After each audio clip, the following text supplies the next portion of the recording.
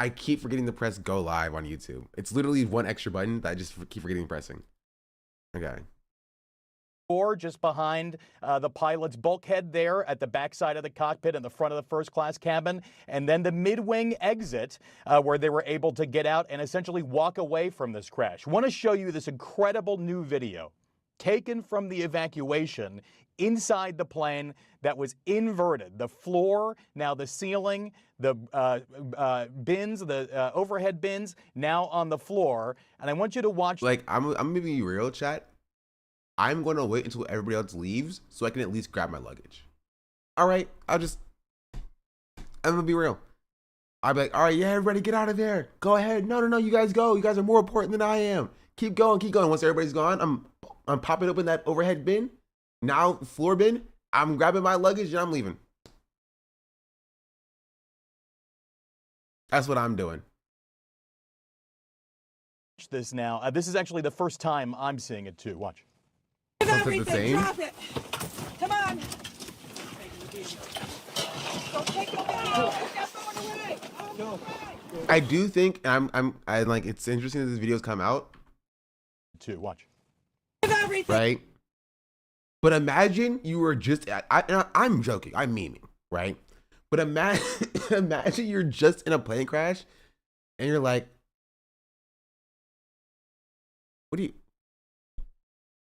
this flight attendant, what are you doing here? What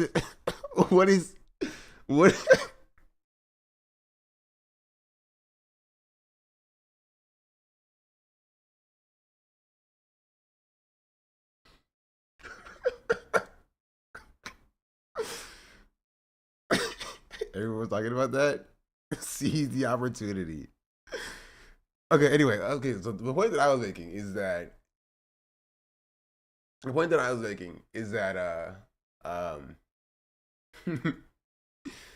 is that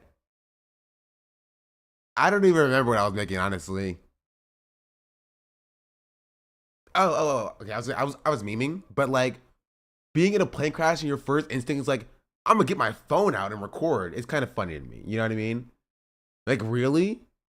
Like, do you need to Snapchat this? Is it particularly necessary for you to Snapchat this right now?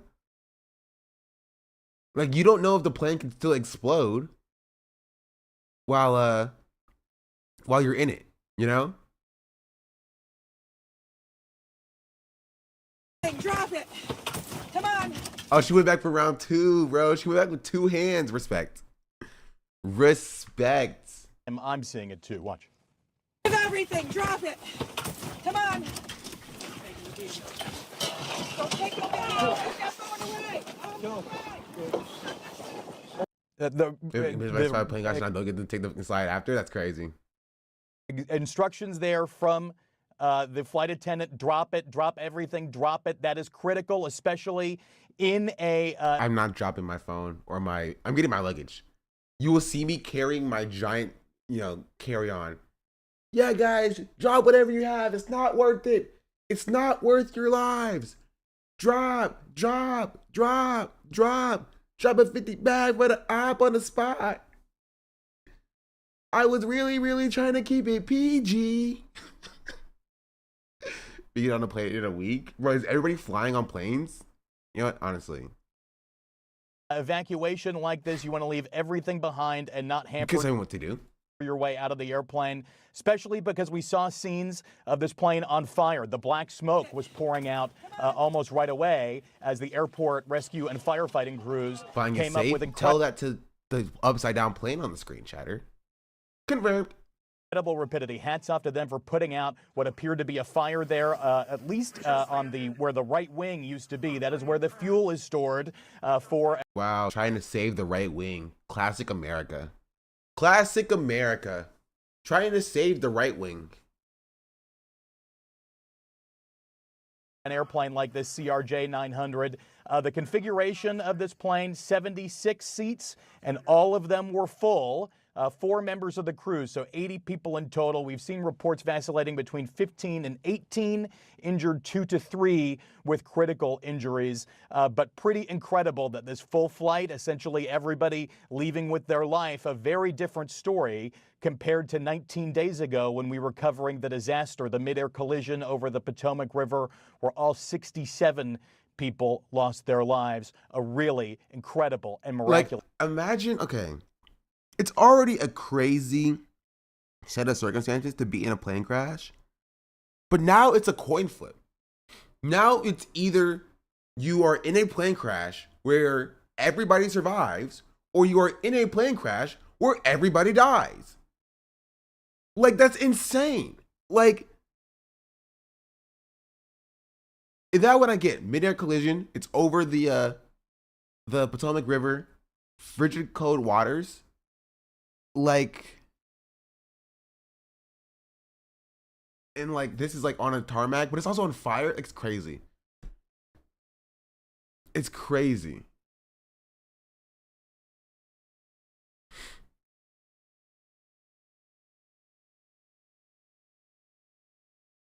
Outcome here, Wolf. Certainly true. Pete, stay with us. I want to bring in some more of our aviation experts right now for some serious analysis. Peter Goals, how could a plane like this end up flipping the way it did?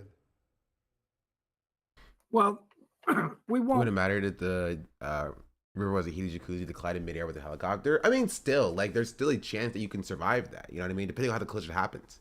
Like, if you're in the back of the plane, right? If the plane itself doesn't like explode, there's a chance somebody could survive, right? There's a chance that somebody did survive the you know, initial crash, but like died due to the hypothermia in the river, right? So I mean, there were no survivors, to be honest. Well, it took them like over an hour to like get out there and get people into the river. Right, so it took them a while, you know? So who is in the back of the Korean plane survived? Yeah. That would also suck as well. Like, imagine you're in the very, very, very last row and you die, but the people just like like, you know, like a foot behind you survive. Like, in the water is like hitting cement though if you're high enough. Yeah, but you're in a plane though. Right, so it's not the same as like hitting the water just as your body. Like if you were like free falling from the sky, like you were inside of a plane, you're still in a seat. Like it's obviously not like, you know, super easy to survive that, but like it's also not impossible. So it's like being in a plane hitting cement. I mean, yeah, but again, it's still not impossible. So it's possible that you survive that. You feel me? The thing about, again, plane crashes is that it's so variable that like some people survive in some instances, some people who don't survive in some instances. You know what I mean? Planes don't have crash zones. I mean, but still, you know what I mean? It's just like we don't know. But again, with the Korean airline, the stewardess in the back of the plane that smashed directly into a wall survived. Like there's no rhyme or reason to any of this. You know, there's not. There's no. There isn't. It's literally a coin flip of this case. know for sure until the Canadian Transportation Safety Board does their investigation. But as Pete indicated, crosswinds, there were What? gusts. Did he get cut out? But as Pete indicated, crosswinds, there Okay, were he gusts froze. upwards of 40 miles an hour. It could easily have clipped a wingtip and catapulted down the runway. It's happened before, and it is extraordinary that everybody got out of that plane alive. Mary Schiavo, have you ever seen a plane upside down on the runway like this? What do you think may have happened? Well, not exactly like this, but similar.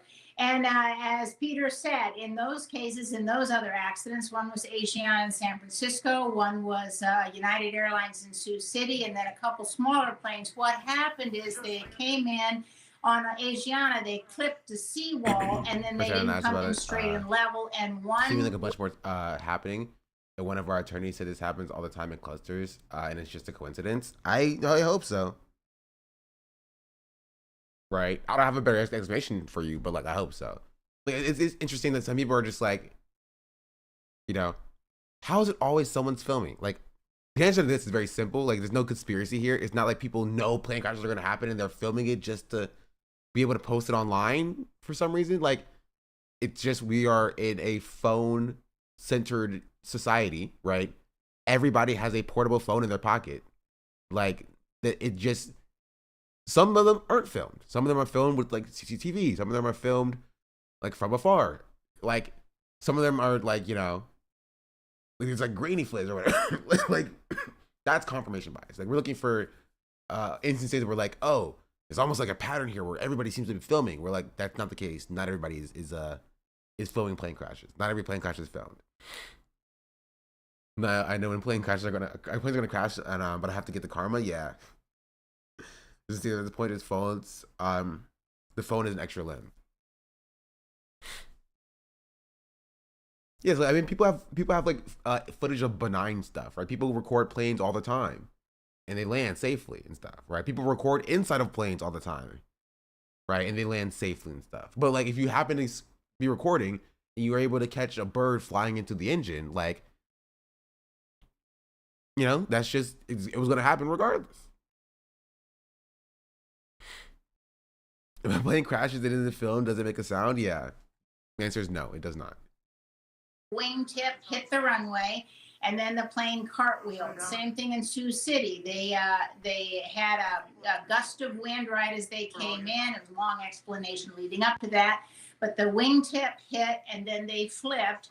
And then in some other accidents, that was the same thing. And in others, it's where they have exited the runway and encountered something such as an embankment. Makes me wonder if plane crashes are happening more often, or is just a normal rate and the media is making it seem like it's getting worse. That's literally exactly what I said. Like, verbatim, the same thing I said like 10 minutes ago. But I had the same thought. Like, I don't know. I don't have any answer. How the plane catch fire when we know jet fuel is not hot enough to melt steels? You should have a hard bargain there.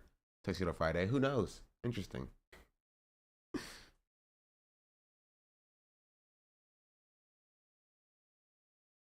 How much do you think it's actually safe to getting worse? How much do you think it's like East Palestine train derailment, where it's not Palestine, is it? Palestine. I don't know. It's not Palestine. I remember hearing about it. It's not Palestine. Train derailment where you just publish a new train derailment every front page of the news for a few months, make everything's frequency went up. I don't know.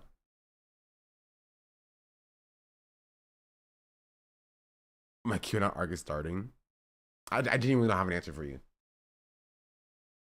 Honestly, it's not I could do anything about it. If we're being real, chat, if we're being real, it's not like you or I can do anything about it. Even if it is something like, oh, Trump is defunding the FAA. What are you going to do? Not take a plane?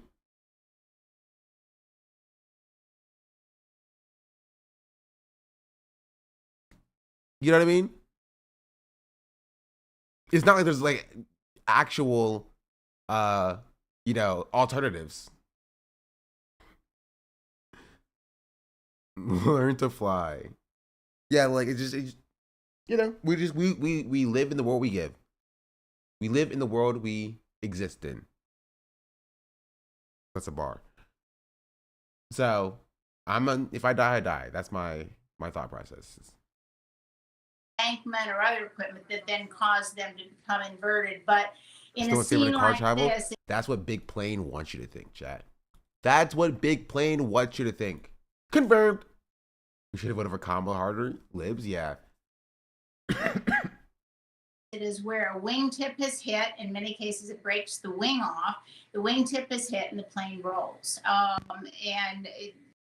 Granted, it's an option just to bring a power bank. It is funny when people say like Greyhound is an option, or even like Amtrak or something, because for most people who are taking planes, the urgency of getting there quickly is kind of important. You know what I mean? If you're going on vacation, you can't spend an extra 4, 5, 6 days, you know, taking robust Greyhound buses or Amtraks to get cross country. you only get a certain amount of PTO. The urgency of getting there quickly is kind of important. Amtrak ignores like 85% of the country. Yeah. The Amtrak from Denver to Chicago, it took more than 24 hours. Extra day means more money to eat, spend time off work. Yeah. It's not as simple, which is why a high-speed rail would be, right, impactful if we had cross-country high-speed trains that got us from place to place. Like, obviously, like, you know, Amtrak ignoring 85% of the country, no good, bad. But if you were able to get to, you know, a local train station that could take you to other parts, like if you like, if at least had a train infrastructure to get you to each state, and you take another train, another smaller, locally funded train to get from within that state to each county or each city, right? And then you take a bus from that train station to get to wherever you need to go or whatever, that would be super impactful. It's just better than the alternative of just having a way to get there in the first place. But all you gotta have is Amtrak. That's really it. That's all you have. You don't have much else. National Hyperloop is the way. Yeah. Just stopping at every single city. Respect. Hierarchical train network. I changed my mind, chat. Now we need the train to stop at my house. You have to sit on a train and stop at every single person's house. You must. It's imperative. Fortunately here, no fire. In those other ones, there was fire. Yeah. Polar Express. Fontaine, Corps, I yeah. want to play a little bit more of that new video of the Okay, evacuation. they're not even giving us anything.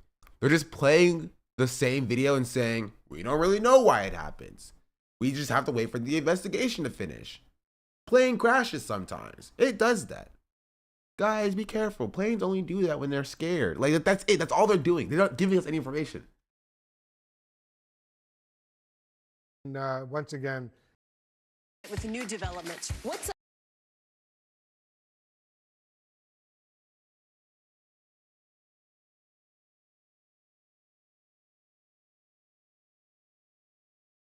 I mean, it's the same thing. If we just no information.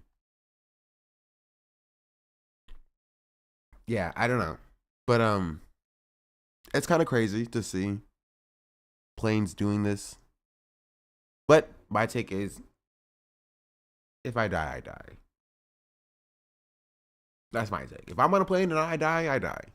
I would like none of my family or my friends to be on planes and dying. I would not like that. But if I die, I die. You know what I mean? Because I'm dead. I don't have to worry about it. You know?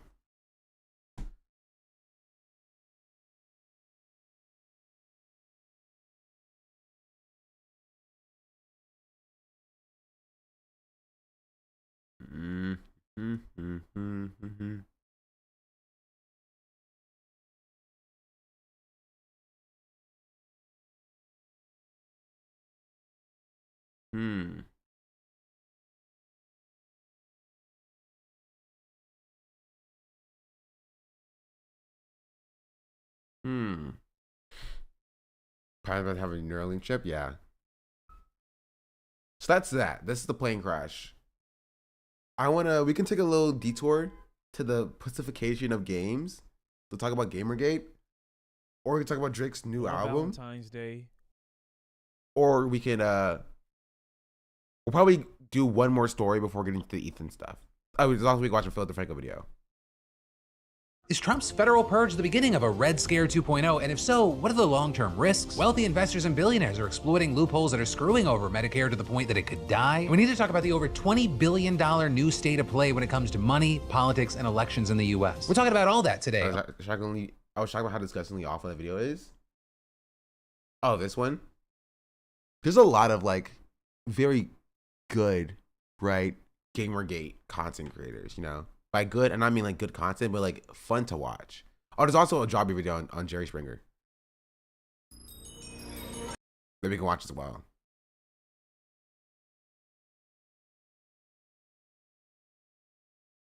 Which is pretty interesting. This is the first job read in a while that's, I mean, I guess P. Diddy. But the first job read in a while that's not about like an internet celebrity. Tyler Oliveira, I mean, Matt Gaetz, I guess. the Ballerina Farms, P Diddy, Vitaly, ImAllexx, RFK, another P Diddy, Natalie Reynolds, Johnny Somali, a bunch of different kick streamers and stuff. Joby was surprisingly interesting. I mean, you can take a look at that as well. I hate his thumbnails though, but they entice you, they drag you in, chat. It makes you want to or have to watch them. You know? It makes you have to watch them. What is ImAllexx even doing now? I've never liked ImAllexx.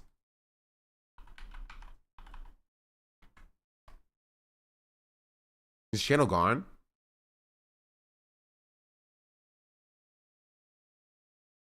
Bro, imagine being a super successful content creator with over 1 million followers and you throw it away by just being mean and abusive to your girlfriend. Like, why would you do that? Why would you do that? It doesn't make any sense. I didn't know who he was until he was out as abuser. I saw him. I hated his content. It was so annoying. I really avoided the ImAllexx stuff and no idea what happened there. He was abusive to his girlfriend. Like, here. He was just like yelling at her and stuff. Thing about you, and this is the thing, and this is why I fucking go round and round in circles. I join call, and when I'm getting, you're talking to me, going, this is the thing, even though now, when it's too fucking late, you admit that you did everything fucking wrong. But when it actually matters, when you should lay down like a good fucking dog, you don't fucking do it, you fight for some reason. I don't know why you fight, because you're losing, because you end up admitting that you fucked it all up anyway. So it's just fucking weird. And I know that you're going to end up admitting that you fucked it all up, which is why it's sorry first. Like, okay, this is what I don't get about it. And I'm not going to spend too much time on ImAllexx, but this is what I don't get, which I never got about this. Why is he in a Discord call on his stream setup, microphone, headphones, and everything, with his girlfriend, with his YouTube setup in his face to be abusive to her? Like, I know it's hubris to think like, oh, I'm untouchable, nobody can stop me, that sort of thing. But like, it's kind of wild. You know what I mean? It's kind of wild. I'm a fucking whore mouth bitch retard cunt. Is it generally because you're just fucking brain dead? Yeah, I'm very brain dead, yeah. Is that why you decided to go on the fucking offensive instead of the Didn't go on the maybe? offensive. Okay. I don't know what to call what you did. It was weird. It's always weird. You always take the fucking weird route. Just do the normal route, which is just do the normal route, but a normal girlfriend. You're would do, acting and go, like I this didn't, is I didn't all mean just it. me, and that's something you really need to fucking fix. I'm gonna fucking bash your fucking head against the wall with a brick if you don't shut the fuck up. Because this one, Like, yeah, this guy's not good. This guy is a bad guy. He's a, I would dare say, an awful person. Just an awful person. Just like, I didn't All mean just it. me, and that's something you really need to fucking Normal she didn't You're even say anything acting crazy. like I this didn't. is I didn't all mean normal route, which is just do the normal route, but a normal girlfriend. You're would do, and acting go, like I this didn't. is I didn't all mean just it. me, and that's something you really need to fucking fix. I'm gonna fucking bash your fucking head against the wall with a brick. If Like, you I don't can't imagine talking to another person like this. Well, like my girlfriend like this. Like, I can't imagine that. I cannot imagine that. Like, I don't know. Maybe like we're not at this stage in our relationship where like this is okay and totally fine and dandy to do. Like, maybe we haven't been together long enough for this to be like, is that his girlfriend? Yes, this is his girlfriend.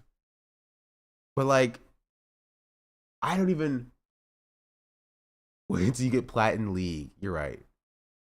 Maybe don't read that stage. I'm just saying, maybe I don't understand it because I'm not at that stage, right? But like, that is insane. Like, I'd never heard my parents talk to each other like this, right? I never talked to anybody. I was ever in a relationship like this. Like me and my girlfriend have only been together for like 6 months, so maybe it's like that, not that long. But like, I've never said I want to bash your fucking brains in or with a break. Like, that's never a thing that even crosses my mind to say, because that's so insane.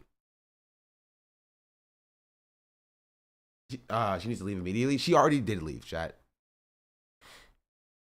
Watching in the mornings have been solid. Thank you for the streams. Thank you for being here, Ill-Fitted TV. What's up? Much appreciated. Need some water. Also, shout out to YouTube chat. How are you guys doing?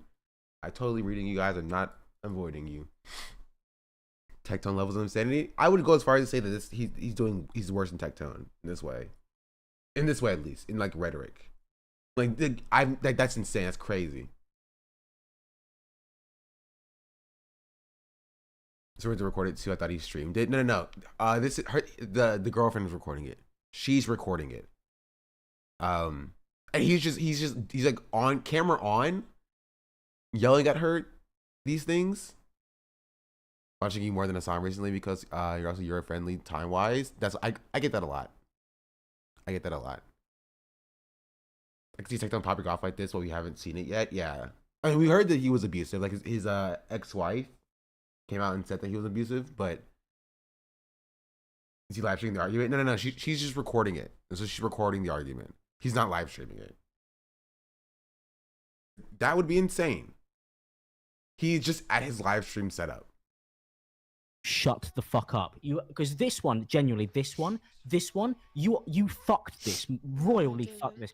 What drives me mental is, I think I may have said like 100 times to the point where it's actually really hard to follow what I'm saying because it's so flexible. I've gone, you could do this, but you might be able to do that, but you might be able to do that, and you might be able to do this, and this might work, but you might be able to do that. And it sounds fucking mental. I don't even understand how you could possibly actually follow along to it. I like most of my friends struggle. This is all the Discord stuff. It gets worse, chat. What you see here in the black screen is him doing this in public. In the real world. Like in person. Right? Him yelling and screaming at her like I'm gonna kill you in like Discord call. It's already bad. Right? But like she recorded him like throwing stuff at her in person. To the point where she had to physically leave their house because she felt like you're unsafe. This guy just got here. This is ImAllexx. We're on a little bit of a tangent. This is like a little bit of older news, but some people just didn't know who ImAllexx was or knew who he was and didn't know what he did. This is what he did and why he's like left the internet now. To actually understand what I'm saying. But that's why I'm a professional and you're all not. Because and then when you go, I don't like this, it's not like massive issues there. And you think you can just fucking ignore them because like, well, what's the worst that can happen? I don't know. Your boyfriend's a fucking famous internet celebrity and doesn't trust these people because he has to keep his circle small because you might not have anything to fucking lose. Okay, so send me the Mudahar video. I did see that. I didn't watch it, but I saw the video and I was like, we need to talk about that. That is something we'll talk about as well.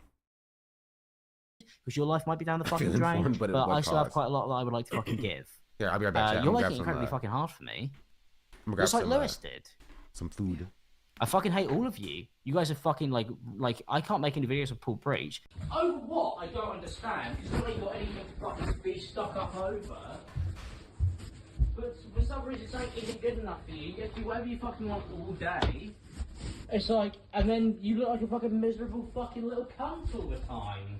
Like, your face is annoying to look at, like, when I come downstairs. Like, I'm actually fed up of looking at you. Which is why I sleep downstairs, because I don't want to have to come upstairs and, oh, you're taking all the covers. It's like, fucking woman, just, like, fucking ask me to buy another one, or stop fucking complaining. Like, nothing, the thing is, it annoys me, nothing needs to be an argument, because everything is fixable. Buy a new duvet, I sleep downstairs. But no, you've always got to act like none of this stuff, because you don't actually try and fix any of your fucking problems. Like, it's infuriating at this point. Like earlier, you're miserable about making a kitchen. All you have to do is say what it is and it's fixed. It's fine. You don't have to, like, you know, clean up after yourself. Nigga, neither do you. So, don't even. It's fine. Don't worry about it. I don't go around fucking complaining about everything that you don't clean up after. Why? Because you don't talk about it in your fucking little small brain.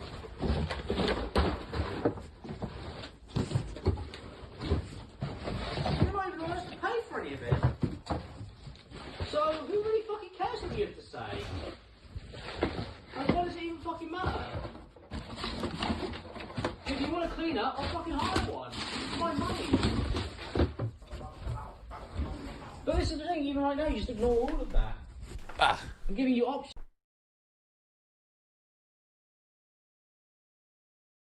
Did I miss some riveting content, chat? I'm sure ImAllexx was like, man, I'm so sorry for ever yelling at you. You are so great and awesome and amazing and the best girlfriend I could ever ask for. I'm sure he said that. That's what I'm sure he said.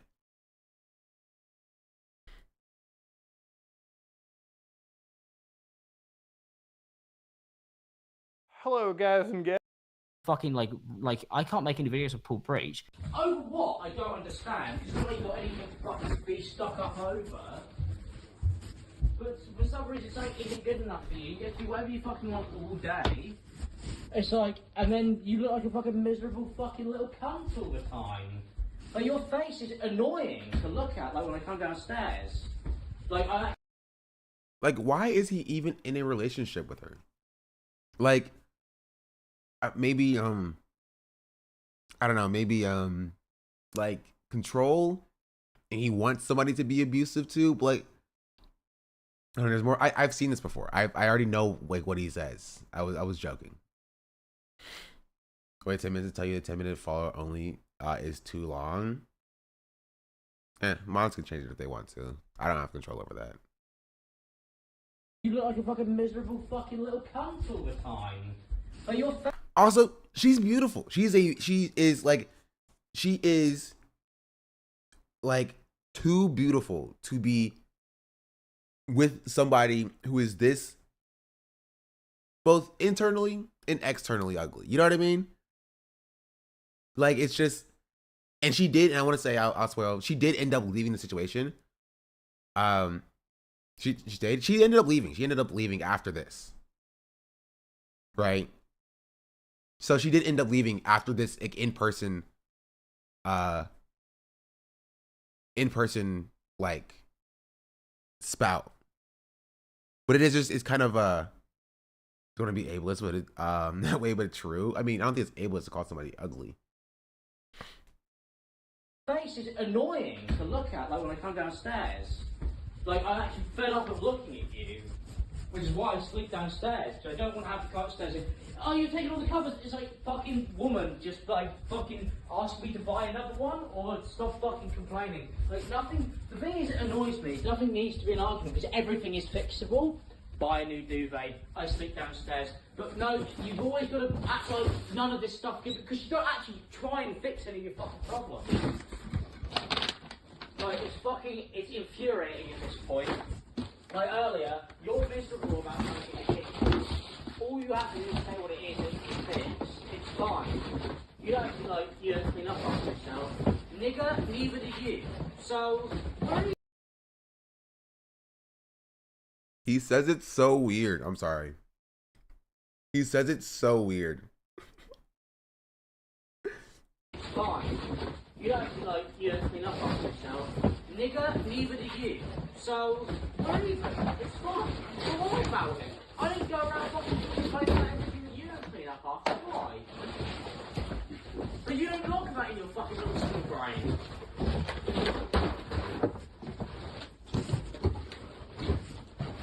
You're not even honest to pay for any of it. So, who really fucking cares what you have to say?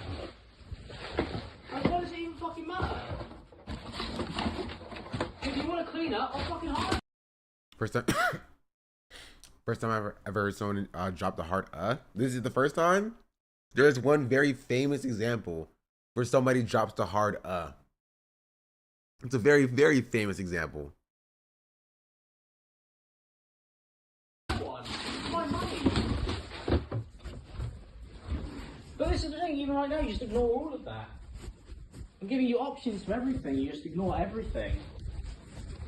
No, not Pokimane. Pokimane would never. It's old dude. It's Paul Dawson.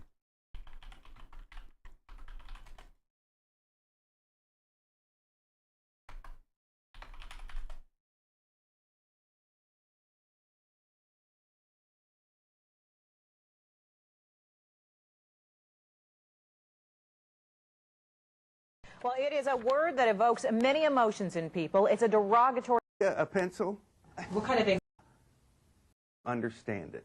I need help. Yes, I use nigga.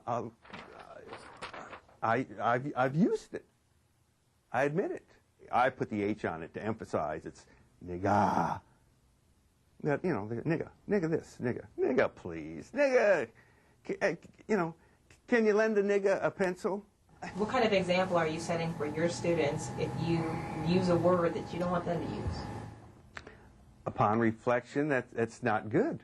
Dawson was suspended for 10 days without pay from January 9th to January 23rd, and he has to go to diversity training. He says that he's learned from this experience and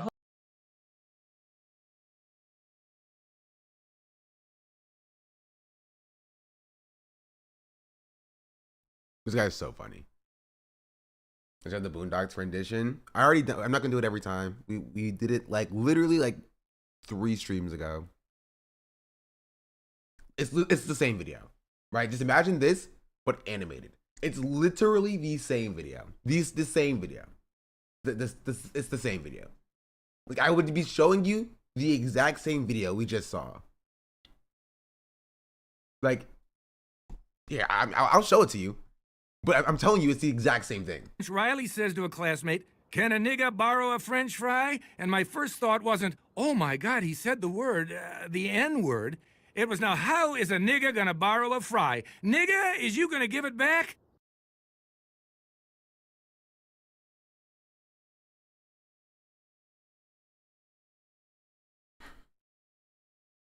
It's the same thing. I put the H on it to emphasize it's nigga. That, you know, nigga this, nigga please, nigga. You know, can you lend a nigga a pencil? What kind of example are you setting for your students? He says it so cleanly, though. You know what I mean? Like, he says it so cleanly. Like, it just rolls off the tongue. Respect. Now back to ImAllexx. Like, what does it even fucking matter? If you want to clean up, I'll fucking hire one. It's my money. But this is the thing, even right now, you just ignore all of that. I'm giving you options for everything, you just ignore everything. You're not actually trying to sort out any of these problems. And if you've got a problem with this, man, why don't you fucking call them? Why does it have to be me? This goes on for a while, so you don't have to relive this entire thing. But Jawbreak has a video about ImAllexx that I recommend you watch that goes through all of this and how he wasn't only abusive to one person, he was abusive to multiple people.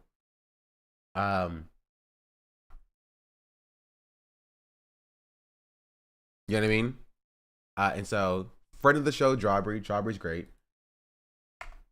Also, okay, the weirdest thing about ImAllexx is why I'm not gonna unpause it.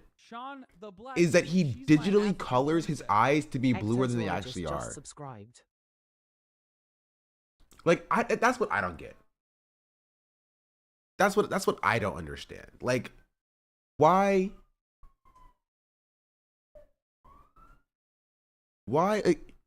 You sure? No, he does do this.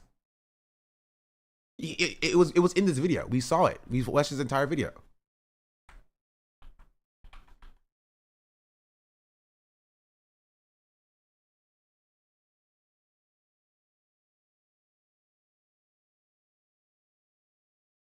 This face, which I think is what Shane Dawson used to do. If you were to click on any of these videos, you may notice that Alex has begun using a blatantly obvious blue filter to make his eyes pop more, but it was done so poorly it just looked ridiculous and clearly artificial. If such a thing were possible, Alex seemed to be putting even less effort into his videos. And trust me, this wasn't lost on some That's crazy. That's wild. This made me laugh. That was funny. Yeah, like, it's just, you can tell. Like, look, chat, I want you to, okay.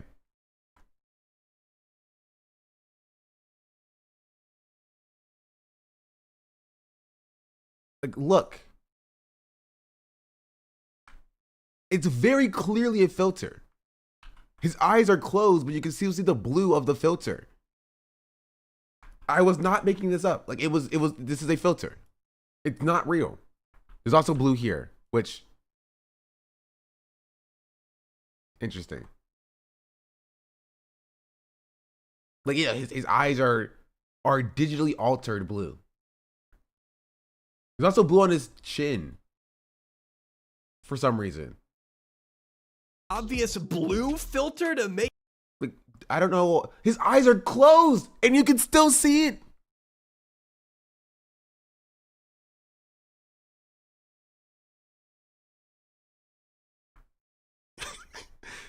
You can still see it.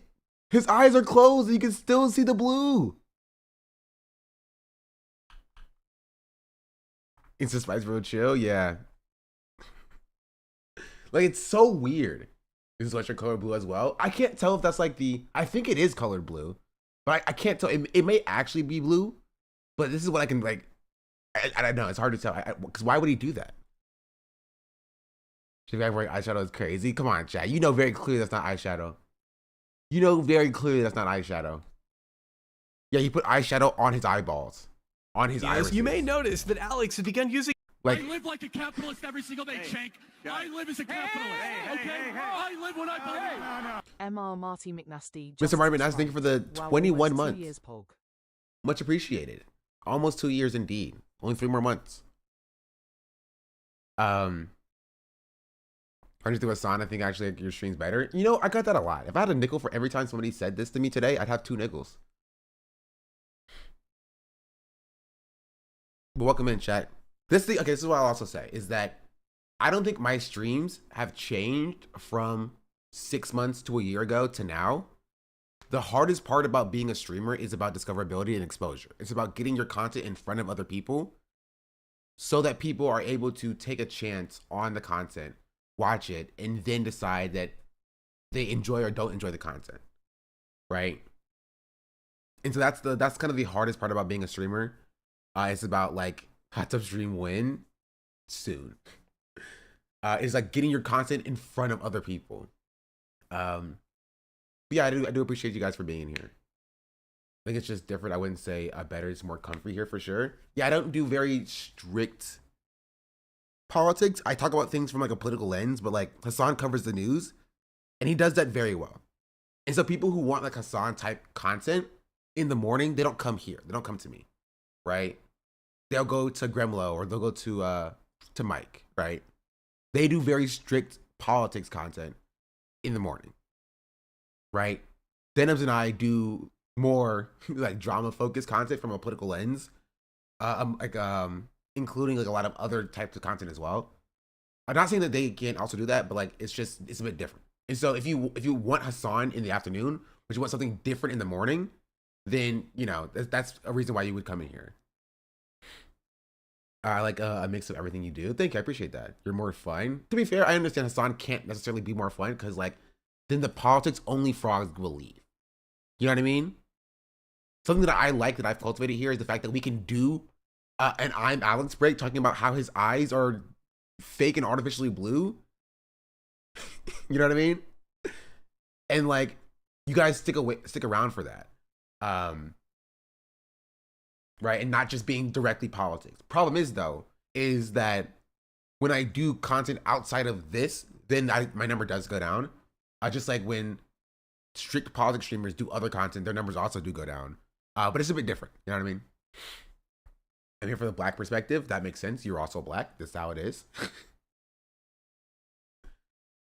If you want to hear a Grammy-winning level artist freestyle, this is the place to be. True. Also, I do want to reiterate that if we hit 1,200 followers, I will leak my SoundCloud songs. We are getting far away from that goal. Now we are 53 away from 1,200. But once we hit 1,200, I will leak one of my maybe all of my old SoundCloud songs. You guys can see my old rapping, what I used to do. Subscriptions are so much better when the streams were 4 hours politics, 4 hours fun. Did I say followers? Yeah, I meant subs. Subscriptions. For everyone black Issa Rae. Oh, when people cover their interests through a political lens, it makes their streams and streamers feel unique. Or streamers unique.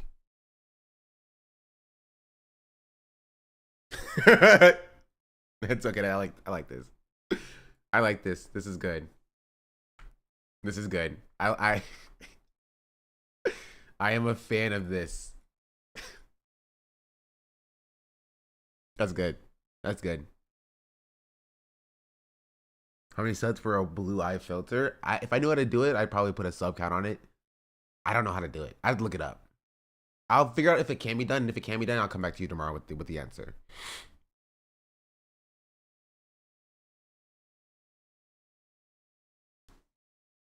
Need more art? I like your style. This is a good with my style or this style. I didn't draw this, or did I? Anyway, sorry. Let's. I was about to go get the Henny. Dab RJ, thank you for the 5 gifted subs.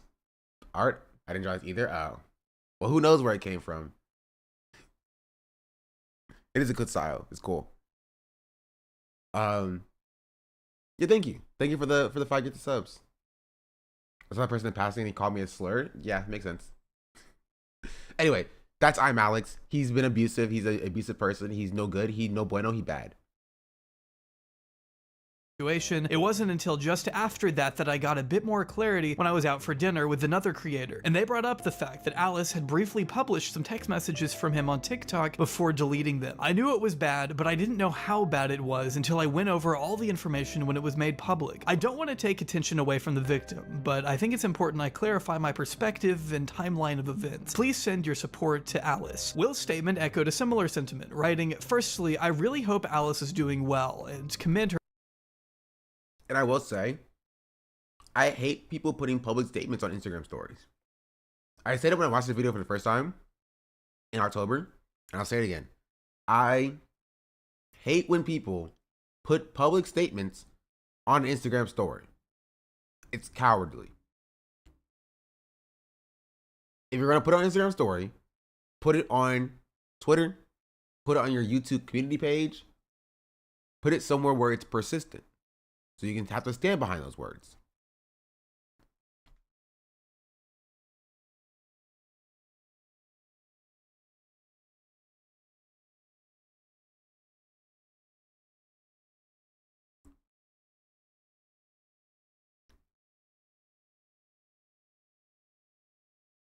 True.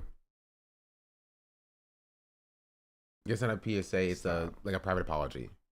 Stop. I'm starting to think this guy kind of sucks, chat. True.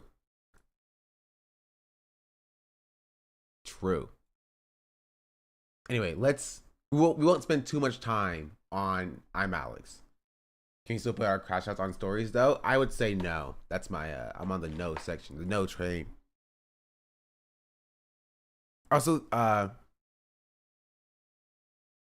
Echo Zoologist, thank you for the 2-month resubscription. I missed that one. Much appreciated.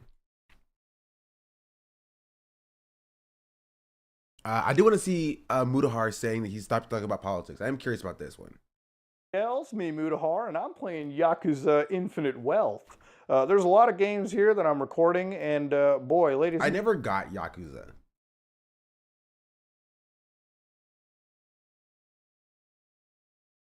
Maybe it's because every clip that I see from Yakuza is just a different thing. I've never saw something like I need to play this game. I don't even know what it's about. Bad Banana made a 10-minute video on him and he was done. Wait, Bad Banana made a video on Mudahar? and gentlemen, let me tell you about something that's got to happen. It's not to do with this game. Some things have got to change. Now, recently I made a video in regards to be honest. Oh, you're in the right place. We here are also not huge fans of Mudahar. Yakuza's Peak, the Yakuza series is amazing. It's about Yakuza. Okay, I mean, cool. I mean, I don't know what the gameplay is, but I just don't know. Maybe I'll try it on stream. I'll try Yakuza 0 on stream. You seen the new Slate article on Hassan? No, I did not see the new Slate article on Hassan. Is it about Hassan being an anti-Semitic terror supporter who has a whatchamacallit, an undocumented migrant maid who he underpays and pays less than minimum wage.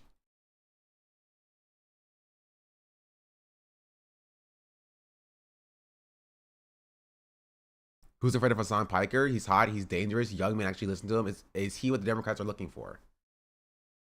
It's January 19th, the last day of Joe Biden's presidency, and the eve of a new one no one could quite fathom yet, and Hassan Piker is preparing for the end of the world. As he almost always is, Piker is live on Twitch. He's home. He is at home in West Hollywood in a secondary bedroom. Okay, this is getting kind of parasocial. In a secondary bedroom, he has turned into a broadcasting booth. The boiling overhead studio lights illuminate the scene. Piker is at the center frame, his peripheral vision swallowed by 3 chunky computer monitors. Behind him are a clutter of socialist potpourri, Cuban and Gazan flags draped over a mini fridge, packed with the Diet Dr. Pepper Zero Sugar. Glad this is not Diet Coke because he was going to get canceled for that. A cardboard cutout of Bernie Sanders blocking the sunlight from a window, and a plastic purple skull capped with a furry Soviet Ushanka. There's not much left to be said at the dawn of the second Trump presidency, so Piker ends his stream in relative silence, watching highlights from weekend's Saturday Night Live. Thousands of viewers in his chat, off to the screen on his right, pump out more messages than anyone could possibly read. A few minutes later, Piker bids them goodnight. I'll be suited and booted when to cover Trump's inauguration, the first day of the apocalypse. Piker says, "I love you all. See you tomorrow." For nearly a decade now, Piker, who streams under the name Hasanabi, has been one of the most famous political commentators in America. If you are a certain type of mainstream liberal, or a not very online moderate or conservative for that matter, you may not have heard of him. His precise class of celebrity is difficult to describe, but in some respects, he has inherited the role of the agenda-setting television pundit for a generation that has ditched traditional media, the traditional medium long ago, if it ever knew it at all. Piker streams every day, weekends and holidays included. Outside of a few bathroom breaks, he's typically on camera by himself for 8 hours uninterrupted. Tens of thousands, sometimes many more, are following along. Other channels on Twitch, the Amazon-owned live stream platform, tends to focus on Fortnite stunts and other video game feeds. Piker does not play. Piker does not play too many video games live. Instead, for the most part, his broadcast consists of him clicking around a huge number of tabs, compressed. Okay. Jeez Louise, read him differently. That's crazy. This person who wrote this, Luke, is in his walls, bro. That's crazy. Piker doesn't play too many games live. Instead, for the most part, his broadcast consists of him clipping around a huge number of tabs compressed at the top of his Chrome browser. Piker ping-pongs between them, offering modern insights in the irritating New York Times columns, Elon Musk tweets, and Jesse Waters' meltdowns. His style is open-ended and rich with digressions, nothing canned, no artifice, and regardless of what he's currently roasting, Piker is assertively unscripted. Like many of us, he reacts to the bamboozling deteriorating of the 21st century life in real time. Unlike most of us, he does it in front of an enormous audience every day with a chronic exasperation perfectly tuned for the moment. How long does this go for? Oh, it goes for a long time. Okay, here we go. What I'm gonna do, chat. I'm gonna save you guys from my horde reading. And we're gonna throw it in a text to speech.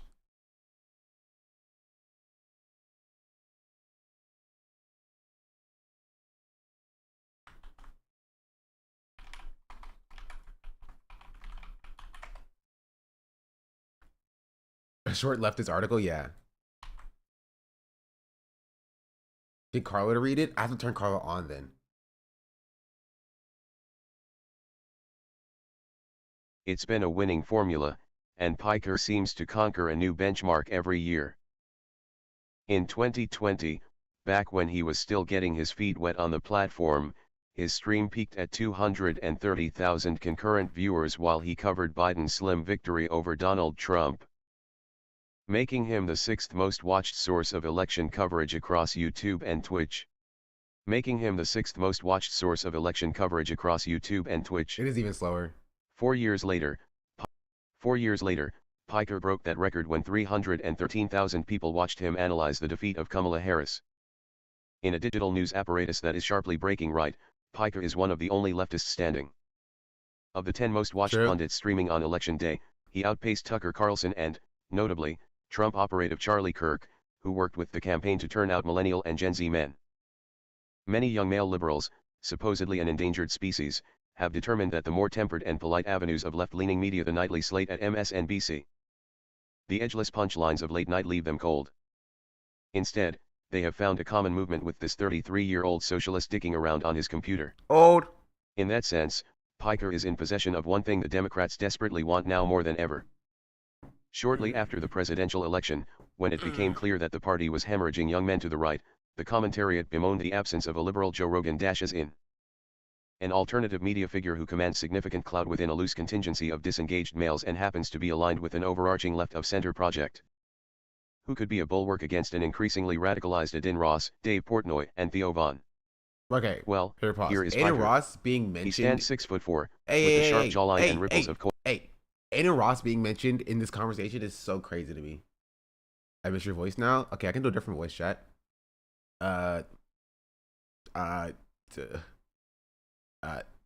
Mark. Well, here is Piker. He stands 6'4", with a sharp jawline and ripples of coiled muscle. He is conversing. Glaze? What are we doing here? What is this glaze? An alternative media figure who commands significant clout within a loose contingency of disengaged males and happens to be aligned with an overarching left-of-center project. Who could be a bulwark against an increasingly radicalized Adin Ross, Dave Portnoy, and Theo Von? Well, here is Piker. He stands 6'4", with a sharp jawline and ripples of coiled muscle. He is conversant in bodybuilding, gaming, anime, professional wrestling, and every other interest that tends to make up the media diet of boys of a certain age. His Buljan Calvin's thirst traps have started libidinal riots online. I think Assad wrote this article is crazy. Oh no, I skipped ahead. Jeez Louise. Staffed by former Obama. He is conversant in bodybuilding, gaming, anime, professional wrestling, and every other interest that tends to make up the media. Has you know who complained about this article yet? Hassan always seems to get a wave of hate when somebody writes about him. It just came out apparently. Or Macy's just sent it here, so I don't know if also doesn't you know who have more bigger things to worry about? You know what I mean? Oh, unless you mean the other you know who. The crash out you know who. Not the sex pest you know who. He is conversant in bodybuilding, gaming, anime, professional wrestling, okay, and pause. every other. Sorry. I keep pausing it. Conversant in gaming? Let's be real. Let's be real. Also, I'm going to put this on the other screen so I can actually pause it and play it without switching over. He is conversant in bodybuilding, gaming, anime, professional wrestling, and every other interest that tends to make up the media diet of boys of a certain age. His Buljan Calvin's thirst traps have started libidinal riots online. According to an unofficial census conducted by his community in 2024, his viewership is about 2/3 men. In the past year, he has welcomed both former Federal Trade Commission Chair Lena Khan and Rep. Alexandria Ocasio-Cortez to the stream. Sanders, 50 years Piker's senior, passed through a week before the inauguration and thanked him for his role in the revolution of media. Even the Pod Save America podcast. Did they actually link the thirst traps? Bro, they linked the thirst trap. Bro, what is going on here? If I just get the parentheses, that's what the AI voice does. They linked to the thirst trap. It's crazy. Sanders, 50 years Piker's senior, passed through a week before the inauguration and thanked him for his role in the revolution of media. Even the Pod Save America podcast. Staffed by former Obama flacks who've long advocated for a more institutional brand of progressivism, hosted Piker and listened patiently while he ripped the party a new one. All this access has given Piker's show a sense of Beltway authority that it never quite had during the Biden era, evidence of a fledgling effort to make him more central to Democratic messaging. The Democrats, it seems, have found their man. Just one little problem with that. Piker didn't endorse Biden at the dawn of the 2024 cycle. Then he didn't endorse Kamala Harris either. Resting on a sheathed samurai sword, near the rear of his streaming setup, is a MAGA hat. Piker wears it on the rare occasions he approves of a Trump decision. On one recent occasion, he slipped it on when the incoming administration had a hand in brokering a ceasefire between Israel and Hamas. Piker is pro. Hassan is MAGA, confirmed. Piker is pro-Palestinian liberation, pro-immigrant, pro-trans, pro-choice, and unapologetically himself. Yeah? Some of this has brought accusations of anti-Semitism and more, all of which he strongly denies but has lately found Piker in an uncharacteristically defensive posture. His take no prisoners approach makes everyone but especially Democrats uneasy. For a while, a staffer for Ocasio-Cortez suggested the congresswoman would give me a comment for this article on Piker and Democrats' future. I followed up repeatedly, only to be told that someone more senior would have to sign off. What are your thoughts about Dave Portnoy and Barstools? The comment never came. He should stick to pizza reviews. Is my take. The comment never came. As I watched Piker prepare for what was coming in January, an opening salvo from the new Trump administration that aims to redefine both the Constitution and the country, I saw into a future most Democrats are too afraid to fully consider. And as I've watched how the weeks since have played out, it's become clear how little time there is left to understand Piker's provocative appeal to a new generation of voters. The cost of ignoring figures like him is becoming all too clear. Hasan Piker. And by figures like him, they mean me. Why do they keep stalling him? Because like they didn't want to give a statement, I guess. I don't know. This means me. Hey, listen. The Democratic Party. If you want somebody like Hasan, but don't want the baggage that comes with them, I'm your guy. Listen, all you need to do, sign off on Palestinian liberation, give me millions of dollars, and cancel student debt. In that order. You don't even need a song, right? I have a how many viewers do I have right now? I have, let's see.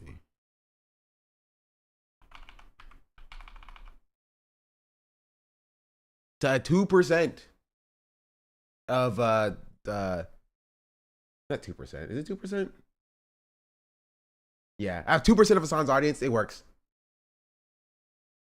Gimme.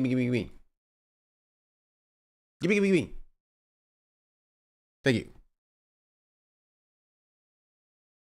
Hasan Piker loves America. Or at least he can remember a time when he did. He is the scion of a Turkish family of some renown.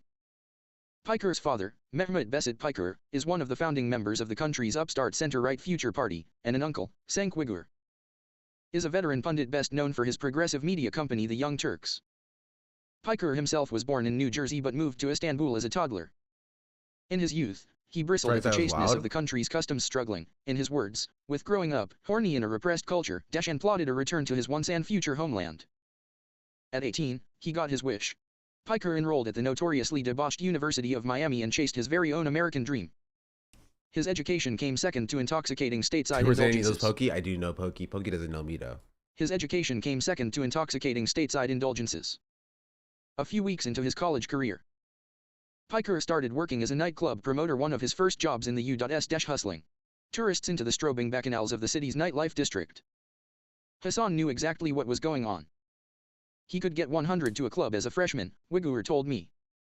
Wherever he went, he instantly became the coolest person on campus. An older picture of Piker wearing a gray Soviet Ushanka hat. Candace Lim. Like so many other millennials, Piker experienced his first brush with left-wing politics via The Daily Show and other Bush-era satire, but he does not exactly remember himself as civically engaged. I was a dumb college kid, Piker said. I was just happy to be in America. He didn't declare a major at Miami, but after transferring to Rutgers at his parents' behest, Piker secured degrees in political science and communications in 2013. Old. Nonetheless, Uygur remembers being surprised. Wait, he graduated from college in 2013. I was 13 years old. When did I graduate from college? 2023. I graduated from college 10 years after he did, bro. I feel like a child sometimes in this space because everybody around me is old. Nonetheless, Uygur remembers being surprised when his nephew inquired about a job at The Young Turks, a publication that had already become associated with the spiky, I am adult, confrontational brand of populism a few shades outside the liberal mainstream. Uygur put Piker in ad sales, about as far removed from the partisan edges of the company as possible, and he hated the job. You just have to sit there cold calling and being nice to people, Piker said. It was a horrible experience.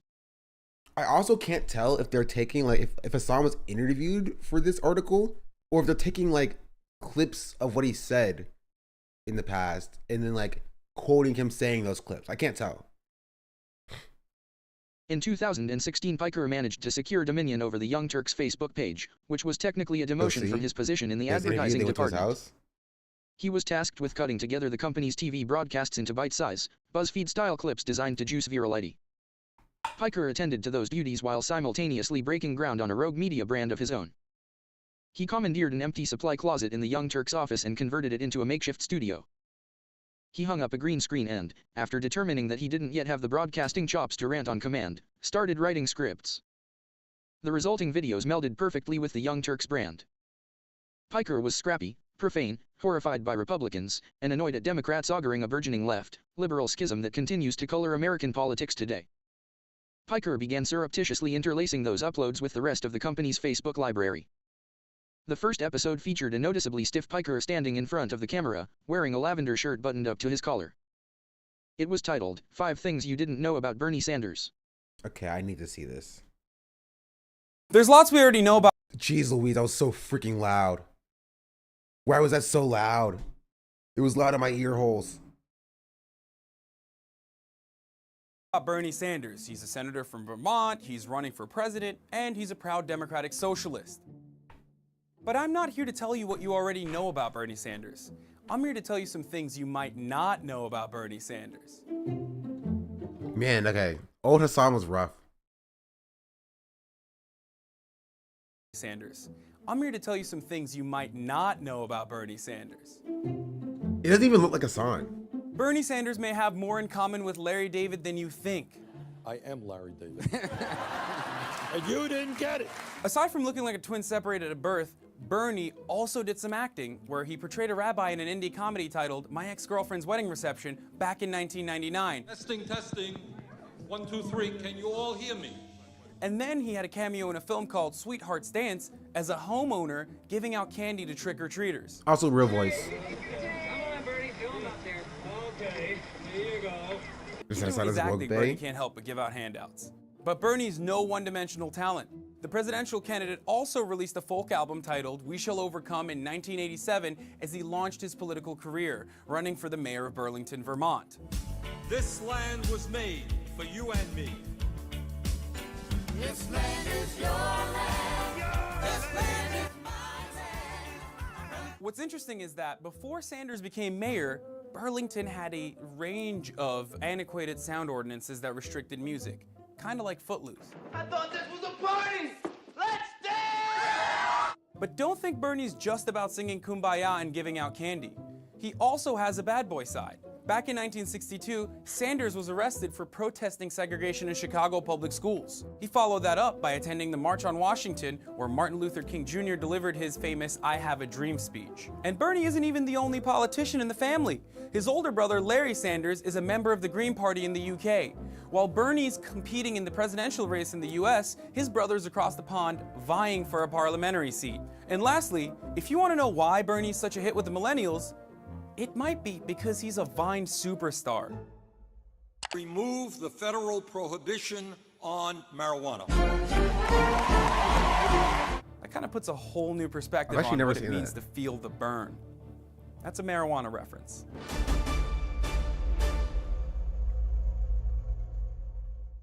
I didn't know he was famous on Vine.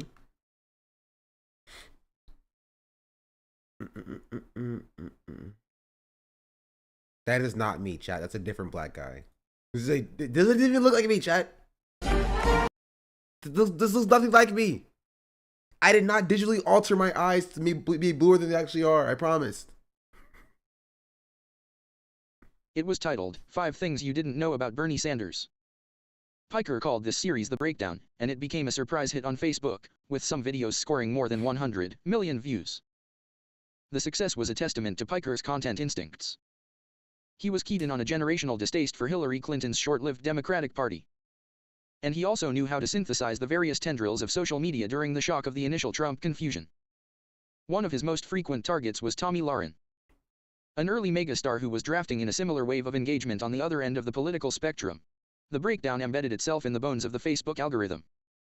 And Piker leveraged the virality to promote his own Instagram, creating a raft of fans outside official Young Turks channels. Didn't his uncle steal this idea and remove Hassan from it? And Piker leveraged the virality to promote his own Instagram, creating a raft of fans outside official Young Turks channels.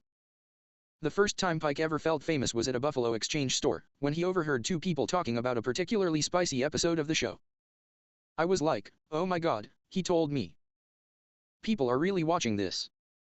The attention clarified something else about Piker. He was hot, classically handsome in a way that became fundamental to his mystique.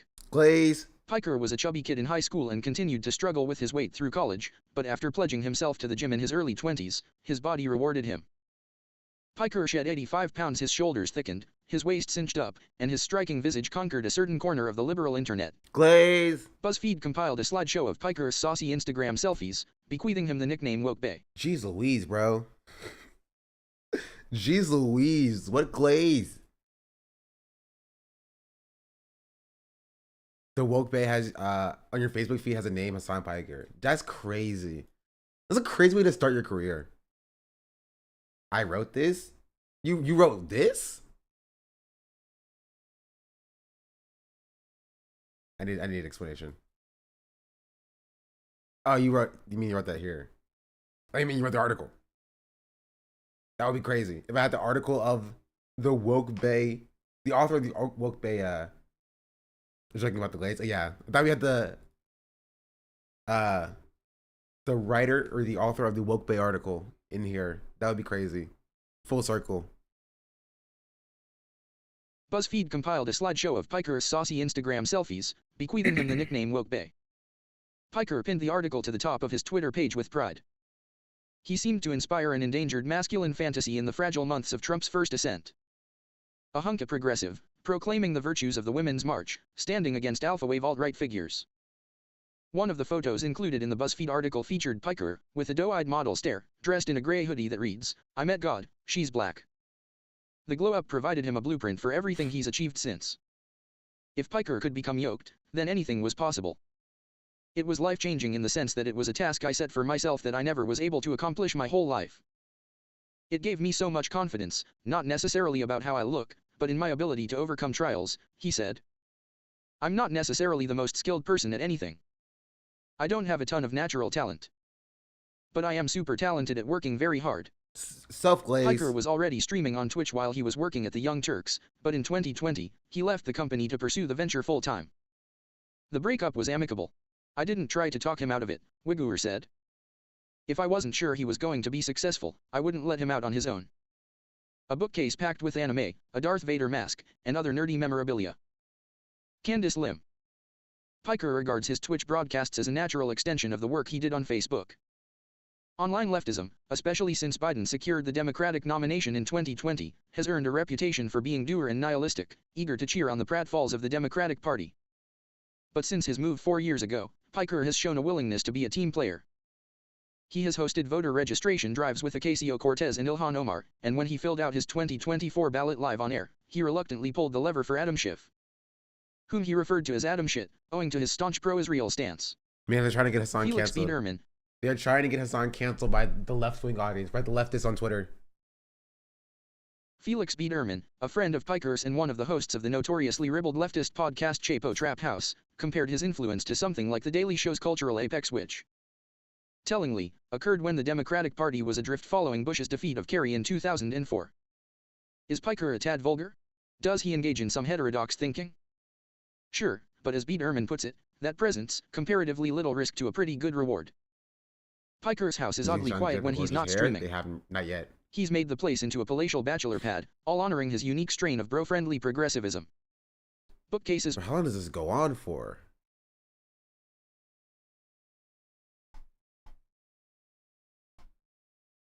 Okay, just a little bit longer.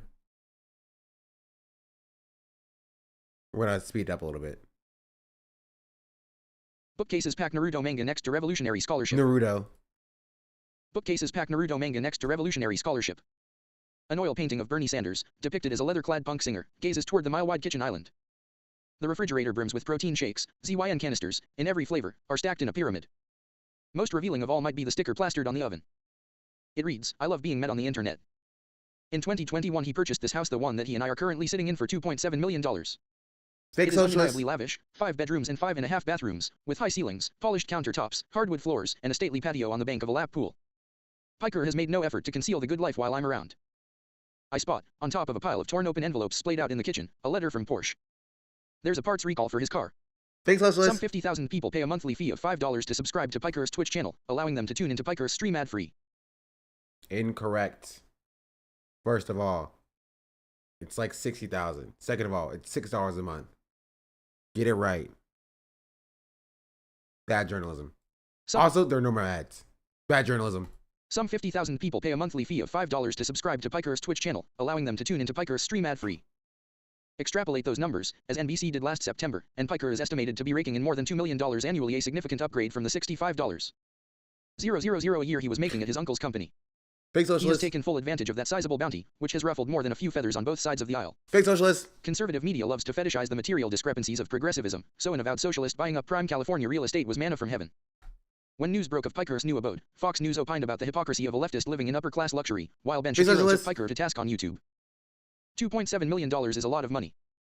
I don't see you handing that out to all of the immiserated workers in the Marxist social construct, he said. You can get yourself a tiny little shack and live yourself the Henry David Thoreau lifestyle for probably $30,000 somewhere. Piker wasn't fazed. Months later, he posted a video of himself at a car dealership, purchasing that $200,000 Porsche. Wait till they find out that I'm never going to fucking drive it, he said, as a fresh wave of outraged mega acolytes filled his mentions. He didn't Does know. a socialist reveling in his abundance expose a political contradiction? Perhaps. Are you saying fake socialist? I don't know what exactly means. The idea of qualified socialism isn't time in a form of qualified socialism. Seems like the binary of socialism versus other is a false dichotomy. I can't tell if the chatter is joking or if the chatter knows that I'm joking and is joking back with me. Perhaps. But Piker has also correctly identified that in 2025, when Trump of the Manhattan penthouse can be twice enshrined as a working-class hero, those contradictions are not nearly as relevant as they used to be. Piker is a young man responding to his enormous windfall in a way that... I'm joking. I'm not actually calling Hassan a fake socialist. Or am I? Because maybe he is a fake socialist because he's rich and he has a lot of money and cars and houses and stuff. I don't have a house. You know what I mean? I don't own a Porsche. So, have you considered that maybe I'm a better socialist than he is? Confirmed! Piker is a young man responding to his enormous windfall in a way that is extremely relatable to other young men. That, more than anything else, has proved to be invaluable to his cause. Hassan lives a super aspirational life. A lot of other men on the left don't have that same aspirational aesthetic to them. Taylor Lawrence, an author and journalist who covers internet culture, told me. There is a generation of young people who want to consume media from someone they look up to. They want to improve their lives. They want to imagine a better world for themselves. Because you're not young like Hassan? And a lot of people are selling that better future in a package that is hateful. I think that Hassan sells them on a progressive future. Piker is happy to meet mega men where they are. I give a lot of leeway to people for having somewhat bigoted views, he said, without hesitation. It's a radically different strategy from liberal orthodoxy that, for years, balked at the idea of courting people who were too retrograde, too brain-rotted by conspiracy. Simply too far gone to be marbled into a larger political project. It recalls an incident in early 2020 when Sanders was excoriated for accepting the endorsement of Rogan, someone who, indeed, has shown that he's held those bigoted views Piker speaks of. What did that liberal purity earn? Voters under 30 dramatically swung to the right in November's election. Young men, in particular, have been conquered by the Republican Party. 56% of them voted for Trump in 2024, compared with just 41% in 2020. Piker argues for a different approach. Two men have a conversation in front of several computer monitors, with a dog lying on the ground beside them. Kaya! The author with Piker at his home. Candace Lim. A few weeks before we met, Piker spent a day filming content with a fitness influencer. He has a Roth IRA. No real socialist knows what that is. True. I agree with giving leeway, closing the door to political opponents secures their opposition. I think there's a time and place for allowing leeway. That straddles the line between allowing leeway and not allowing the people in your community to be harmed. It's not as simple as just letting bigots in your space. I thought about it extensively, like last stream. That's my take on it. A few weeks before we met, Piker spent a day filming content with a fitness influencer named Bradley Martin, who has 4.2 million followers on Instagram and who voted for Trump in November. Piker talked about housing justice and the vagaries of private healthcare on Martin's podcast. Chatter, I'm not going to keep doing this with you. They're not being serious. They're joking. They're not actually saying that, like, no socialist knows what a Roth IRA is. They're joking. They're not being serious. Please. Please, we don't have to keep playing this song and dance. They're not being serious. Like nobody here thinks that socialism means no money. I'm gonna, no matter what you see in chat, nobody here believes that socialism equals no money. Okay, we like Hassan. Hassan is cool, right? Like we're just, okay. No, I'm dead serious. Cardboard boxes only.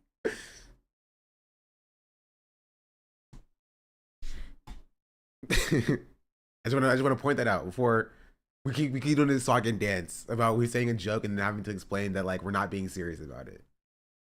Piker talked about housing justice and the... But if you think about it, maybe Hassan isn't socialist because he has a house. Piker talked about housing justice and the vagaries of private healthcare on Martin's podcast. Then the two of them crushed 300-pound deadlifts at the gym. I think that's something a lot of political commentators lack in general, Piker said.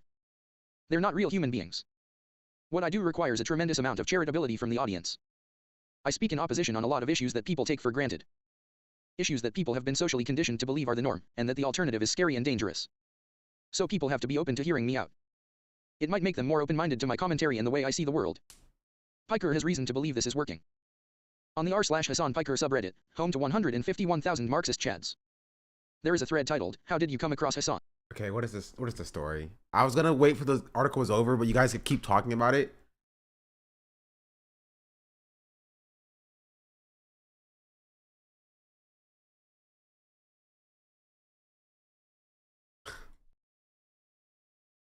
Bro.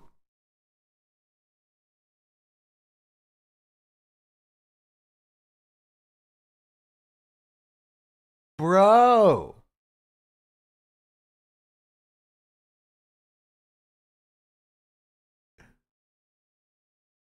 It literally just dropped.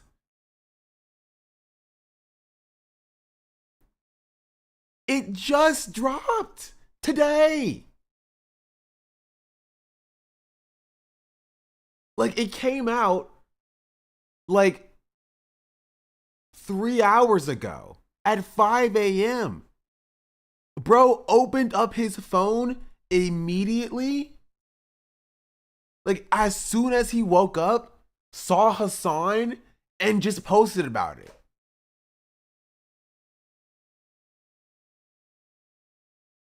Also, the article did not call Hassan a liberal. It said Hassan appeals to liberals. We can go back and read it again.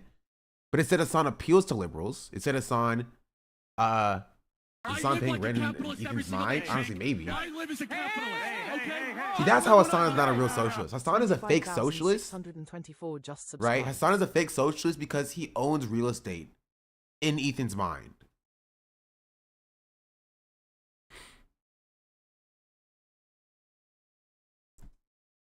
That's what it is.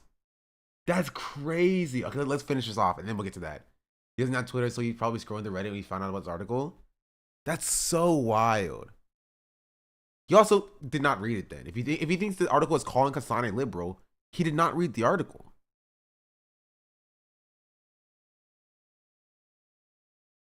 I heard Ethan made a staff member give him their Adderall prescription on air, so he probably cracked up. He got it from this.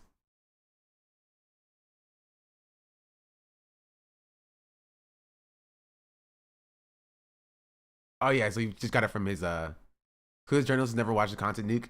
Clearly this journalist has never watched the content nuke if he thinks Hassan is outspokenly liberal. Lamau. Like bro read the first like the headline and was like, I need to make a post about this instead of reading the article itself. Like he didn't read the article.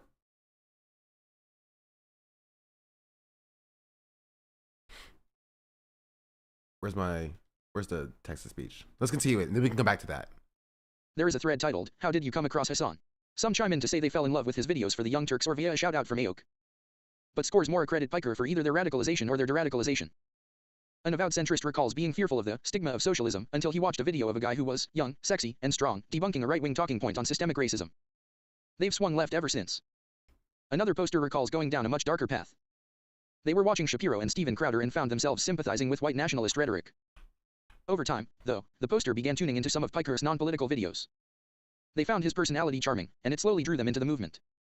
That led me to where I am today, where I'm a democratic socialist, they wrote. I'm glad I started watching him before I could vote. With the Democrats so thoroughly out of answers, the party's approval ratings are hovering in the low 30s. After ceding so much digital ground to the conservative movement, Piker offers an alternative. The only question left is if the establishment can accept the type of coalition Piker wants to create. Wigger, for one, has some doubts. I know exactly how this movie is going to end, he said. There's a 0% chance Hassan is going to become a corporatist. And there's a 0% chance the Democratic Party as it's currently composed will not be corporatist. So they will have an inconvenient marriage for a while, and then they'll fall out of love with him. At the end of the day, he's not going to give the message that they want. Some signs suggest otherwise. At his house, Piker told me, virtually everyone running for head of the DNC has reached out to me, but I haven't had time to interview them. We were sitting in his studio while Kaya, his enormous Tibetan Mastiff, weaved through our legs. Well, except for Martin O'Malley, I think, he said. Oh, you or mean whichever the one is the most designer dog? But he, too, had his doubts about how deep his influence can... Huh? Liam? You mean his designer dog? Or not Liam, Luke? I didn't know his name. Sorry, Luke, for disrespecting you. Designer dog, Kaya? Confirmed. But he, too, had his doubts about how deep his influence can get in the current environment. I'm not changing. That's the thing. I'm not above admitting when politicians do good things, but that doesn't mean I'm going to be a Democratic Party operative.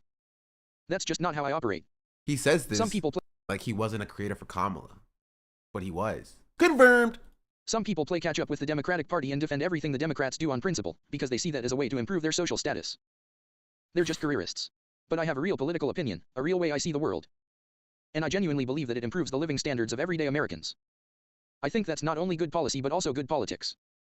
If a day comes where I'm side by side with the Democratic Party, Piker added, that means the Democratic Party has changed its ways. This was the day before it would become clear just how badly Democrats were prepared for what was to come. Last year, Piker briefly considered quitting his streaming career. He thought about going back to school, earning a Ph.D., and never again worrying about the scrutiny on his life or his politics. Piker began to feel this way after October 7th, an event that forced him, and every other pundit, to witness every day the escalating horrors of the war between Israel and Hamas. Piker was a steadfast pro-Palestinian voice, and during the war, he demonstrated sympathy for some of Israel's assailants. This often put him in reedy territory. In one memorable instance, Piker interviewed an alleged Houthi sympathizer who went viral on TikTok for his uncanny resemblance to Timothy Chalamet. Piker asked him if he watched the long-running anime One Piece. The teenager nodded enthusiastically. The incident helped catapult Piker to the forefront of the American anti-Zionist movement. Last November, the New York congressman and Israel hawk Richie Torres wrote an open letter, titled, Hassan Piker is Dangerous, addressed to Twitch CEO Dan Clancy. Torres called Piker the poster child of a surge in anti-Semitism since October 7th, contending that the streamer holds a deep-seated animus toward Jews. Why is Twitch so untroubled by Hassan Piker's troubling Jew hatred? He wrote. If the KKK or the Third Reich were a social media platform, it would be Twitch. Piker was used to the root. It's so funny to say that when Twitter exists. I'm gonna be real. I would be entirely real. Piker was used to the routine drama of internet fame, but censure from an elected official was a different beast. Fox News, in a story published after the letter, outlined a lengthy taxonomy of Piker's takes on Gaza. Among them, that sexual violence that occurred on October 7th didn't change the dynamic of the conflict for him, that Hamas was a lesser evil than the Israeli military. Meanwhile, Jonathan Greenblatt, head of the Anti-Defamation League, took to X and claimed that Piker's toxic screeds against the Jewish state normalize bigotry and launder terror, imploring media companies to deplatform him. Items scattered on a desk, in front of a computer monitor, that includes EYN, a pair of sunglasses, bottles of vitamins and Advil, and a pocket knife. Candace Lim. The controversy has started to affect Twitch's bottom line. As Bloomberg reported in December, a smattering of online forums all associated with the Zionist streamer and infamous internet troll Stephen Destiny Bonnell. Wait, hold on. Wait. Run that?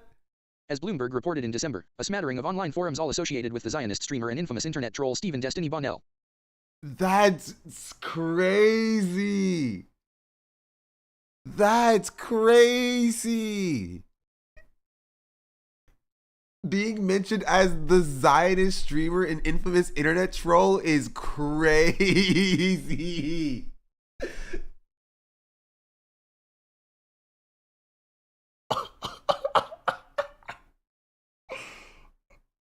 Oh, that's so good. As Bloomberg, the controversy has started to affect Twitch's bottom line. Wait. Who has gotten into hot water for his usage of various slurs have canvassed companies to suspend their ad campaign. As Bloomberg reported in December, a smattering of online forums all associated with the Zionist streamer and infamous internet troll Stephen Destiny Bonnell. Who has gotten into hot water for his usage of various slurs have canvassed companies to suspend their ad campaigns with Twitch. So far, JP Morgan, AT&T, and Dunkin' have acquiesced. So, for the first time in his career, Piker is under siege. He maintains. Bro said, who's gotten into hot water for his uses of various slurs, and then it links to an article. Stephen Bonnell made big bucks following a simple plan: play video games, troll your fans, fight the online right. That's crazy. That's wild. He maintains that the quotes circulated by Fox News were cherry-picked from the protracted monologues of his stream. As someone who has sampled the entirety of these broadcasts, which are all far too self-reflexive to ever be reduced to a single talking point, I think that assertion is largely true. Still, for as much as he told me it's not great to be roped in with racists and Nazis by the Israel lobby, Piker does find himself wondering if all of this fracas might signal a greater shift. If his presence is being taken as a threat, then perhaps the right people are feeling the heat. There's no way Jonathan Greenblatt actually believes I'm an anti-Semitic person. I think I'm more dangerous, said Piker, who, indeed, has called out anti-Jewish conspiracies on numerous occasions. If your project is to constantly propagandize a pro-Israel position, someone like myself who is openly against anti-Semitism and works actively to educate people on dog whistles and also happens to be anti-apartheid is more dangerous. Because I'm the one who's going to be radicalizing their nieces and nephews, and that is what's terrifying. So, for now, this is all Piker wants to do. Asked if he has ever considered running for office testing his influence against the nation as a whole, he demurred. Okay, the text he skipped over this, but I think this is an important paragraph, important parentheses. It says Greenblatt, in fact, only stepped up anti-Semitism accusations in 2025. So that's what is important to note. Asked if he has ever considered running for office testing his influence against the nation as a whole, he demurred. He doesn't think he's cut out for the scrutiny of national politics, and he feels as if he is most useful to his cause in front of a PC. In fact, Piker often speaks about his dream of becoming fully regime-pilled. If the Democratic Party did bend to his ideology, he'd happily morph into a cheerleading propaganda machine. Not a liberal Joe Rogan, but a leftist Joe Rogan. When I posed the same question to be again, if Ethan would have read the article, he would have known the article is not calling Hassan a liberal and calling him unabashedly a leftist. It's in the article. Ethan does not read. Confirmed. When I posed the same question to Biederman, he wasn't so sure. Could he imagine a President Piker? The only logical conclusion, when you acknowledge the immovability of the Democratic Party, is that there has to be a party that replaces it, he said. I don't really see him ever wanting to do that, but I don't know. Life will always surprise you. It's a point that echoes something Piker said earlier about his unwillingness to compromise with the Democrats. Maybe, if his plan works, he won't have to. A common refrain among leftists is that the liberal coalition, in its ossified state, can evolve only if it is sufficiently defeated. How does one purge its conservative elements? Or expunge its corporate donors? Or concoct a more progressive foreign policy? Through opposition, through primaries, through a categorical refusal to accommodate half measures. It is a conception that previously isolated someone like Piker to the political Arctic, disqualified from any real influence. But with the party in free fall and a growing understanding that the old rules simply don't work anymore, his dissidence has been given a rare moment to shine. Do I think that there are people that have basically grown up watching me and then got into politics and started getting lower-level campaign positions? Absolutely, he said. Will they be chewed up and spit out by the machine or become the same feckless institutionalists later down the line when they actually do get some semblance of power? Possibly. That's the reason I want to grow my community, he added. So we can force the Democrats to do the right thing. The following morning is January 20th. The day has arrived. Piker returns to his desk in a button-down stitched with the Texas Lone Star to take in the dawn of the second Trump administration. Piker is in a sour mood. He grows steadily more agitated as the new president repeals LGBTQ+ protections and junks America's participation in the Paris Agreement. He can hardly believe his eyes when Elon Musk makes a conspicuously Nazi-looking gesture toward a crowd of MAGA partisans. He watches Hulk Hogan rip off his blazer, revealing a shirt that reads Trumpomania. Piker waxes poetic on American decline, labor solidarity, and the wave of oligarchic Christian fascism that seems to be gobbling up every Western democracy. America sucks. And as a nation that sucks, we're going to have a president that sucks, he growled, visibly more despondent than usual. Democrats sold the country off. We're an embarrassing country. And I think that even Trump supporters are somewhat aware of the demise. In the weeks that follow, once it becomes clear that a second Trump administration is poised to be just as destructive as advertised, Democrats are once again mired in a communications crisis. With Musk slashing the administrative state to ribbons, the specter of destabilizing tariffs, and a renewed assault on the rights of undocumented immigrants, where was the opposition? It was another stark reminder of just how overmatched the party appears to be, stricken by an enfeebling inability to summon the venom the anger its base is feeling. Related from Slate. Franklin Schneider. In my life, I've witnessed 3 elite salespeople at work. You won't like their secret. Read more. Piker has never missed an opportunity to express his wrath. The day after the inauguration, he flew to Japan with plans of waking up in the middle of the night to broadcast on Twitch during his usual West Coast time slot. Recently in politics. He's hot. He's dangerous. He never stops talking. Okay. Is the answer to Trump hiding in plain sight? The most stunning detail of the Eric Adams, Trump corruption scandal so far. Okay. The Eric Adams, Donald Trump quid pro quo case is nuts. What is the point to the Doge chaos? The answer is hiding in plain sight. If you recognize that Republicans are devastating to the country, to the globe, to the lives of Americans and the lives of your neighbors, then you have to do everything in your power to fight back. He said on a recent stream, his face softened by the milky lens of a webcam. Piker was analyzing Trump's order to transform Guantanamo Bay into a detention camp for migrants, an action he believes is the first step toward far more heinous anti-immigration measures. It's a classic Piker fixation, the sort of thing that innervates his fury for the inert center of the Democratic Party. To him, ceding any policy territory to the conservative elements of your coalition is death. It only provides cover for the Republicans to push further, to savor more cruelty, to inflict more pain. This is why I kept criticizing the Democrats during the election cycle. This is why I kept losing my mind, Piker said. I was like, dude, I don't want Trump to win, and it seems like you guys want him to win, or at least don't care enough to do what is necessary to stop him from winning. And here we are. There are more days like this coming for Piker. More executive orders, more electoral defeats, more tepid reactions from the Democrats that he finds anemic or otherwise annoying. The terrible scale of this American era comes rushing at full blast through 3 computer monitors on the other end is Piker, and 30,000 people who want to believe in a better future. You have nobody to protect you but yourselves and your neighbors, Piker said at the conclusion of that inauguration stream. Who knows what will happen tomorrow, but I will be there to cover it. As always. W. Glaze article. Honestly, W article for making the worst people mad. Why did Ethan post this? He was mad at like that the Luke did not watch his content, Nuke, I guess. That's what he's mad about. How dare you, Luke? Look at this dipshit Luke Winkle supporting Hassan and calling him a liberal in February 2025. What the fuck is happening? He's hot. Are you serious? Why does nobody watch my content, Nuke? Why does nobody watch my Nuke? Why do people still think like, God is a liberal? Like, this really is not a liberal. I'm a liberal. Nobody got my news. That's what he's doing. That's what he's doing. He's like, look, you didn't watch my Nuke and you called him a liberal. You called him a liberal.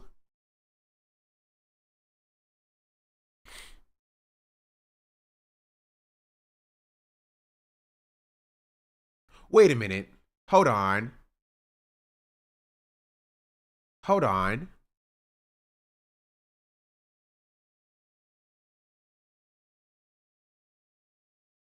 Why does my screenshot not call him a liberal? And Ethan's screenshot not call him a liberal? Did they change it? Did they change it, to be fair? They might have changed it. They might have. I'm asking, like, did they change it? And we could check.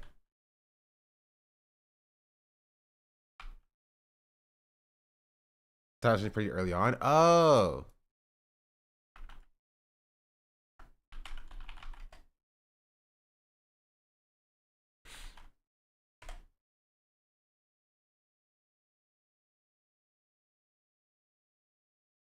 Probably did change that. A lot of people were told he's not a liberal. I mean, they had to have changed it before I clicked on it.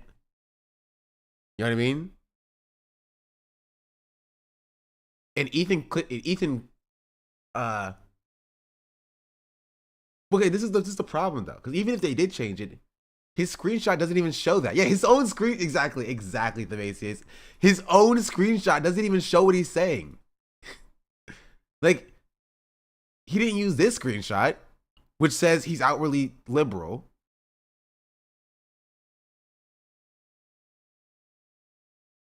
Like, and why did he not change? Why did he, let's see.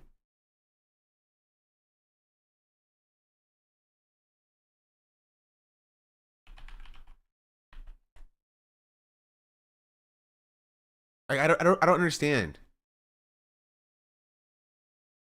Gosh darn it.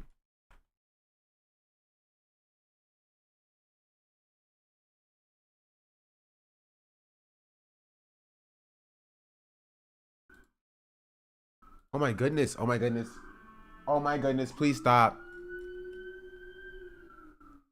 The jacket on cycles is so gas. I also like the jacket.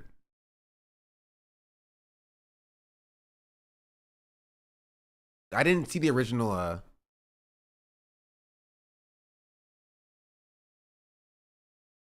I didn't see the original article title name. So I don't know if it's real or not. I'm just gonna assume that it is real.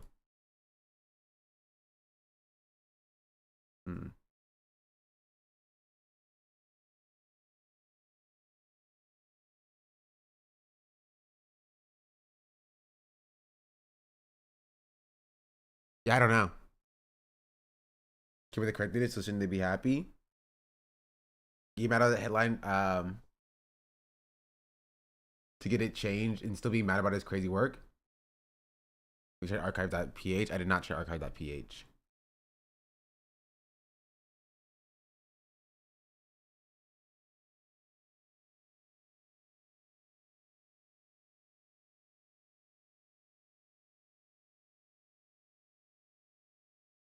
Someone saw the headline and called them scream about being called a lib. Yeah, I didn't see it.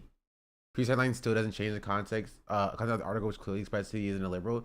Even is mad about nothing. Yeah, and also why he used this screenshot that doesn't even call him a liberal. I don't understand.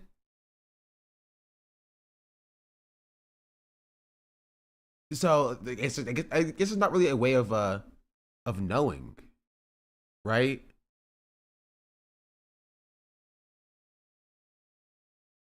Because he can't read. He's too horny to post it. He didn't even realize that like his screenshot doesn't even say what he thinks it says. I mean, I could look at a tweet posting it. I don't know what the tweet would be.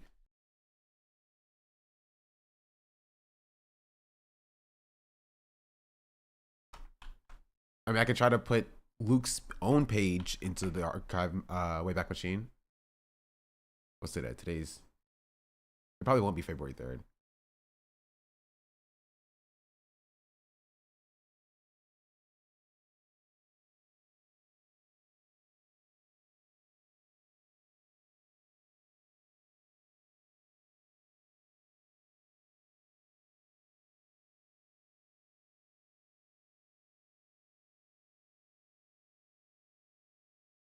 Yeah, this tweet posted 6 hours ago links to this article. But the article doesn't say he's a liberal.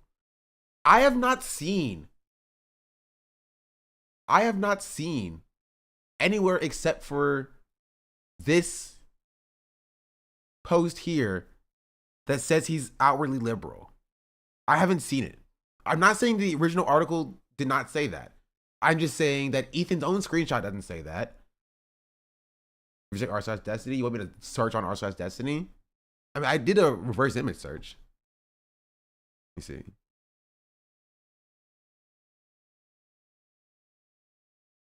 But like, it doesn't come up.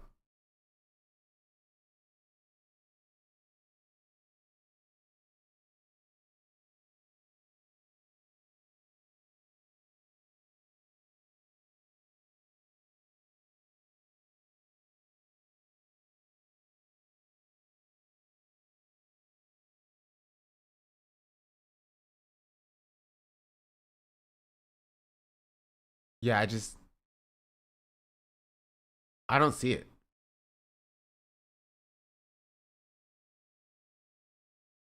Really anywhere. I just get like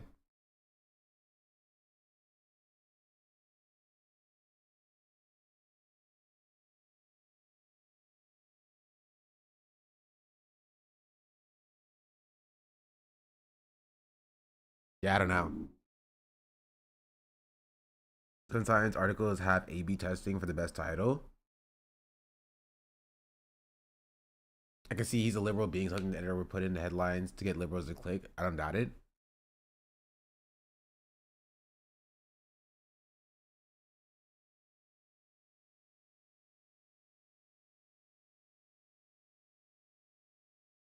Okay, so yours did say it from the original article. Thank you, chatter. Carry my voice in here did his screenshot doesn't even so chatter had the tab open before it changed. So it did say he was outwardly liberal. Okay, I just wanted to verify just to be sure that we're not talking about something that didn't even matter because it was fake.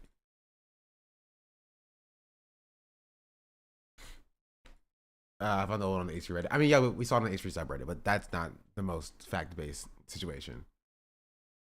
Regardless, the article itself, you know, despite what the title says, the article itself, you know, doesn't call him a liberal. If you read the article, you would know the article calls him a leftist and not a liberal. Very directly. Right? Not a liberal Joe Rogan, but a leftist Joe Rogan. Like, it says that in the article. You see an archive today, it's a site, alternative way back. I would need an alternative way back if we weren't defunding the way back machine and trying to get it shut down.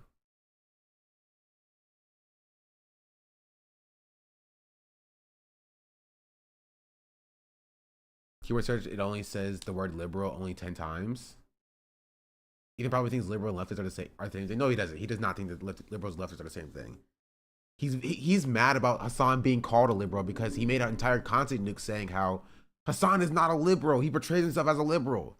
That's why he's mad about this. Ethan is mad about this because this is the real reason, chat. He's mad. Hassan is still, okay. Ethan Klein dropping the content nuke on Hassan, his goal was to get mainstream media to stop talking positively about Hassan, right? That's what his goal is, right? He wants mainstream media to be like, oh, Hassan is a radical extremist. I don't want to work with this guy, right? That's what his goal is. And so Ethan is mad now, and he's very mad, right? By the proxy of Hassan being called a liberal, not necessarily because he's being called a liberal specifically, that's part of it, but also because this article is written in the first place. He's mad that there are people in media talking positively about Hassan because his goal was to be like, oh, you know, you read an article about Hassan? Look at my content nuke and how bad Hassan is. Now you'll think twice about writing an article about him. That's what he says in the content nuke. Also, yes, the original article did say liberal. Honestly, I think it's pretty funny. Hassan is a liberal, confirmed.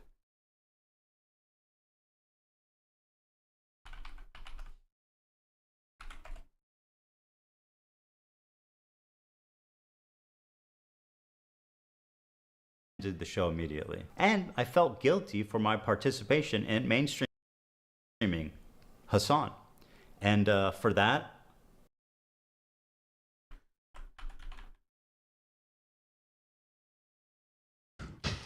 but why is that? Is that really that crazy? The Associated Press quietly fucking wrote an article that didn't get a lot of coverage in mainstream. Go not this one. This is Hassan saying mainstream media. It's not true. He is not their friend or mainstream media. Bounty on a fellow. This is why Ethan is so mad. Streamer's head. This man is usually written by editors. He's funny targeting the article's author. I mean, he's targeting the article's author, not because he thinks the author wrote liberal, which he might think that, but because the author wrote something positive about Hassan. That's the real reason, right?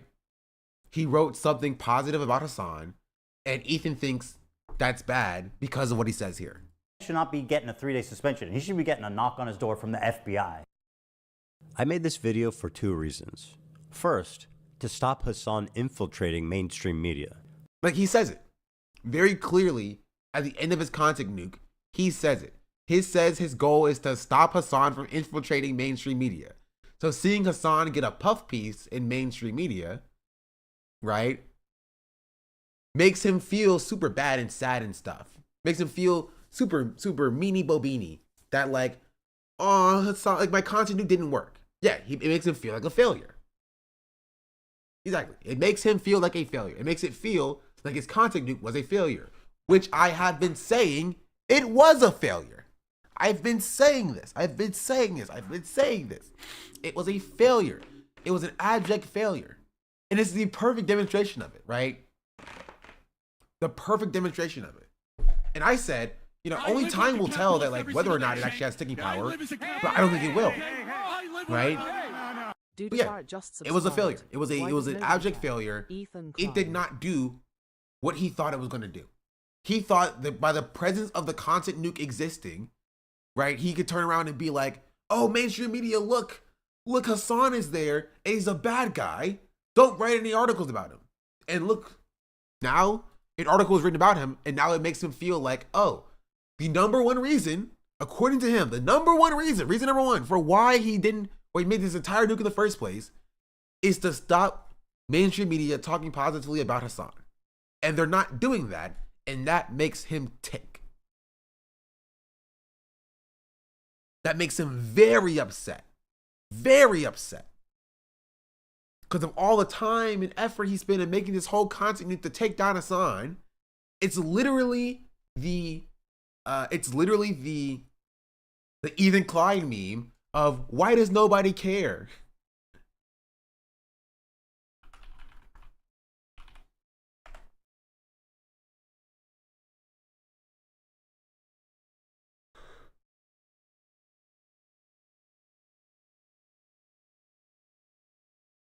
It's this meme right here.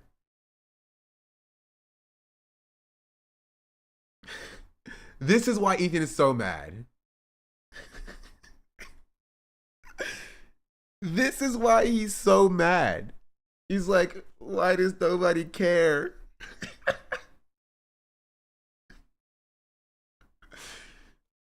You know what I mean? Like, that's the reason.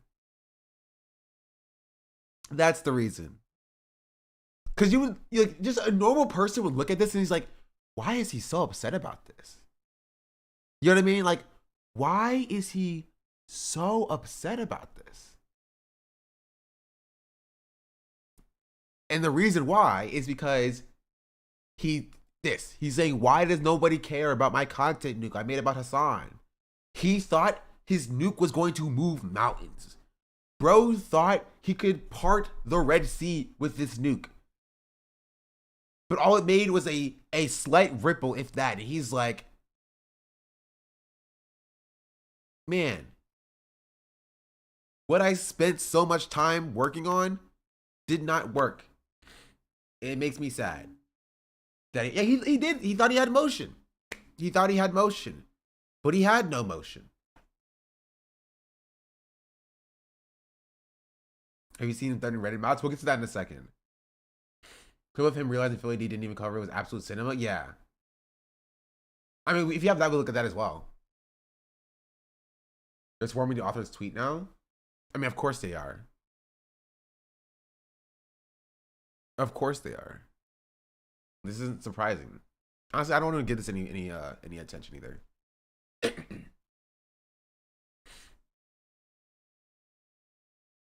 The next 12 assignments will bury Hassan for sure, yeah. Honestly, if you just keep posting through it, one of these tweets is gonna take down Hassan for sure. On God No Cap.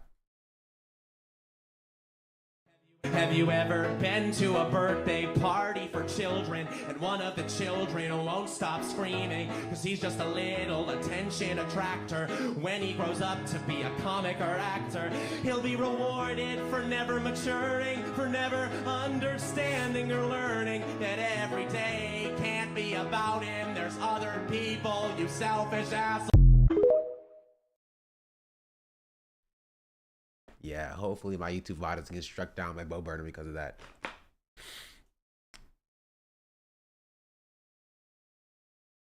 Yeah.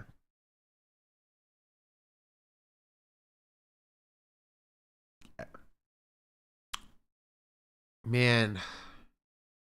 Man, oh man, oh man. That's so funny.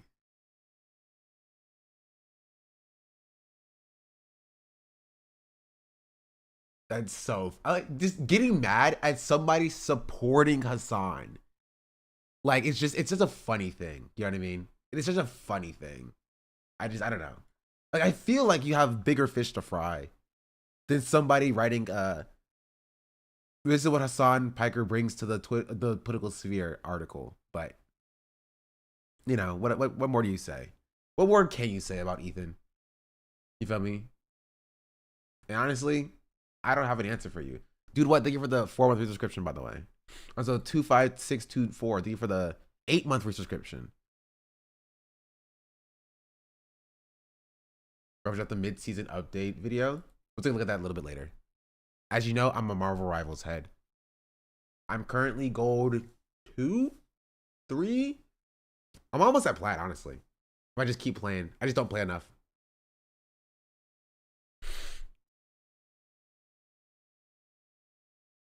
Who's your main? Cloak and Dagger.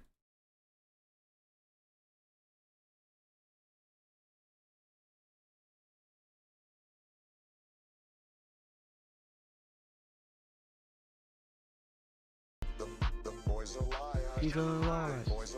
Say goodbye. Hey. Happy Cloak and Dagger nerfs anniversary incoming? party. They better not nerf Cloak and Dagger, bro. I'm gonna be so pissed. Stay in him. Thank you for the 4-month resubscription.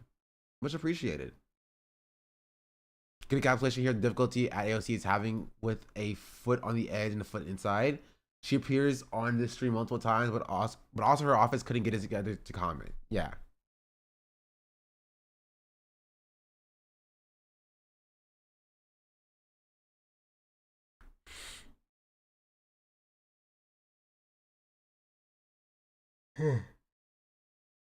Yeah. Take the muzzle off AOC.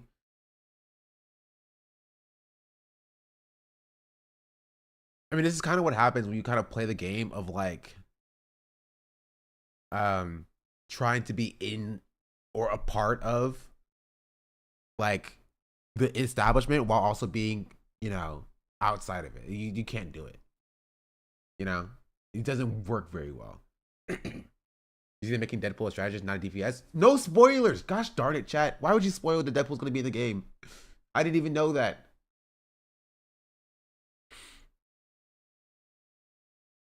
Anyway, we're gonna I'll finish this clip real quick. In a 3-day suspension. He should be getting a knock on his door from the FBI. I made this video for 2 reasons. First, to stop Hassan infiltrating mainstream media.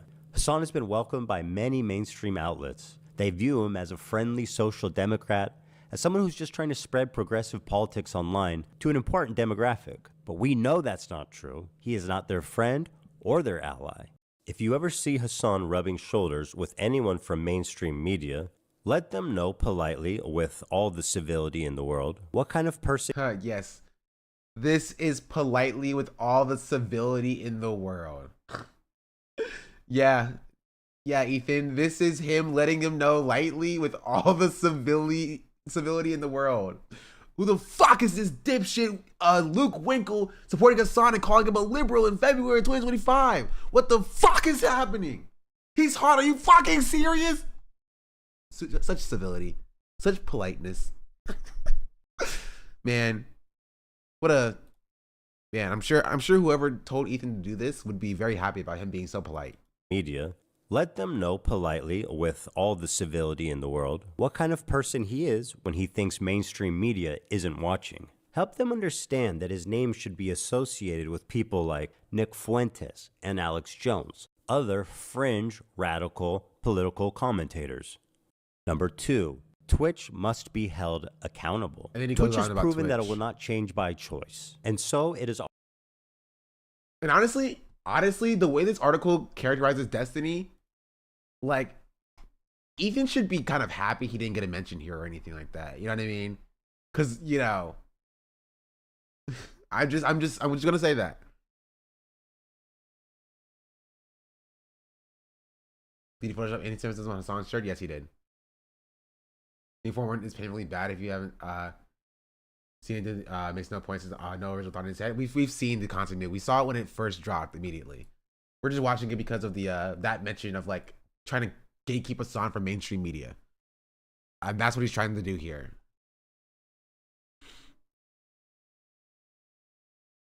Cloak and Dagger nerfs rip. They're not nerfing Cloak and Dagger. Stop saying that. It's not happening, chat. It's not happening. It's not. Stop. Stop.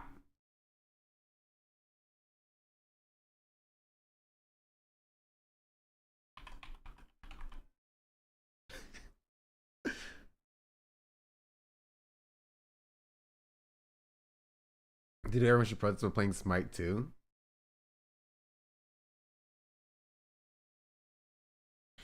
Do it.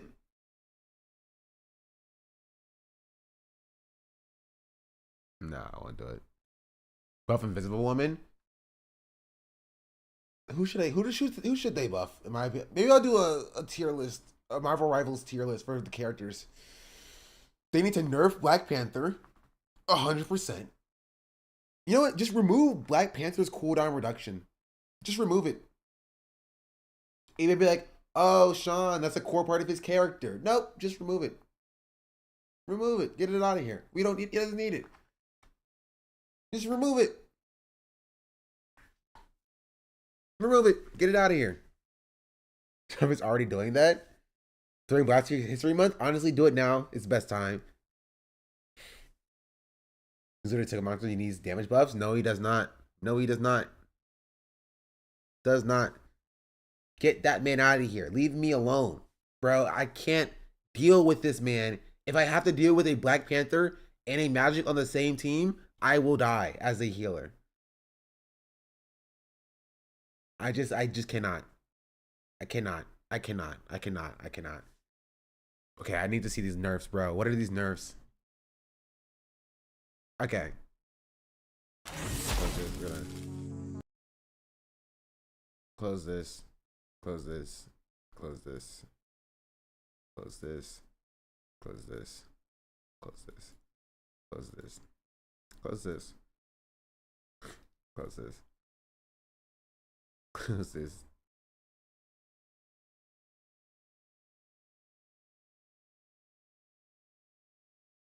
Oh, we didn't watch the Pussification of games.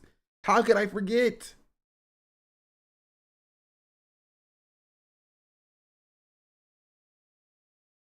How could I forget? Okay, chat. I'll give you the option. Did we watch Mudahar stop talking about politics? Watch the Pussification of games. Watch Marvel Rivals season update. Ethan just started copywriting Reddit clips. Did he? There's so much content all the time. I do want to see the Mudahar stuff. I want to see the Mudahar stuff so bad. We gotta see Mudahar's reasoning. Okay, we're gonna executive decision. We're gonna start with the Mudahar stuff about why he's not talking about politics. So what Ethan and Fomoy, maybe after this. I mean, Ethan's just going after the subreddits. That's the Ethan news.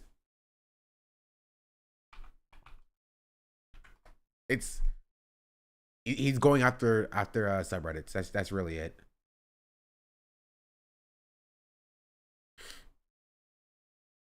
But we'll get to that. I do want to see what Mudahar's take on why he's stopping talking about politics. Hello guys and gals, me Mudahar, and I'm playing Yakuza Infinite Wealth. There's a lot of games here that I'm recording, and boy, ladies and gentlemen, let me tell you about something that's got to happen. It's not to do with this politician doing a crypto rug and pull, or at least being part of it. And I removed that video not because of something that I've disagreed with, not because of some retraction, not because I'm getting sued in any capacity. Trust me, I would enjoy a lawsuit after all this time I've been waiting, prepping for it. Actually, I shouldn't say that. Lawsuits are not fun, but you get the idea. Now, the thing about all of this is, obviously, in the last couple weeks, I've noticed that, a lot of these topics... And I will be speeding this up, though.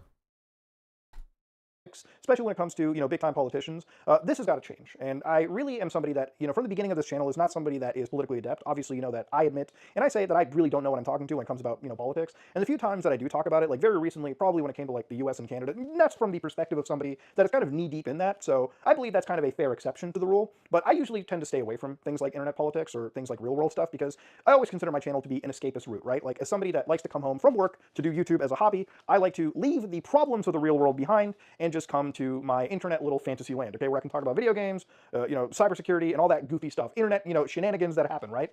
For me, talking about, retro video games, the industry, talking about things like, massive cybersecurity incidents, when North Korea is doing some crazy shit, intermixed with Johnny Somali being a total fucking idiot in Japan, which that's going to be a video, by the way, not him, just Japan. They're getting tired of IRL streamers. It's actually insane to go down that rabbit hole recently.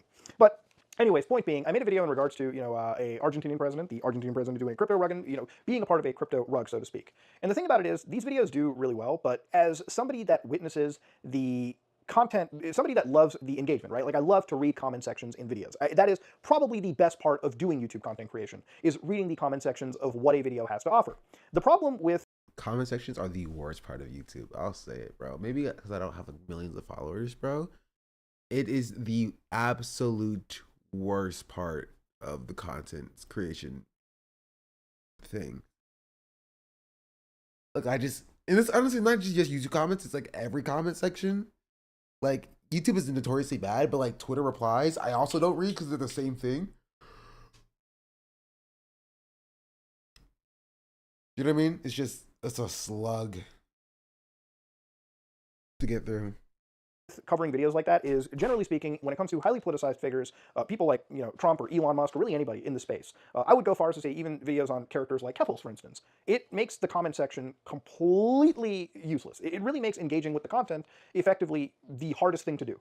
So what I mean by that is, let's say that you talk about somebody who does a crypto scam, right? You can bring up all the facts and the evidence and whatnot, but generally speaking, the topic of highly politicized figures, it ends up being a pissing match. It ends up turning comment sections into a turf war. Remember on deep web browsing, I would just say, hey, I don't want my comment section turning into a turf war when I come to a rather unsavory looking website, which on the topic of deep web browsing, enjoy it tomorrow. I had to wait and edit the video out a little bit because I spoke to God.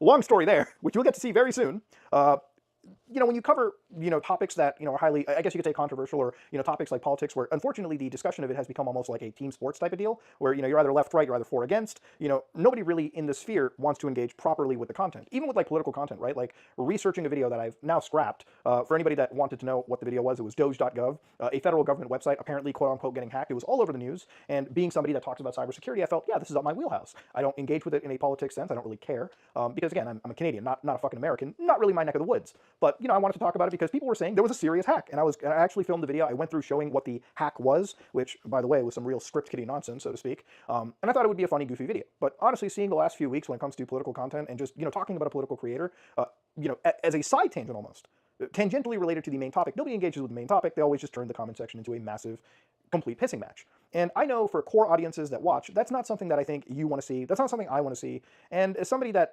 produces content for my core audience first, it's not a route that I think is worth going down into. And that's realistically, where the crux of this video is. That's really what has to change. I've noticed this happen with, characters like Keffels, for instance, where, a year ago, actually a year ago, I talked about this character and I basically looked at the misuse of, $100,000. And in this entire story, it really felt like nobody really wanted to even engage with the scam part of it. It really just became a culture war topic because, Keffels is a trans person, and that became the focal point of it. So really, after all of it, it just made me realize it's not worth talking about certain issues like this because nobody wants to engage with the fact that there was misuse of funds. It really just comes down to, hey, we have an enemy, this guy made a video, let's use it as ammunition, yada, yada, yada, and so forth. And that's, in my opinion, not good. It's not good content to really be getting into. It's not really worth going down that road because the engagement... I mean, I don't know if he's going to get into the fact that, like, he had to leave Twitter because the leopards did eat his face. Like, straight up, like, his audience was just straight up, like, being, like anti-Indian. Like, just, like, it's just, like, being, like, straight up hateful and bigoted towards him and I think his wife's identity as well. Like, just straight up, it was like he had to leave Twitter because of it. So it was a concept of like, leopards ate my face there. I don't know if he's gonna talk about that here, but that was something that I did see as well. Even for that isn't really centered around the actual discussion on the video topic itself. Which, again, when it comes to things like crypto scams, I like talking about crypto scams and whatnot. But the thing is, you can do a bunch of research into it, and the reality is, there's going to be people that ignore the entire meat of the video, which is researching into a crypto scam, and will find some way to excuse somebody that they've idolized in some cult-like fashion. And it's weird. It really is weird to see. Like, talking about doge.gov, how many people in that video will actually engage with it because of the hack itself, and then how much of the comment section is going to be just people arguing.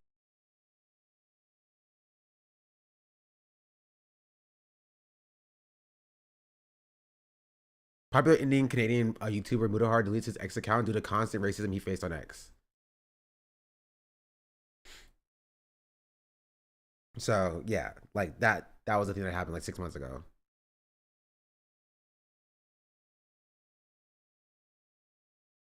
Arguing about what side is right and what side isn't. As a content creator, the coolest thing is like when you see like 1,000 comments on a video, because I'm somebody that likes lurking internet forums and just reading internet discourse, right? Especially when it comes to topics I enjoy. So when you read 1,000 comments, you're like, all right, shit, let me line up and get ready, boys. Let me read that shit all day. And then the comment sections aren't even really about, the topic. Just instead of like, oh, anytime you mention a trans person in the video, the comments are going to be like, this seems like a larger problem. Yeah, it's very simple. Like, oh, I don't like engaging in the culture wars. I'm going to stop talking about or use my space as like a space talking about politics. And so, but here's the problem is what he doesn't understand, right? It's an inevitability. You can't not talk about politics. You know what I mean? Yeah, I can turn subtitles on. Like, yeah, you can't not talk about politics. you can't, like, a perfect example is the Doge thing he was just talking about. He's like talking about the Doge hack thing. Like, that is an inherently political story. And you're going to be talking about politics. This is why you can never be apolitical, right? Apoliticality, ness is not a thing. Everything is rooted and based in politics. It is. And so if you think you just make content removed from politics and think that that's going to be like just a consistent endeavor, it's just not necessarily going to happen, because eventually you're going to talk about something that is based in politics, because everything is based in politics. People are going to get mad and people are going to talk about politics in your comment section. The default is the status quo is inherently political. But since he's right, not that he's not the most politically informed. Yeah, and I think that this is a problem of like people just jumping into a space when they aren't politically informed. Because like he's saying this now that like I've always said I wasn't politically informed or whatever, but he was giving political takes for the last year. He was coming at Hassan. He was saying how I don't pick sides on Israel Palestine or whatever because it's not my conflict. I'm not there. I'm gonna let them sort it out. Stuff like that, right? And so he acknowledged that he has never been the most politically informed person, but even before this, before he got to this point, he thought that he was, like, not smart enough, but he thought that his takes were knowledgeable enough to like be given on any given topic. Right? And then when he got pushback on those topics that he talked about, so folks, I'm ignorant AF, let me share my takes. Yeah, and then when he got pushback, he's like, man, like, politics is so toxic. Politics is so toxic. I can't even be a centrist anymore in both sides of genocide without people getting mad at me. Potatoes. It's just about defending a guy who is the topic of the video, or tangentially related, or shitting on the guy. That's all it is. So realistically, that is what I really feel like has to be changed. And there's a whole lot of other slew of content that I have in the works that I'm making anyways. Obviously, when it comes to the gaming industry, Xbox is something that I definitely want to talk about. And I've got some really interesting things to say, in my opinion, over there that involve Xbox, virtual machines, and a way for them to actually get out of some serious sales problems that they've had. I want to talk about, agencies like North Korea. Crypto stuff is not something that I'm going to ignore. But I'd rather just, instead of talking about, fun things, in my opinion, like a president doing or being a part of a rug pull, or at least promoting it, to talking about something like, North Korea, which it really feels like you want to have discussions on. If we're talking about like the president of Argentina being a part of or promoting a rug pull and like to making the national currency of Argentina cryptocurrency, I don't think that story is removed from politics. Maybe that's a hot take, right? But I feel like that is a thing that impacts people's lives and it is inherently political. You know what I mean?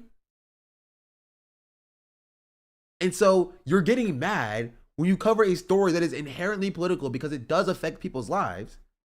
Argentina is the only president of rug coin. He's talking about Trump coin. He brought up Argentina earlier. So he's talking about Argentina here, but he like Trump also did a rug pull as well. But he did bring up Argentina. That's why I brought up Argentina. Right? Because he said it. You know what I mean?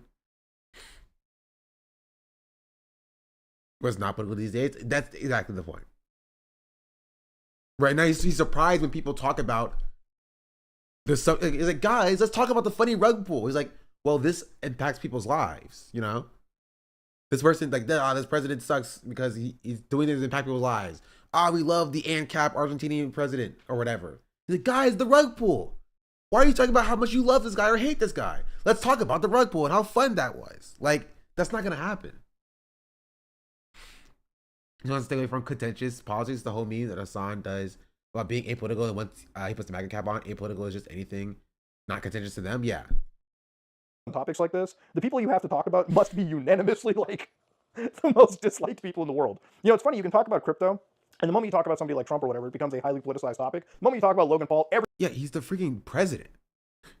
Man, I want to talk about politics and crypto, and I'll talk about Trump, and then it becomes politicized or whatever. And if you talk about Logan Paul, everybody's on board. Yeah, Trump is the president.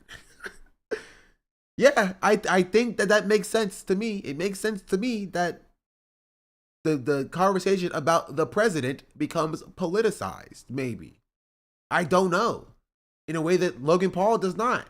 Maybe. I don't know. There's something different between the two. I can't tell. Maybe it's the hair. It's funny, you can talk about crypto, And the moment you talk about somebody like Trump or whatever, it becomes a highly politicized topic. The moment you talk about Logan Paul, everyone suddenly gives a shit about what you have to say with cryptocurrency and blockchain technologies. It is, ladies and gentlemen, just the world in of itself. And I really think it's just how things have kind of gotten. Like, looking at political content on the internet, one of the weirdest things that I've seen in research for the Doge.gov video was like, you know, seeing a whole bunch of like political creators talk about Elon getting like a girl pregnant or something. And I'm like, man, if this is like, it really felt like, you know, watching like, you know, the National Enquirer, like the tabloid journalism pages you saw when you're like checking out from the grocery store where the gum is put. They have like the little magazines that are like, hey, Martha Stewart just got impregnated by Bigfoot. We have photos of the kid, right? It's like, bro, the most insane batshit nonsense. It just exists as like culture war, warfare fodder. And it's not something I really want to engage with content going forward. So this video that I'm speaking from the heart here is mostly for the actual core viewership. And yeah, it is what it is. I think the core audience doesn't enjoy it, and I certainly don't enjoy watching, you know, entire videos with research and effort put into it completely thrown to the wayside, and the actual engagement with it just comes down to people using it as ammunition. Okay, what is it on about? I don't even freaking know, bro. I stopped paying attention. I got bored. Let's talk about Marvel Rivals, chat. Who's with me? Unless somebody really wants to finish that video. But I stopped caring. I thought it was gonna be interesting to be like, the politics is mean to me or whatever. But nah, she's talking about like, I'm mad that people talk about politics in my political YouTube video discussions. Hello Rivals, Guang Guang here. As we kicked off the exhilarating first half of Season 1, we were thrilled to welcome even more players to the Marvel Rivals community. Together, we united with the Fantastic Four to take the fight to Dracula.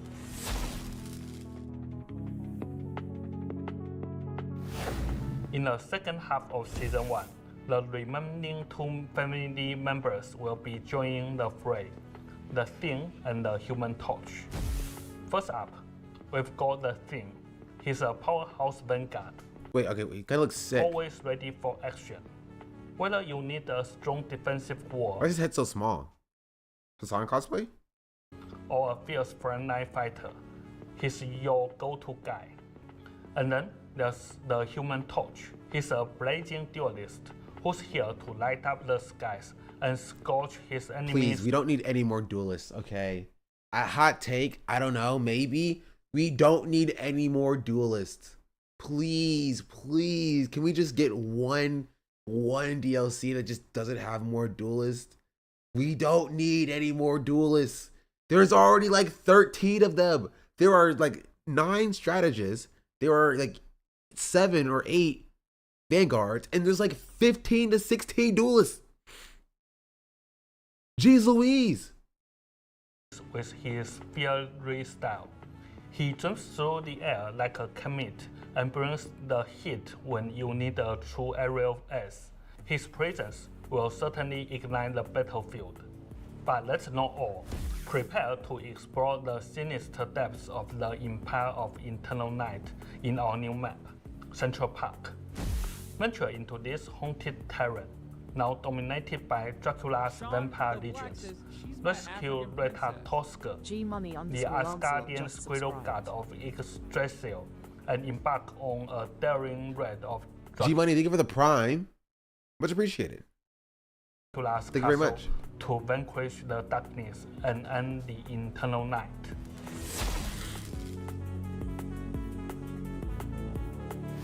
Since Season 1 launched, we've seen an incredible surge of excitement for competitive play.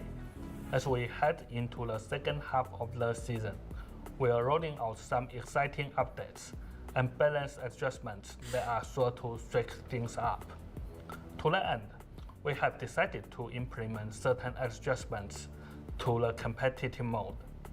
The first half of Season 1 will conclude on February 21st, 2025 at 3 days. 8 AM UTC +0. At that time, rewards will be issued, including the gold rank costume. I hit gold already. Safe. I hit gold last week. Safe. Safe. I got my skin, baby. But again, not yet. Quest of Honors for those in Grandmaster and above, and the Quest of Honor for the top 500. When the second half of Season 1 kicks off, Players will retain their ranks and scores from the end of the first half. To qualify for new rewards, simply complete 10 matches in competitive mode and meet the necessary conditions by the end of the second half. These rewards will include an all-new gold rank costume and a variety of quests. Okay, so I just have to be gold by after the 21st and complete 10 matches and I'll get the new Johnny Storm. I just want to make sure I get all the costumes, bro. If I freaking miss a costume, I'd be so mad. They are literally free. They are free costumes and all you have to do is be passable at the game, right? You just have to hit gold, right? If I miss one of these and I never get it again, I'm gonna be so mad, bro. I would be so mad. These, I'm like, okay, whatever. Player cards or whatever these are, I can do without, right? I can do without. But like, get the Venom Beta costume? No, I didn't. I did not get the Venom Beta costume. I didn't play during the beta. I thought the game was gonna suck. Of Honor, featuring distinct designs for Grandmaster, Celestial, Eternity, and One Above All.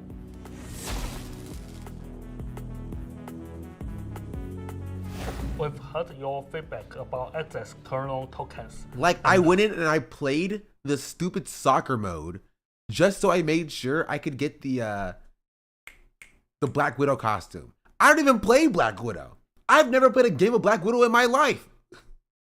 But I did play the new game mode to get the costume. Oh, sorry, Star-Lord. Never played Star-Lord either. Exactly. I never played him. I got the costume though. Doesn't matter. Doesn't matter. Does not matter, not in the slightest. Got the costume, right? I played the Jeff game mode for the winter thing, right? Played it, got the costume. Don't even play Jeff. Never played Jeff.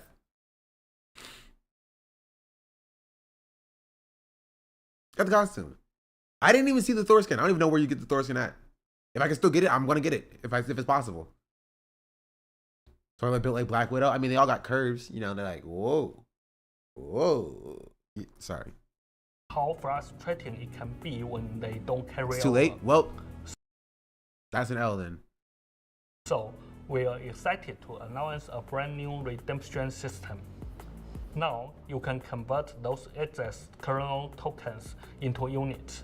If you purchase the Luxury Battle Pass and redeem all its rewards, you will be able to convert any leftover kernel tokens for units at a specific ratio. We want to make sure that your gaming experience is marvelous, and that you never. Yeah, I saw that. I didn't know how to get it. So, rip. Feel I had no idea how to get it. You unrewarded for your efforts.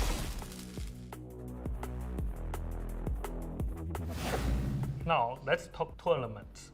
We've heard your with the Empire Night missions. Oh. Questions about our plans for Marvel Rivals. Maybe I did. I don't know. We'll have to check. And we are thrilled to see such a passionate community. A thriving player base is the lifeblood of any great game, and we are pumped to see that our in-client tournament, the Marvel Rivals Championship, has maxed out its faction registration in North America. Oh, really? After the upcoming updates in the second half of Season 1, we'll be increasing that limit. As anticipation reaches... No, I don't know what dark pattern manipulation is. I never heard of that. Favor pitch. Brace yourselves for a series of Marvel Rivals Invitationals set to kick off at the end of February and continue into March. Now let's turn it over to Zhiyong, who's ready to share the latest balance adjustments for the second half of Season 1. Hey Rebels, I'm Zhiyong. Today, we are diving into some exciting balance changes coming up for the second half of Season 1 that are sure to shake things up on the battlefield.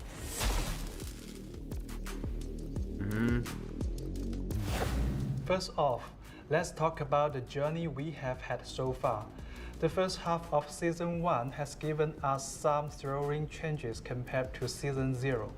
We have seen more duelist heroes in competitive Too many Storm more. and Squirrel Girl really shine, while Hela and Hawkeye have cooled down a bit, finding a better balance. And let's not forget the balance changes at the start of the season and the addition of Invisible Woman. Together, they have revitalized the strategies matter and given players more options. These changes are undoubtedly a win for all.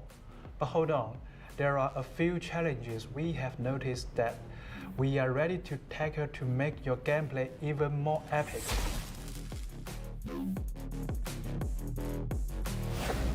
The triple strategies lineup has been gaining ground, especially among the upper ranks.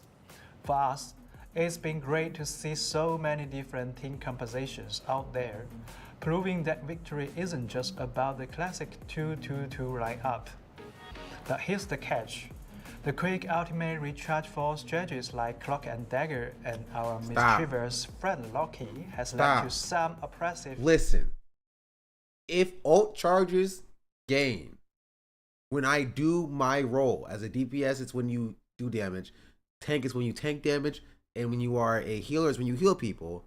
If I'm so good at healing people that I get my ult every 2 to 3 minutes, how is that my fault? Leave it alone. Don't touch it. Moments. Don't touch it.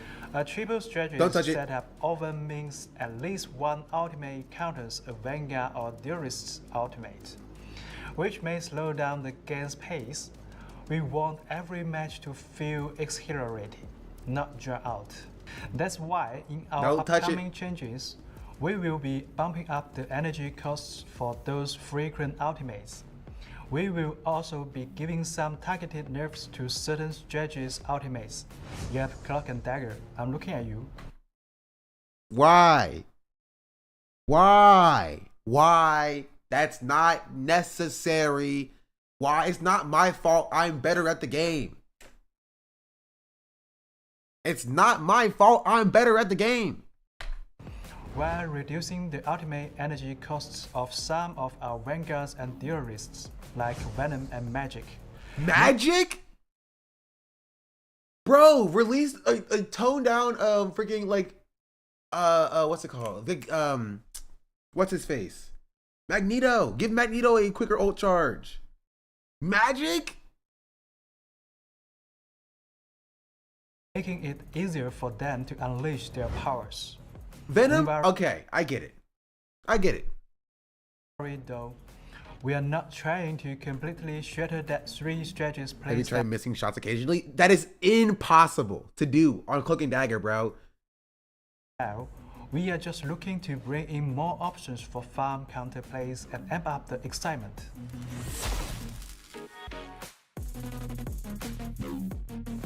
Now, let's chat about Vanguards. Throughout the first half of Season 1, Doctor Strange and Magneto remain the most mainstream Vanguard chassis, dominating the scene, whether it's a single or double shield lineup. These guys have been the go-to war, soaking up damage and effectively resisting enemy damage pressure. And with the triple strategies lineup, enjoying enhanced survivability. But we want to shake things up a bit. We are planning to dial back the survivability of Doctor Strange and Magneto to keep... And Magneto? Why are we doing this to me, bro? Those are my mains, bro. I main Cloak and Dagger in Magneto. What are we doing? Magneto isn't even have good survivability. Strange does. Strange does, okay? Strange is overpowered, right? The utility of Doctor Strange eclipses every other tank. Every other tank. Every single one. And Strange is a better shield than Magneto does. Has the portals, right? The Eye of Agamotto is a better ult than Magneto's ult is. The what else does he have? His attacks do more damage and are faster. Strange can fly. It's like he's like a better Magneto, but I don't want to play Doctor Strange. But you're nerfing Magneto in conjunction with Doctor Strange because they get healed a lot more. What are we doing? Magneto has great survivability, just no mobility. Strange has better survivability than he does. Magneto's like bubble is decent, it's good. The cooldown is too long, and its duration is too short for it to be truly useful for survivability. Like, it's unnecessary. Unnecessary. Things interesting. Plus, we will be boosting some of our movement tabs vanguards, and we are super excited The to shields go down introduce so quick. Too quick. Doctor Strange can hold up his shield so long as it has health. Magneto's shield is on like a 12 freaking second cooldown. Maybe not 12 seconds. It feels like 12 seconds cooldown. Right? And it's only up for like 2.5 seconds. So maybe it can block like an ult if you time it correctly. But half the time you have to save your bubble and save your shield for when an ult comes up. You're not doing survivability. You know what I mean? You're not tanking regular damage. Like,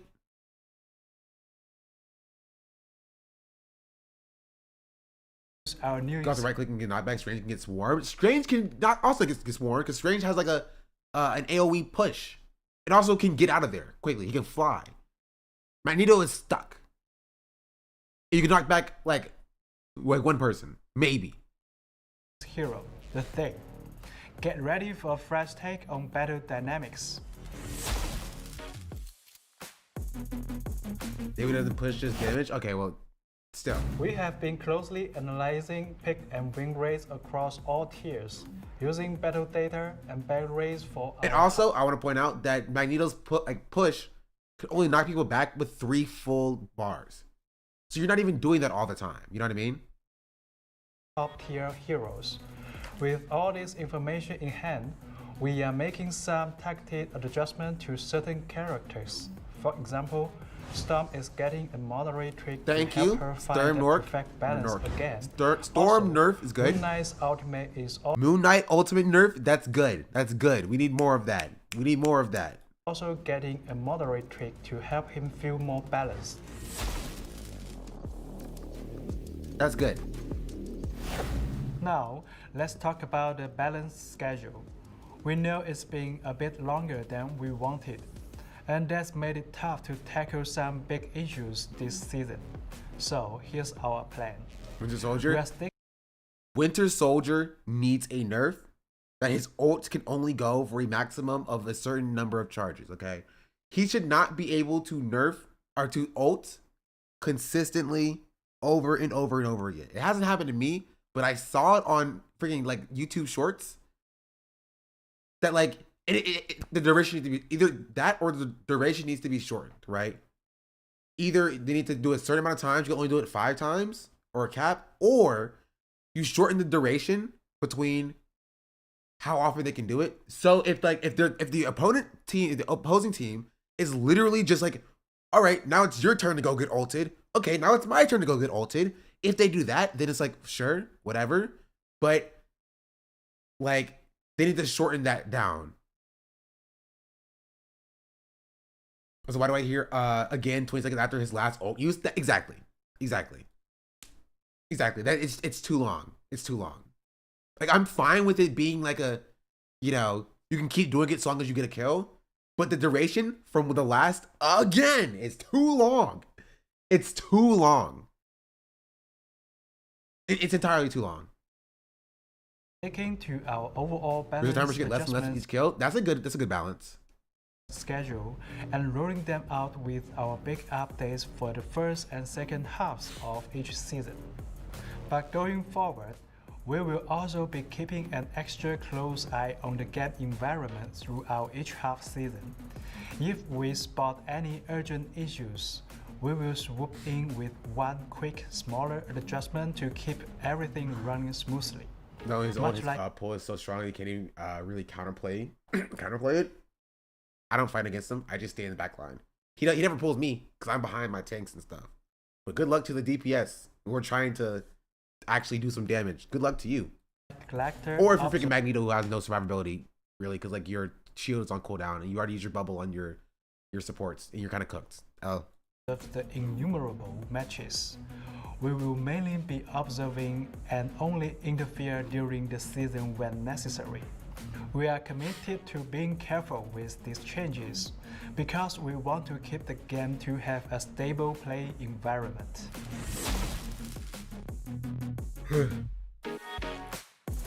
We will soon be updating the website with the pick rates and win rates for the first half of Season 1. After that, we will drop the balance adjustment announcement for the second half of the season. Keep your eyes peeled for those official updates.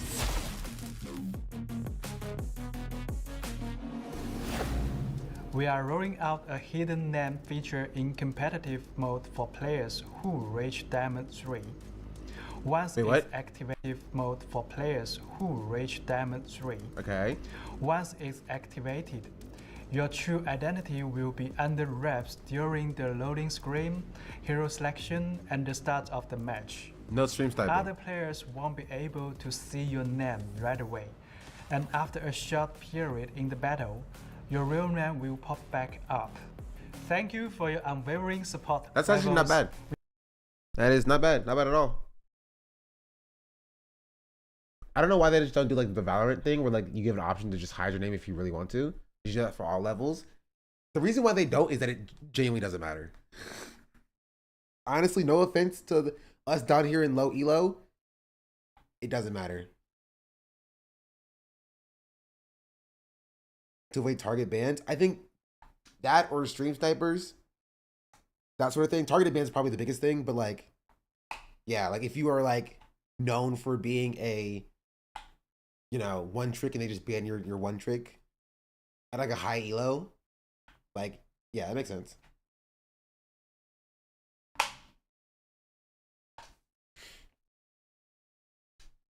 It was literally getting stream sniped a few days ago. Yeah. Yeah. We can't wait just to like a snipe see with you hidden harness names. the There's a power ban of phase, like with League. the Yeah, but complete like hidden names still helps with that. You know what I mean? fantastic I have four black in my name. I like to keep it hidden. That's what I want though. Yeah. and stand against the dark forces of Dracula. Ignite the battle.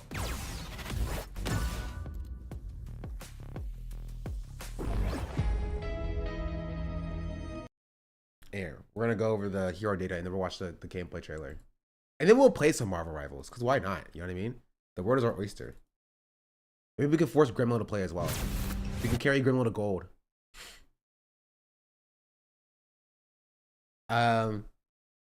Let's see. Let's see the top pick rate. So of course, Cloak and Dagger is number 1, best healer. Invisible Woman number 2, second best healer. Win rates are pretty even. Then Doctor Strange, best Vanguard. Venom is a high pick rate, honestly. Penny Parker, Rocket Raccoon, Thor. Luna Snow has dropped a lot.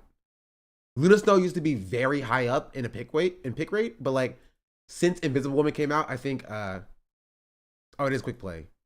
Okay. Oh, that makes sense. Okay, there we go. That makes more sense. For competitive, Luna Snow is pretty high up. There we go. That makes sense.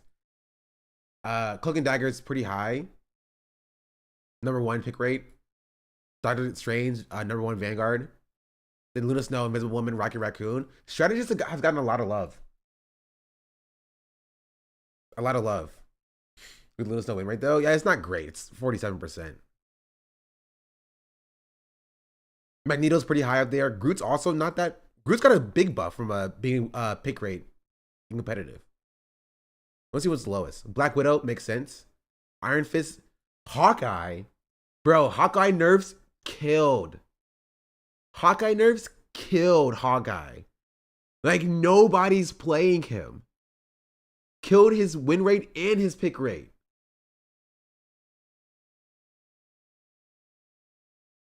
Did Mantis get a big drop off? Mantis is relatively high up there. Mantis got a big drop off in their pick rate, but win rate's still pretty high. It's not that far down.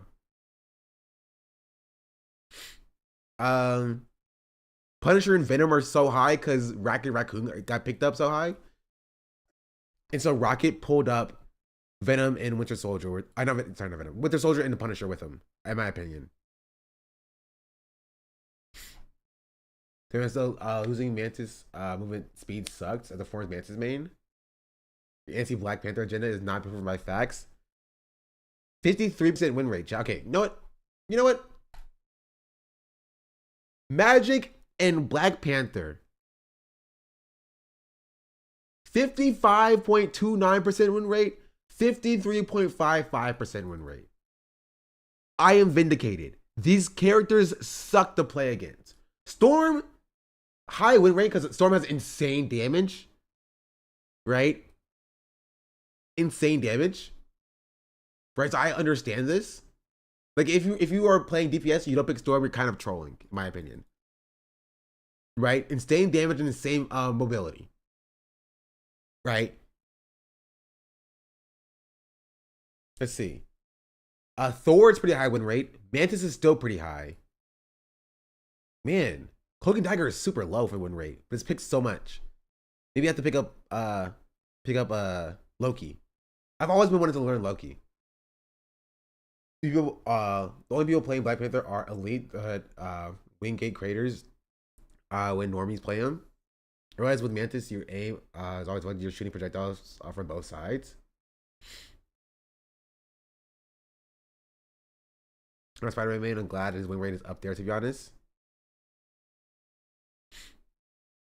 Let's see. Wolverine is pretty high nowadays. Hela dropped off so much. But not as much as Hawkeye did. Squirrel Girl is also pretty low. Jeff is also still troll pick. Like Jeff was a troll pick last time and is a troll pick this time. As it pertains to win rate, Luna Snow is also pretty low, even though she has a high pick rate. Adam Warlock is still pretty high. Underrated pick in my opinion. In my opinion, Adam Warlock is the most underrated strategist pick.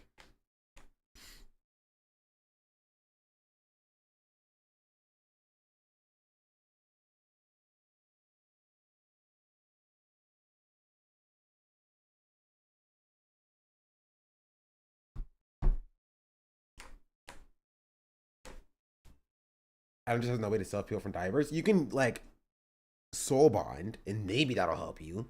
Maybe. But like his ult is so good. And so long as they don't have a dive comp, you're just like throwing right clicks from the back line, you're kind of chilling. He does so much damage. Right? I think probably after Mantis, he's the strategist that does the most damage. He does a lot of damage. But yeah, I want to see the Human Torch gameplay.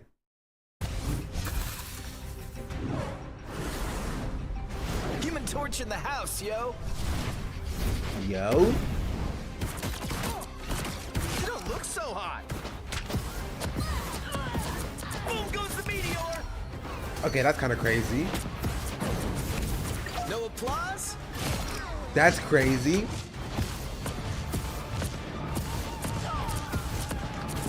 Does he move faster than Iron Man does? I feel like he's like a faster moving Iron Man. AoE damage is nuts, yeah.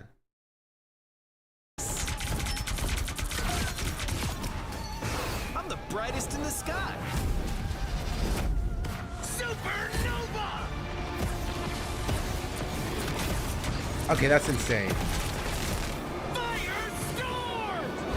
That's crazy.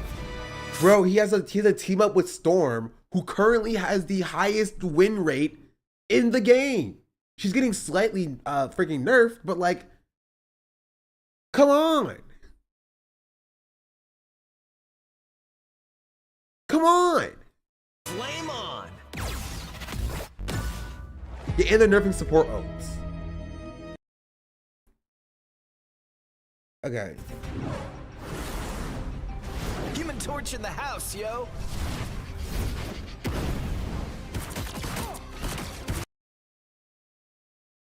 You don't look so hot. So his right click does like AoE damage on the ground. And then his F does this like dive bomb attack. Goes the meteor. Like Hela's full health here. Boom goes the meteor. And after 2 seconds, she's dead. By the way, I want to point that out. At 14 seconds, she's full health. At 15 seconds, she's dead. I just want to point that out. It's like he plants orbs. He can't slam them to detonate or connect them to a firewall. I don't think he's like planting orbs. I think he's just like throwing down like a firebomb because they're being damaged here by the firebomb. You know what I mean? Boom goes the meteor.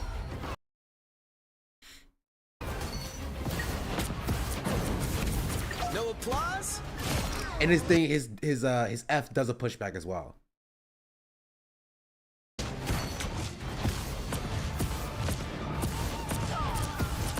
Dodge this. How does he get orbs back? Is my question.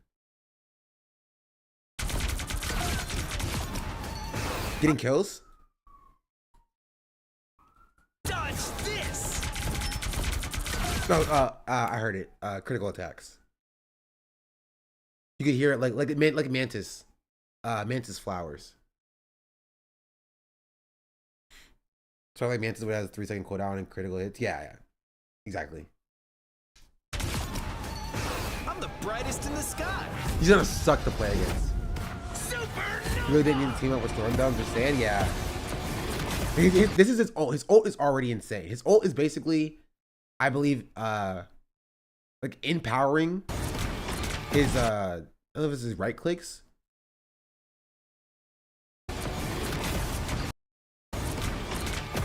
I think they are empowering technically his right clicks to like put down fire tornadoes, and if a storm then ults and do a team up, like this happens.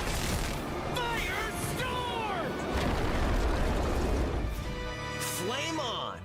Formation, yes. Can I acknowledge he's gonna be broken? Yes. Are any of the thing gameplay revealed today too? I don't know. Probably not today. It's literally with Aluna ulting. Wait, Aluna's ulting here? Yeah, you're right. Aluna is ulting. That's during a Luna ult. They killed the entire team through the Luna ult.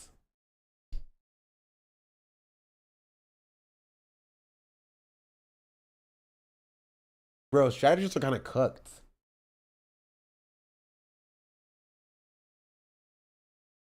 Strategists are kind of cooked, chat. I don't even know.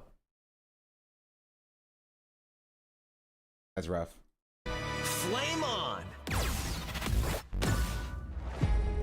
Age of the Healer is no more. I think strategists will be fine. I want to see the Thing gameplay. I hope the Thing is a good tank, bro. I want to play him so badly because I mean, my Magneto got nerfed. I don't want to learn Doctor Strange. Hulk has a high skill ceiling, but I could probably learn the Hulk.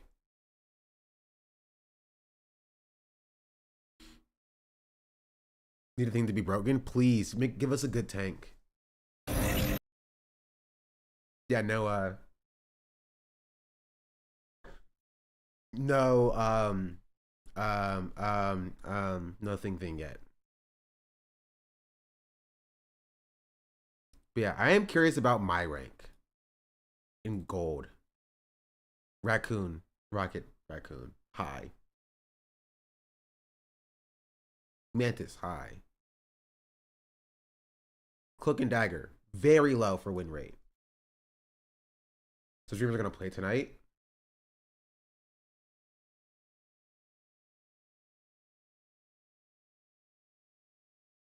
I will be watching. Whichever one of these people are the worst bad or the least bad.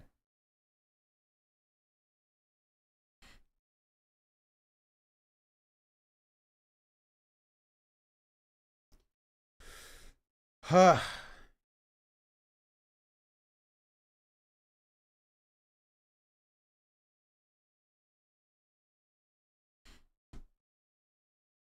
But yeah. Is it time to watch the pussification of games?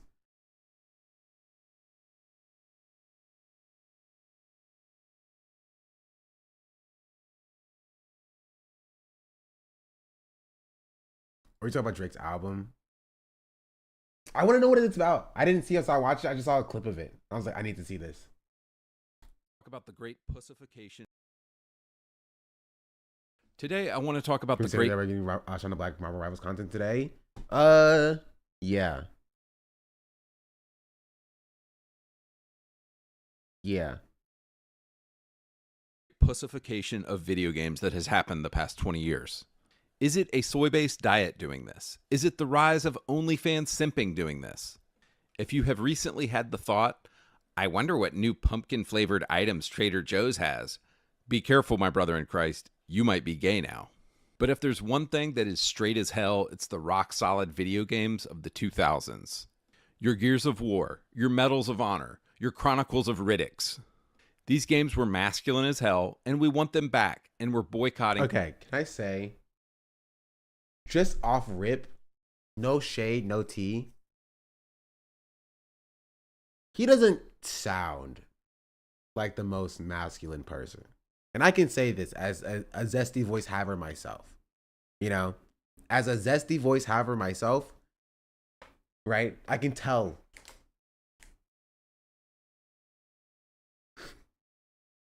He does not. He does not scream like masculine identity. You know. Wait, hold on. I can do this.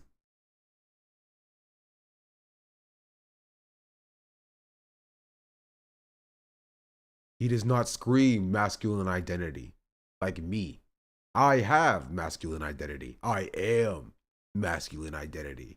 He wishes his identity was as masculine as I. Now let's continue watching the pussification of video games and how back in the early 2000s, these games were super manly.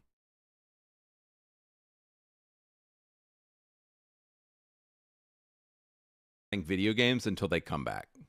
I recently saw this disappointing photo of Phil Spencer being pushed out of the photo by two domineering girl bosses.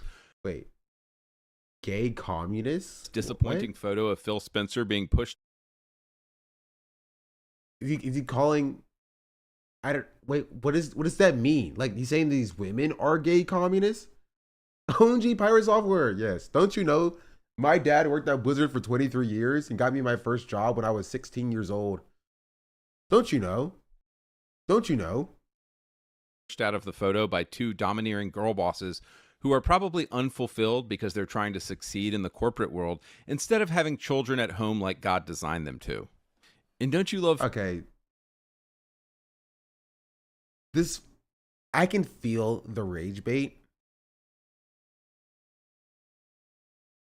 I can feel the rage bait coming off of this video. It has to be a bit, right? Yeah, it's not. He's not being sincere. I don't think he's being sincere. I think he's doing this ads rage bait. Phil's cute little Doom shirt, like, hey guys, I'm still one of the bros, right? Look, like, we can still hang, right? Nah, Phil, you're trash. You got cucked, dude. You're useless. So I have found that there are still people out there who deny the simple fact that games have gone woke, homo, and gay in 2024. Wait. So in this... Wait, okay. Games went woke, homo, and gay. Wow. I was under the impression that homo and gay were the same thing. But what do I know? You know what I mean? This guy knows more than I do about this. Like, maybe I'm wrong. This video, I'm going to literally prove it to you using science.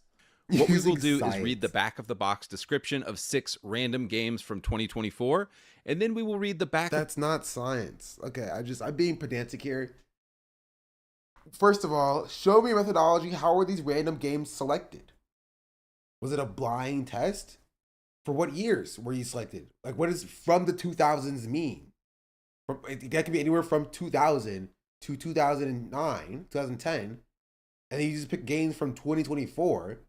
Those are not, the same. Yeah, start with your hypothesis. The scientific method. Come on. Of the box descriptions of 6 random games from the 2000s.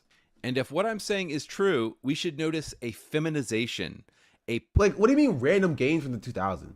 How were they decided? How were they selected? Did you just pick games you thought were gay and then pick games you thought were not gay? That's not science. That's the opposite of science, actually. That's the anti-science. Pussification, a gayification of video games that has happened the past 20 years. And before you... What's up with this Fortnite dancing? Can someone explain this one to me? I don't get what's going on here. What is up with the Fortnite dancing? Ification of video games that has happened the past 20 years. And before you bring up that video games don't have boxes anymore in 2024, calm your tits. You know what I mean. So to find 6 modern games, I didn't have. Can he say that, chat? Can he say calm your tits? That seems kind of misogynistic. This guy is such a rogue. He's such a bad boy. He's such a bad boy. That's homo and gay. You're right. You're right. Fortnite dances gay. Makes sense to me. Yeah. Okay. It's cool. Have to look very far. I literally just went to the front page of Xbox Game Pass and found these games. That's not random. Oh my goodness, bro. Okay. What's making me mad is not the very clear rage bait. It's his lack of adherence to the scientific method. That is not random. That is not random.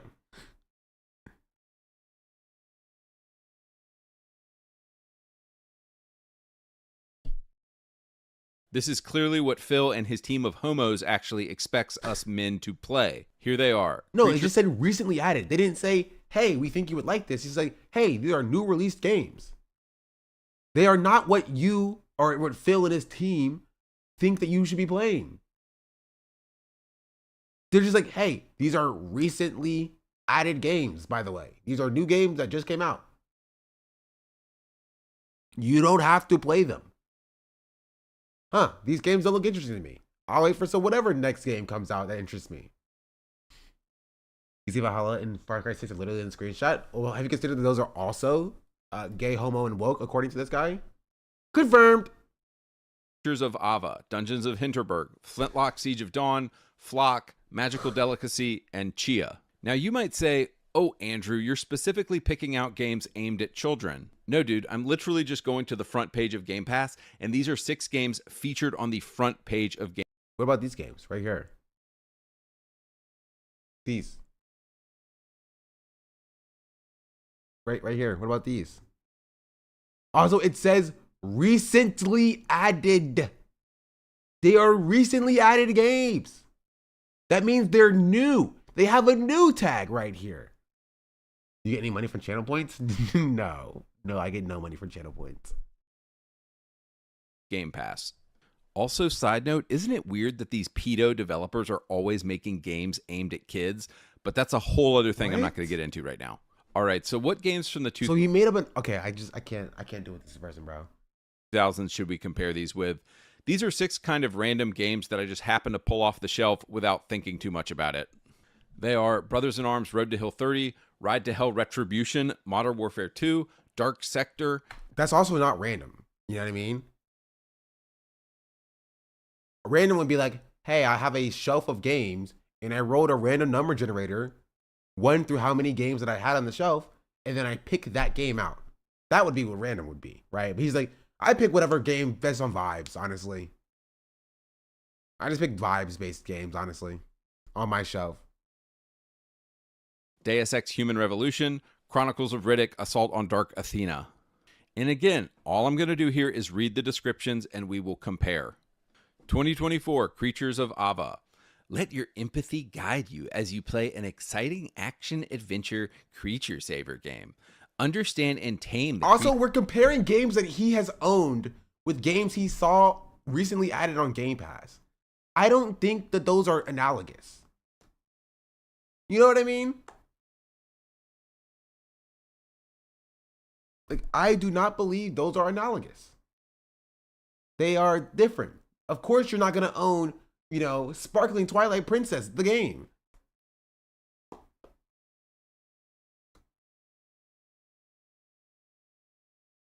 Creatures of Ava and let them lead you through a variety of ecosystems, all in the hopes of saving the planet from a life-consuming infection. I also found out that the 2 main characters of this game are, of course, homosexual black women because, 2024. Let your empathy guide you? Like, what the hell? I don't play video games to let my empathy guide me in, ooh, I want to be gay and collect creatures and Well, but I want my empathy to guide me when I play video games. So, we're at an impasse then. You don't want that? I do want that. Who do they cater to?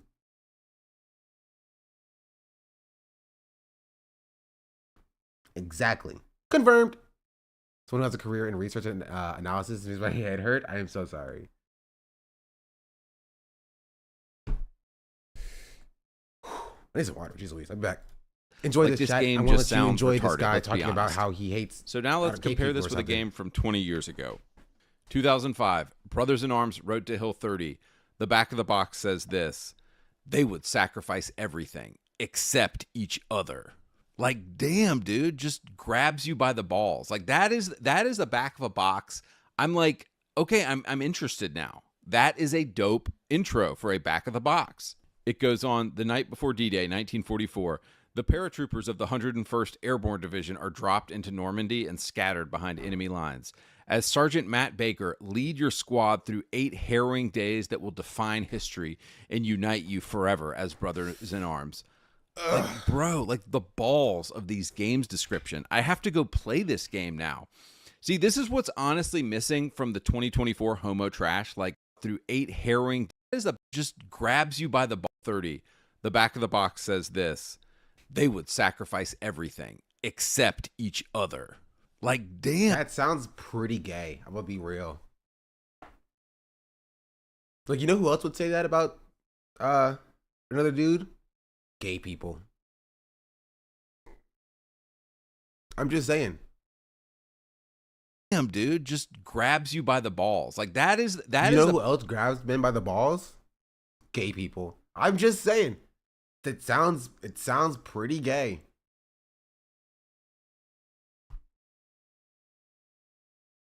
I love when you grab me by the balls. It's like, yeah, I want my men in my video games to grab me by the balls is not something that notably straight people say. I'm just saying. I'm like, okay, I'm interested now. That is a dope. He's interested intro. in men. He said it. He's saying, okay, interested in women? No. Interested in men? Yes. Confirmed. I'm just saying, all that he is saying is leading me to make a certain conclusion about who this person is. I just want him to live his truth. For a back of the box. It goes on: the night before D-Day, 1944, the paratroopers of the 101st Airborne Division are dropped into Normandy and scattered behind I'm enemy gonna be real, this game looks like it kind of sucks, not gonna lie. lines. As Sergeant Matt Baker... Look at these graphics, bro. I can play better graphics games in 2024. Lead your squad through 8 harrowing days that will define history and unite you forever as brothers in arms. Like, bro, like the balls of these games descriptions. All right. Can we get a balls counter, chat? We're at balls count number 2 that he mentioned about the balls in this video. I think he just kind of likes balls. I have to go play this game now. See, this is what's honestly missing from the And he 2024 heard balls and thought, man, I have to go play this game. homo trash. Like, nothing is good anymore. Nothing grabs us. This is why video games profits are down. And they've completely quit catering to their base market of men. Next game, 2024 Dungeons. He wants men to cater to him. Sounds pretty gay. Hinterberg. Armed with a sword and a tourist guide, explore the beautiful alpine village of Hinterberg and uncover the magic hidden within its dungeons. Master magic, solve puzzles. Another example. He doesn't like women. I'm just saying. Sees women, says I don't like it. Sees men, says I like it. Sounds pretty gay. Slay monsters. All this and more awaits you in Hinterberg. Like, okay, I like swords, but based on the game's art style, I know within the first 5 minutes, we're meeting somebody's non-binary boyfriend. Like, nah, dude, I'm good. Now compare this with the 2013 masterpiece, Ride to Hell Retribution. More men. Okay, we saw women bad, men good, women bad. Now we're back to men good. It just doesn't sound like he likes women. It sounds like he likes men. Back of the box says this: 2 fists, 2 wheels. Okay, come on. Come on, bro. He gotta be trolling. He starts with 2 fists. He loves balls, loves men in his video games. 2 fists. What are we doing here? Like, I think it come on. No rules. Now, it's a little cheesy, but I already know one thing. This game has balls, but it gets bro. It's better.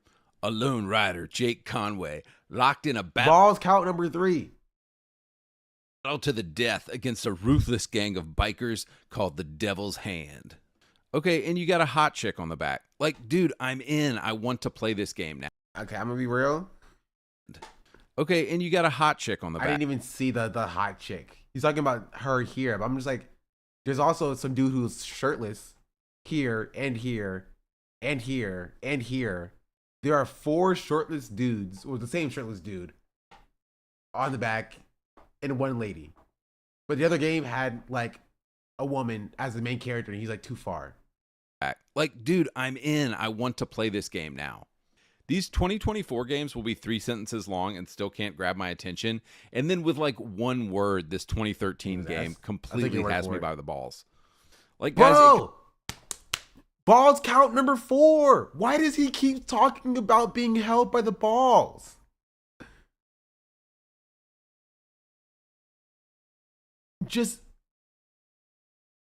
Why does he keep talking about being held by the balls? Why does he want men to hold his balls?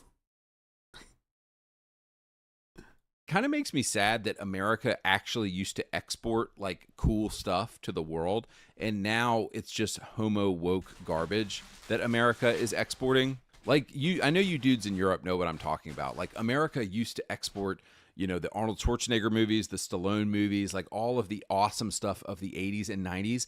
And look at like the homo trash garbage that America is exporting today. And it's such a shame. Next game, 2024 Flintlock Siege of Dawn. Step into the boots of Noor Van Anik, an elite member. He says it in like a lisp, therefore it's bad. It's kind of funny. It's kind of funny bit.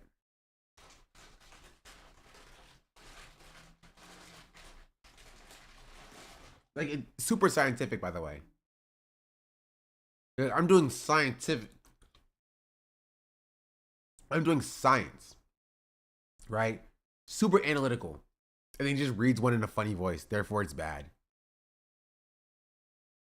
Of the coalition army, joined by Inky, a mysterious fox-like companion in their quest for vengeance against the gods. Guided by Inky, like, bro, he just said, looks lame and soft. Companion in their quest for vengeance against the gods. Guided by Inky, who shares his knowledge. Like, it's not a horror movie, but like, it doesn't look soft. You know what I mean? Combat skills and traversal abilities will be imbued. But it looks about as like tough, as hard as like Assassin's Creed games. You know what I mean? Like, powers, making you a duo to be reckoned with. Like, nah, dude, it just sounds gay. Like, it sounds queer. Game was cool. Why is every game like this now? It's always some magical nonsense that never sounds cool. It's like none of these developers beta tested any of these ideas with normal guys. I guarantee you get a bunch of straight dudes in a room and they would tell you this idea was terrible. Oh, but the cherry on top, of course, is this. Black female lesbian girl boss as the main character. Like, F off, dude. I'm not playing. I think it's a woman. It might be a man. It might be a they, them. All right, jumping back to the 2000s. And I know this isn't fair to compare this game, but it just... I'll be real. I'm probably not going to play it because not my cup of tea for a game. Same way that I don't play Assassin's Creed games anymore. But like, it looked, I'm going to be real, looked better than the last game. Popped off my shelf. 2009 Modern Warfare 2. Back of the box says this. Modern Warfare 2 continues the gripping and heart-racing action as players face off against a new threat dedicated to bringing the world to the brink of collapse. Like that's not a description. If I'm being real, that gives no insight into what the game's about. I'm gonna be entirely real. That gives no insight into what the game is actually about. In this game, things happen, and you have to stop the things from happening in order to save lives. Like, okay. Modern Warfare 2 is the best shooter ever. This is unfair. I mean, yeah, it's a very fun game. I remember playing Modern Warfare 2 back in my heyday, with my cousins and stuff on the couch. You know what I mean? Yes, dude. I want to know that new threat dedicated to bringing the world to the brink of collapse. But he just says thing, and he says yes. He says other thing. He says no, bad. Like, I'm gonna be real, not very scientific. Also, if you had played Call of Duty before this, you're kind of already invested. So it's a great tagline. 2024 game, Flock. Flock is a multiplayer co-op game about the joy of flight and collecting adorable flying creatures with your friends. Like he's comparing very clearly indie titles made by a small team of developers to like Activision. Like, what are we talking about? Yeah, he could have compared Modern Warfare 2 to like modern Call of Duty games. He could have done that. They exist. They are out. They released a game like a year ago, but he did not. Landscapes, seeking out rare and elusive creatures to add to your flock. Kirby's the like, gayest dude, game. this shit is gay. Like, this is either designed for a 5-year-old or it's designed for a 30-year-old gay man or it's designed for a woman. But none of those people are buying Xbox. Wait. 5-year-old, 30-year-old gay man, women. Just all women. All women. Okay. Sure. Boxes like, Phil, you're retarded and your company's going to go out of business if you keep this up. All right, jumping back to the 2000s, this is a good one. Dark Sector 2008. Become the ultimate weapon. The virus, the source of your pain. Your enemy, your power. Unleash the deadly power of the glaive and become the hero. Honestly, this game looks like it's kind of sucks. It looks like a watered down version of what's the game? It's not Parasite. You know what game I'm talking about, chat. Prototype. Exactly. It was like a watered down game of a version of Prototype. Prototype was a fun game. I enjoyed Prototype. Right? This is like a worse version of it. Just from its description. Your power. Unleash the deadly power of the glaive and become the hero. Like, dude, that's the back of a box right there. Now I'm intrigued. Now I'm like, whoa, a virus? My power? What is the glaive? Like, what is this about? I want to become the ultimate weapon. Like, was it super in the anti-woke 2000s, stuff? Games were made by straight dudes. Also, Infamous is so much better. I like Prototype. Infamous is such a much better game, gameplay wise. And guess what? They came out with a new Infamous 2. Right? They came out with Infamous 2, and then Infamous Second Son in 2014. Right? And they should come out with another one and make it as woke and gay as possible for 2025. Please make another Infamous game. I'm begging. I want another one so badly. I want another one so badly. Infamous First Light, doesn't count. First Light doesn't count. It's just a DLC for Second Son. Doesn't count. What elements would you like to see in the new Infamous? Obviously, keep the karma system. Karma system is so good. Bring back new conduit powers. One thing I liked about I didn't like it at first, but I came around to it in Infamous Second Son was like they had very unique conduit powers. Like it was very simple.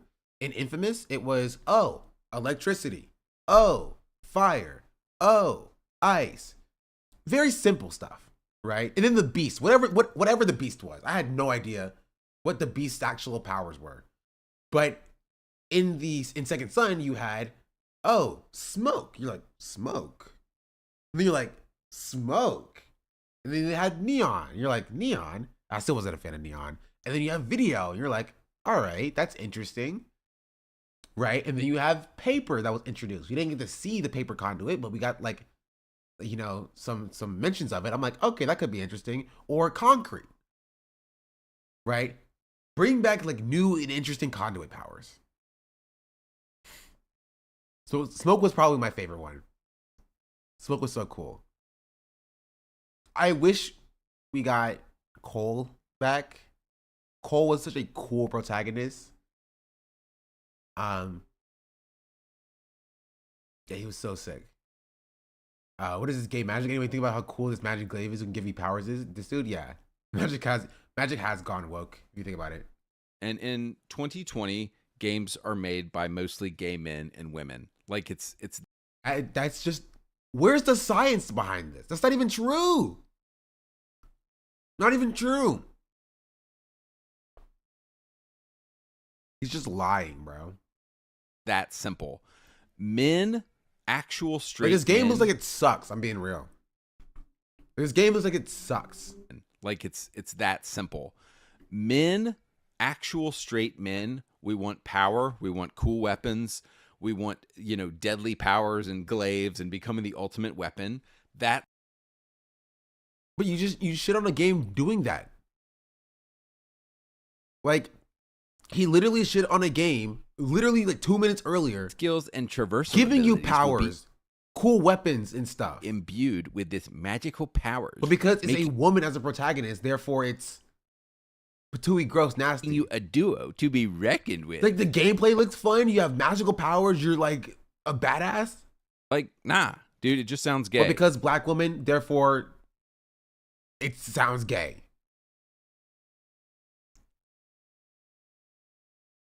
That sounds cool.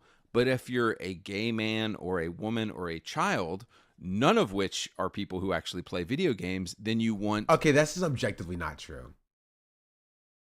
Women, and this is what people are going to be mad, women play more games than men do. The medium of the games historically has shifted. It used to be like, you know, a lot more mobile games, a lot more handheld games. Right? Women play a lot of games. You know what I mean? Children also play a lot of games. In recent times, this shifted for like women playing, like women carried the mobile game market. And because like when we think of gamers, we think of like, oh, you know, 19 or 14 to 19-year-old men playing Call of Duty in your basement or whatever. But when you think about like my freaking grandmother playing, you know, freaking Candy Crush, they're playing games. Those are like, yeah. Those are games that are played by people. And then they're mad that game developers are trying to attract that audience to get them to play more expensive, longer titles of games. Why would you not? Someone has more hours in Animal Crossing than me. Like, yeah, bro's mad that the markets are expanding past just his purview. Your grandma was a cop, confirmed. And past that, right? Past that, children are the biggest consumer of games. Right? Not just young boys, not 12-year-old boys. No, children as a whole, as in like young boys and girls, are the biggest consumer of games. Like the biggest consumer of games. Like, what are we talking about here? Of course you want to attract that demographic because those are the people who are playing the games. To collect adorable creatures. It really comes down to that. 2024, magical delicacy, and I've made fun of this game before. A wholesome pixel art platformer. Cook magical delicacies from a vast collection of ingredients in your own shop. Explore an Like, these are very clearly not AAA games. He's comparing AAA property games, that some of which still sucked, by the way, with like small team indie development games that have just released. familiar town and like deliver Stardew and Animal Crossing tasty. aren't big games. No, if he brought up Stardew and Animal Crossing, I would be like, okay, at least he has a bigger point. At least he has more of a point there, right? Because those are more applicable, right? Those are more analogous to like Call of Duty, right? Stardew, Animal Crossing, Minecraft, Roblox, games like these. Guys, the debate with Dak, man, is pretty entertaining. Bellshaw is not a woke game, I suppose. Treats to the townsfolk.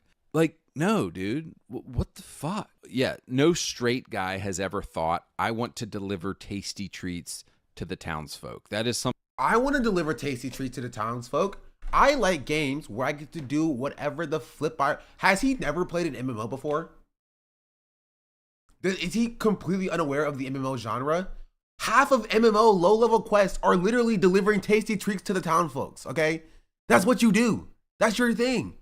You do fetch quests. That's what you do. It's a huge thing in the genre. And men play MMOs.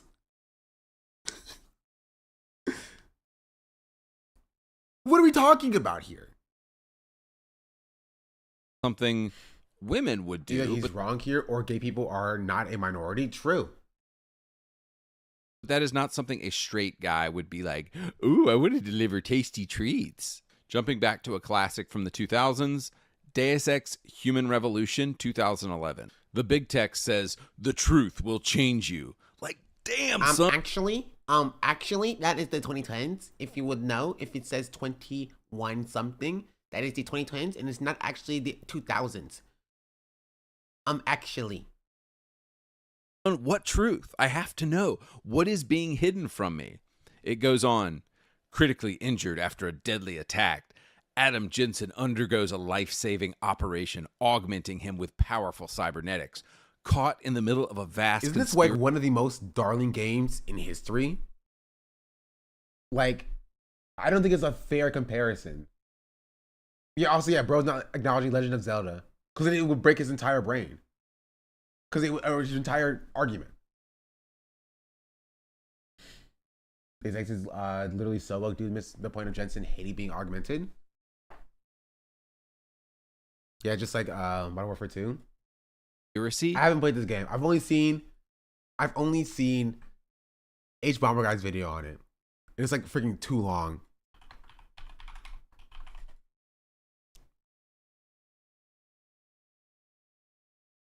Yeah, this one. It's 3 hours long. It's a good freaking video. I might go back to watch it after the stream is over. Adam Jensen's a little fruity. Don't tell this guy, he's gonna have an aneurysm. Adam's choices will affect both himself and all of humanity as he seeks answers across the globe. Like, dude, I am rock hard right now. Like, I want to play this game. I don't want... Balls count number 4. He's rock hard looking at a man.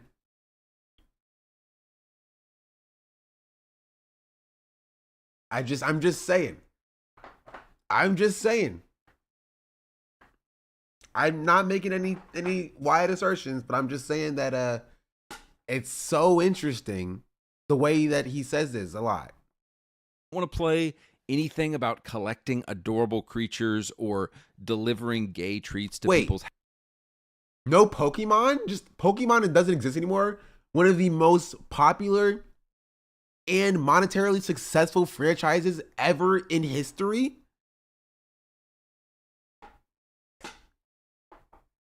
What do you mean you want to collect adorable creatures? That's literally Pokemon. You were anti-Pokemon? What are we talking about here? You famously know men like Pokemon. Yeah. Houses. I want to play whatever Human Revolution is about. And it's funny because, like, I can't put my finger on exactly what made 2000s games so good, but it has something to do with men. Dude, we're doing what games... Listen, I can't pin down, I can't pinpoint exactly what made this game so good, but like they had men in them, so it's the men. Oh, the men. Oh, we need more men. Like, come on, bro. Come on, bro. This guy's deadly serious, by the way. Turns out there's some posts in this past where he said gays need to be more inclusive. He's a pure grifter writing on the manosphere. I'll go on YouTube. About dudes, and we want games about male transformation and identity and a man who... Trans? Sounds kind of woke. Sounds kind of woke. Did you guys pick up on that, chat? He said male trans. Interesting. Dudes, and we want games about male transformation and identity and a man who is going through something, who is actually a man. I can't really describe what made the 2000s games so good other than that they're focused exclusively on the male psyche because it was men playing the games. It's always been men playing the games. So as long as Sony and Xbox don't realize this obvious fact and keep designing games for 14-year-old girls, for women, and for gay men, I truly think are gay men not men though? Because he says like men are playing these games. You have to make games for men, and then like, oh, actually, don't make games for gay men. So he's saying like gay men aren't men. If they aren't men, what are they? Well, chat, I'm sorry to tell you this, but Andy Pants Gaming does not think you guys are men. Xbox is going to go out of business, and Sony will go out of business if they don't figure out who their audience is quickly. 2024 game, Chia, a tropical open world adventure. Take control of any animal or object you can find and jam on your fully playable ukulele. Like, no, dude, this just sounds like some cozy garbage trash game. Like, if I wanted Bro, you can't say cozy as a bad thing. Come on, you can't say cozy as a bad thing. Like, cozy games are necessary. This looks cool, like Animal Crossing. If I wanted to chill out and do nothing, I would just go do something besides play a video game. But when I play a video, What is he? Okay, I don't even think he knows what he's talking about at this point. Game, I want to have like an intense experience. I don't want to have some Bro has never had a fun gaming experience. He's saying if I play a game, I have to be like murdering myself. I'd have to want to kill myself in a video game if I play a video game. I don't play video games to have fun. I play video games to feel like a man. Sure. You know what? Go off. Sure. Cozy trash experience. So my only Wait a thinking minute. with this This is just Super Mario Odyssey.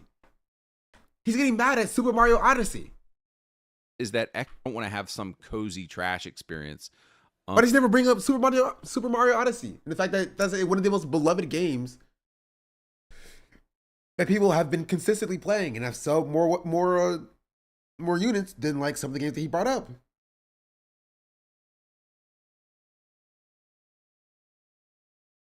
Because Mario is straight Italian. Did you not know Elden Ring exists? Apparently not. Ow. I'm sure he won't mention that. So my only thinking with this is that Xbox seems to think that their target is gay men, 5-year-olds, and women. But the super obvious fact, as I've said it again and again, is that their audience is full of 30-year-old dudes. So like at this point, I just think Xbox is probably going to go bankrupt because they keep putting stuff like this out. All right, and let's look at the final game here that I found from the 2000s. And it is called The Chronicles of Riddick: Assault on Dark Athena. You already know this box is about to go. I just want to point out that did not say Athena.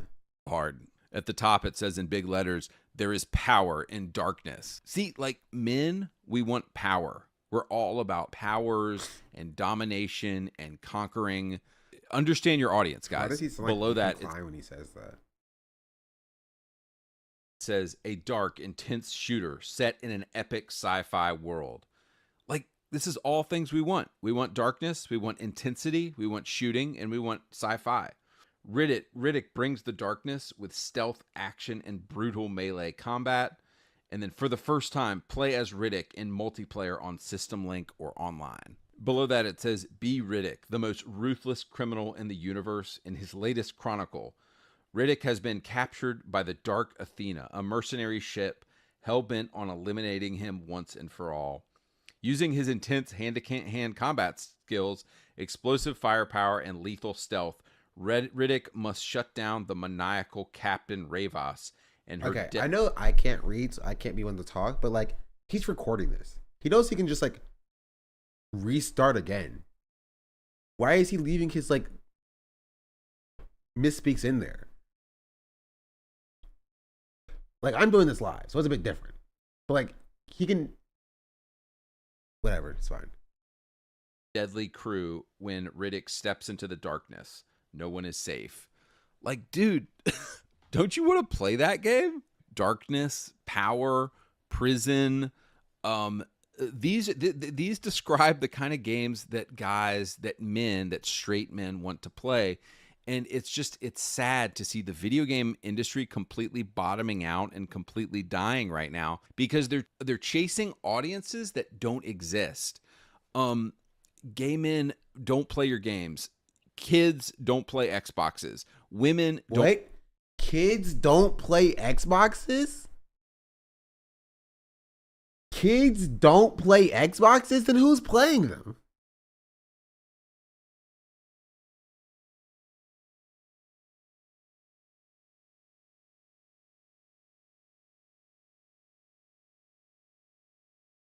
Yeah, kids only play PlayStation.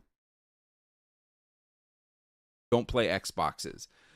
Phil Spencer and PlayStation and all these companies need to wake up and freaking realize that straight dudes are playing these games and they need to be making games for us. So developers, if you are listening, give us manly games. Give us power. Give us darkness. Give us violence. Give us... You know you can play Call of Duty right now.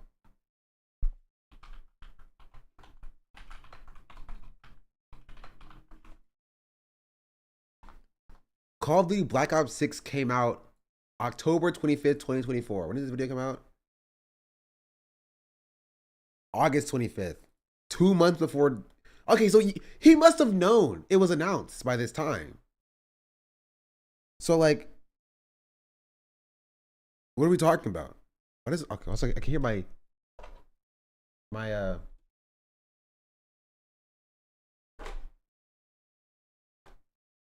microphone is a bit weird. I don't know why that is.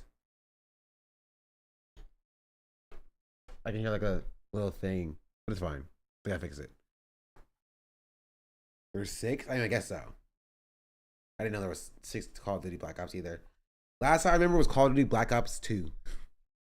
That's the last one I remember.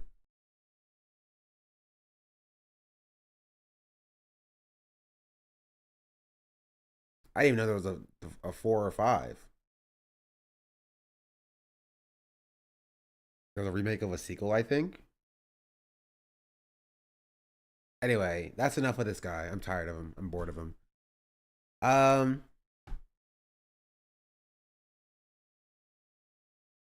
But yeah. This guy is doing comedy bits for a bigoted audience. It feels like they're in on something that the libs are getting angry at, but it's not satire. It's the weird third thing of shitposting in 2025 of the internet. Of course, he's going to be being sus is going to make people say, is he being serious? But yeah. Is it time, chat? It may be time. Oh, I didn't mean to close that. I need that open.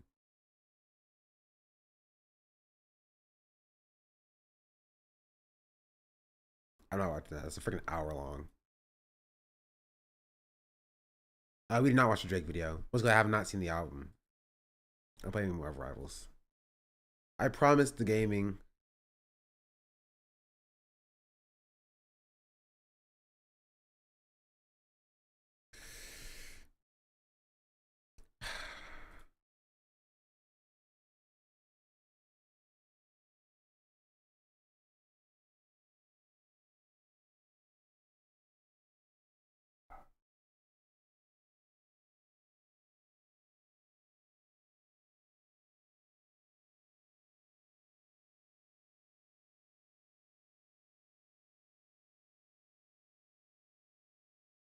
Oh, launch.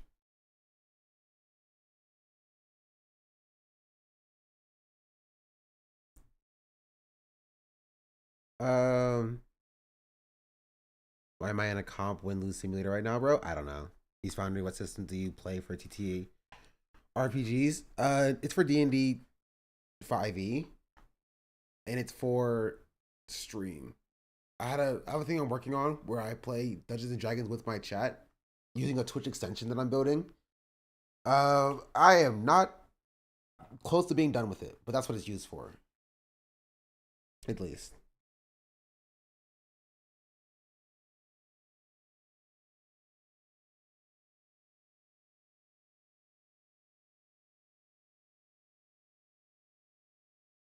Where's my thing at?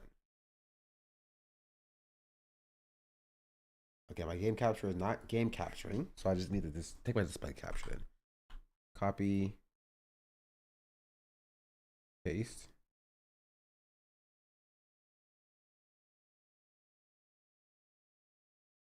Okay.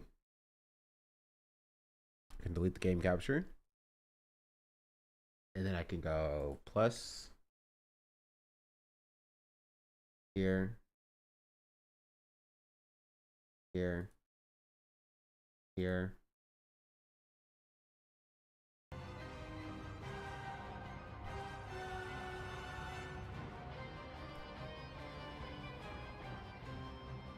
The thing gameplay just released? Just released, bro? I just closed it.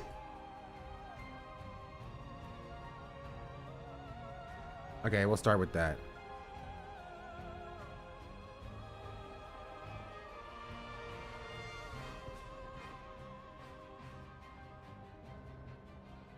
We're starting with this. And then we'll play some gaming. Alright. Alright. Alright, alright, alright, alright, alright, alright, alright.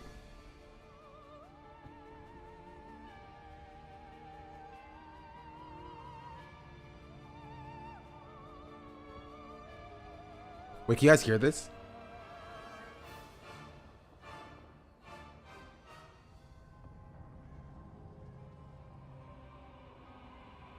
No? Okay, there we go.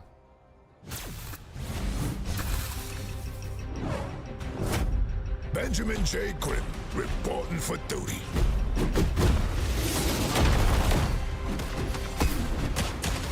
Go easy. Okay. Okay. Smash attack. Seems like a simple tank to play. He kind of feels like the Hulk a little bit. That's gonna bruise. Okay, he can do the same thing as the Hulk can do. Okay. Ready to throw down.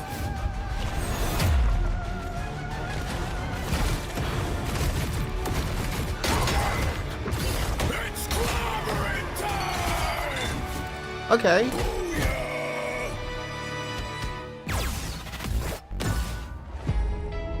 He did say the thing. It is clobbering time. Wait, okay, chat.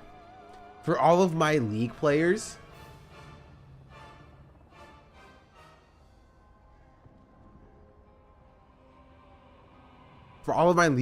he kind of gives mouth fight. Does that make sense? Basically Hulk with better ult.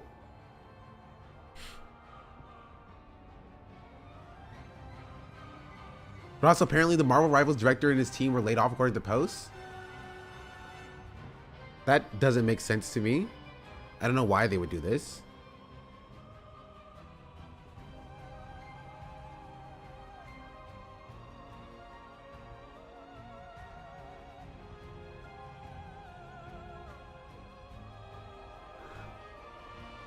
Also, AP mouth or a full take mouth. I have not played any mouth fight. I'm gonna be real. I just know a little bit of mouth fight. Apparently, I heard that full tank mouth fight is pretty good. It's BS. Hulk, but tiny. I wouldn't call the thing tiny. He's quite large.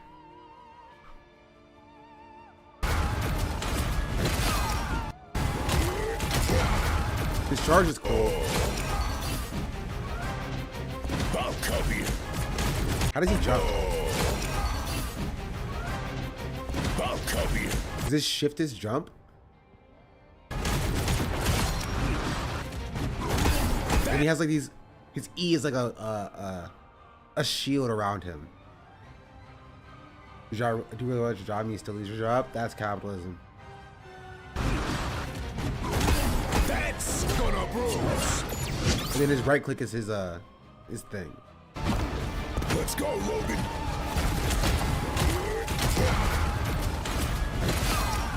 He looks fun. Ready to throw down.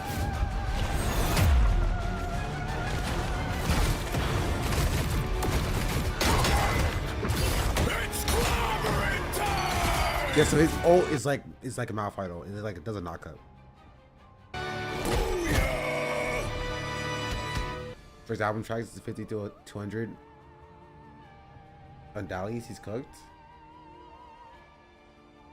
Or dailies.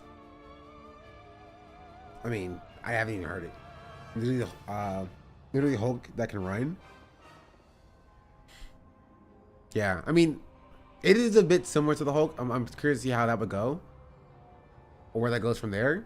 But I guess time will tell.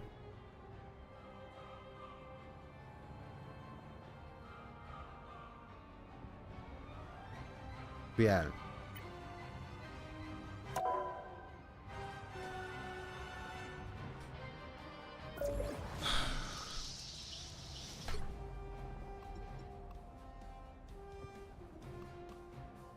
This isn't a free skin, is it? No, I gotta purchase it. With these units, though.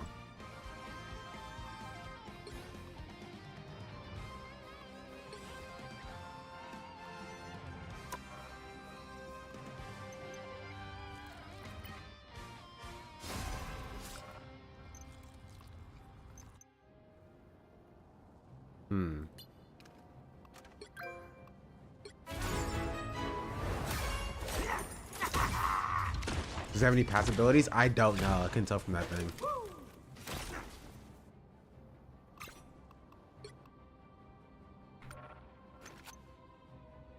Now, my next one is to get Penny. Can I? No. Also, I need... Oh, this card, which is so nice. There's also... It's a cool player card.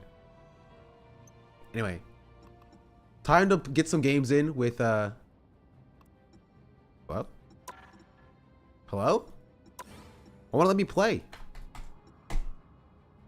What's going on? Okay, there it goes. Time to get some games in with Cloak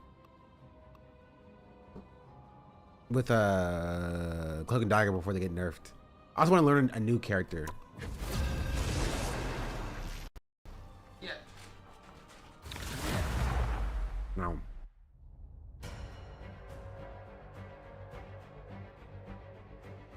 Pick your hero or villain. I'm not judging. We are Cloak and Dagger. We are hope and fear. We are Cloak and Dagger. We are hope and fear. We are Cloak and Dagger. We are hope and fear. No love, Jay. Go tank. So freaking loud. Also, telling people what to do in freaking quick play is kind of crazy in my opinion. It's a bit wild in my opinion. It's pretty like Pi and I create equilibrium. we have to min-max our win 30 here. seconds before you attack. Get ready. You can't have my new arm, Rocket. I'll make it with your while, Bucky. Go on, name your price. 1 raccoon skin hat. Yikes. I mean, technically I ain't a raccoon, but something tells me I should push my luck. It's insane, bro. Quick play is my lab. Yeah, just let me try something out. Let me just test. The battle starts in 5. I ain't here to win. I'm here to play well 3, or 2, to test some things out. all you need to do is capture the mission area. Got it? Telling people what to play is a really good toxic lobby. Yeah.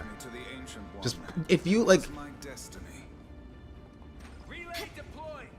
what if the person who hadn't selected yet is a better tank than My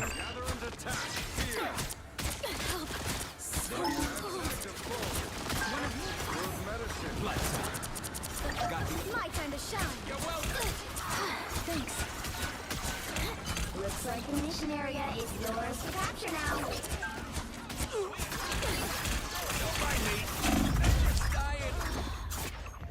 I'm back.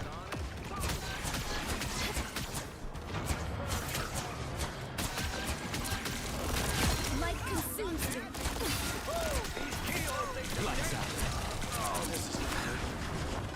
My time to shine. I'll patch you up. Capture the mission area. Everybody needs a hand sometimes. That's or a dagger. Control these. Battlefield ready again.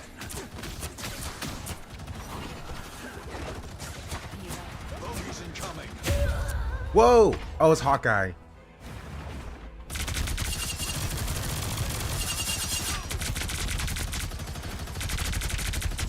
Let's get into some good trouble.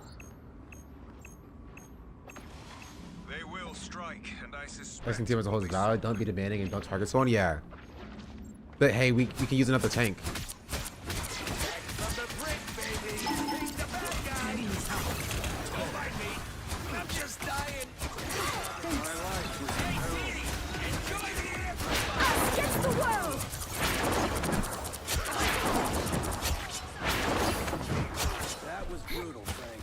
Good job, team.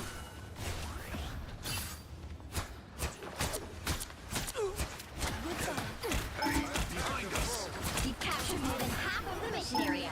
Keep going. Everybody needs a hand sometimes. This is real. Because if they didn't attack, I would have saved their lives.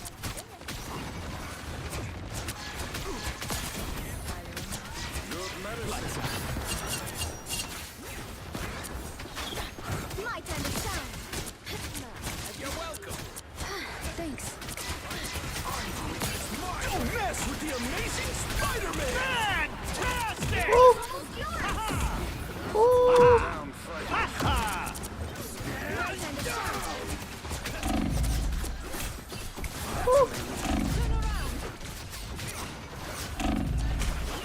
Ah.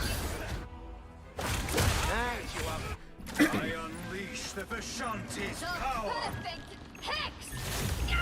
You'll have to keep fighting until we have a winner.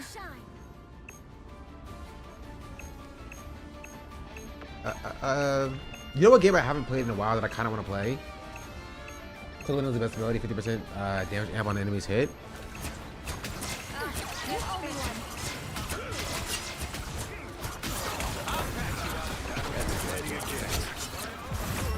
My time to shine. I'm just. Deadlock? People keep bringing up Deadlock. You know what? Maybe I'm too harsh on Deadlock. Maybe I need to play more Deadlock. You know what I mean? Cause like, Deadlock doesn't scream like I'm a super fun game and I want to play so much more of it. You know what I mean?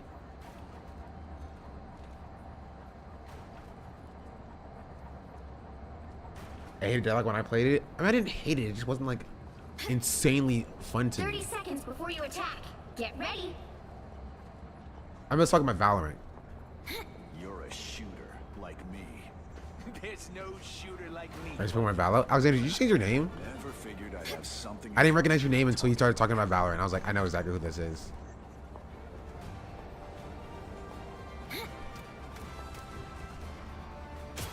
The battle Oops. starts in 5, 4, 3, Misclick. 2, 1. All you need to do is capture the mission area. Got it? Bad guy is a bad guy. No real difference between them. My time to shine. I was acting myself with the last one. That's how it'd be. So it begins. Lights out. Take my Hey, team! My time to shine. Amplifier! So long, turrets. Looks like the mission area is yours to capture now. This is real firepower! Mission area is yours. Yes! One down. Now, a disappearance. Good medicine. Oh, okay. That's not my fault. That's not my fault. I don't know why they pushed up that far. I tried to assist.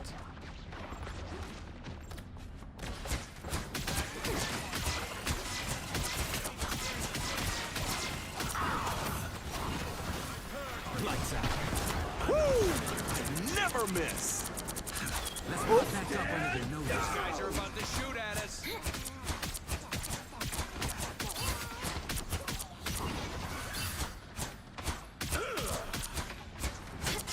Up over here. Lights out. Please, we're hurt. The move. I tried to ult around that, You captured more than half of the mission. but I died immediately. Keep going. Back from the brink, baby. Lights out.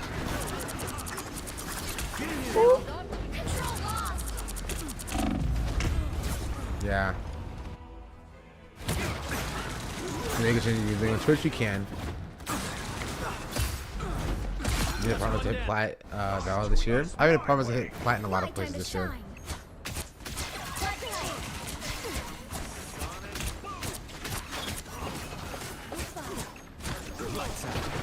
Don't mess with the amazing Spider-Man! Bruh, Hawkeye! Control seized. Dagger's back. Let's take a step back. Control lost. Don't mind me. I'm good to go. Tandy needs help. I'll get you next time. Cosmic yard amplifier, ready to be deployed. I pressed the button. I pressed it. I pressed it. I pressed it. I pressed it. I totally pressed that button, by the way. I pressed my right click.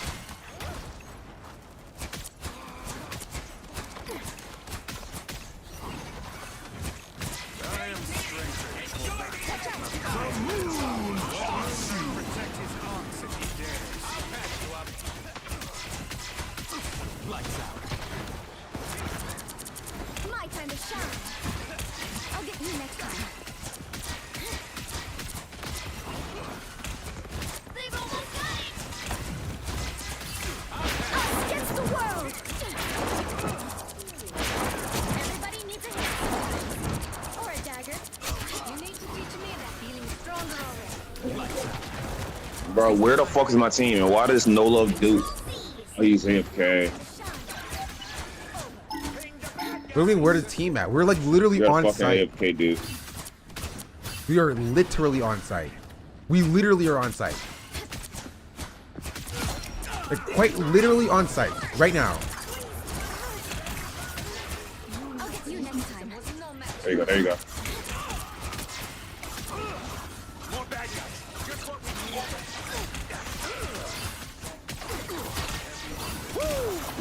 Never miss. This is real fire!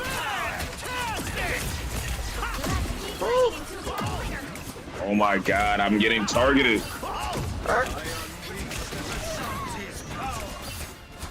Everybody needs a hand sometime.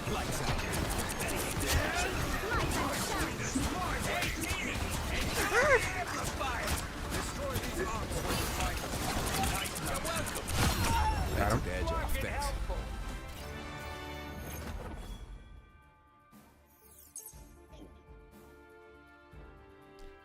Easy. Another epic victory. Big win. Give me MVP real quick. Whoa, I deserved it. I deserved it. To be fair, I didn't do that much healing. I totally deserved it though.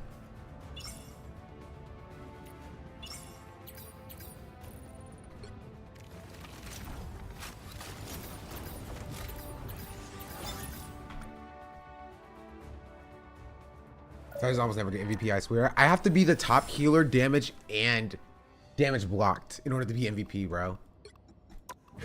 Right now we're gold 3 starting at 31 RR.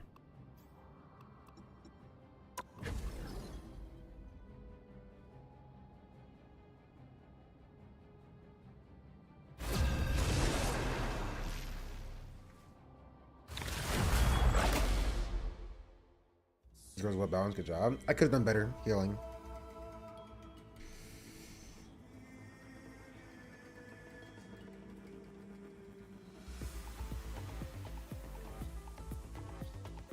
Pick your hero or villain. I'm not judging. We are cloak and dagger. We are hope and fear.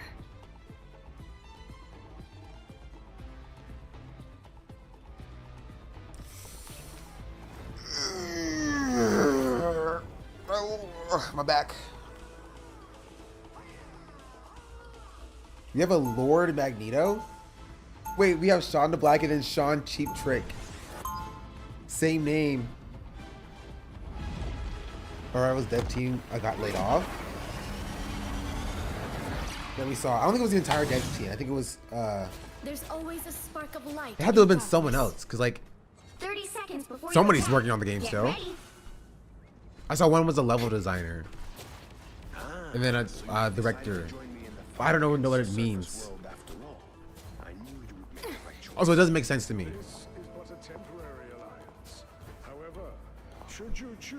Your comment go better than mine just did. Why would Namor wish to become the subject of a The battle starts in 5, 4, 3, 2, 1. All you need to do is capture the mission area. Got it? My hell is not a burning pit. Yeah, I don't know why It's a what the realm of trials. rationale between firing the dev team is. The game is infinitely successful. We've got trouble. These little robots may be a problem. Lights out. Light and shine. Looks like the mission area is yours to capture now. I'll get you next time.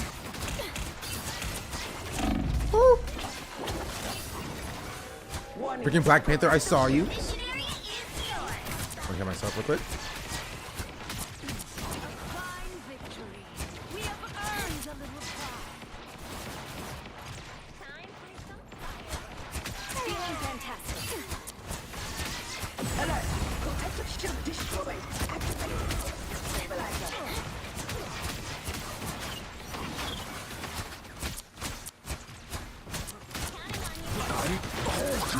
My turn to shine. Perhaps I should. Better watch your back. They look like they mean business. Spider mode. Lights out.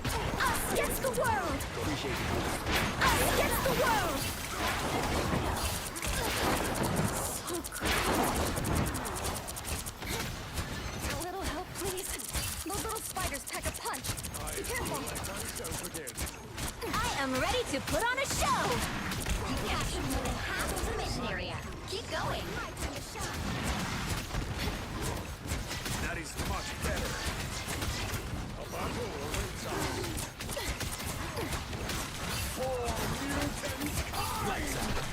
Suffer in the darkness. It's my time to shine, just like mine. Feeling fantastic. Tremble before fire.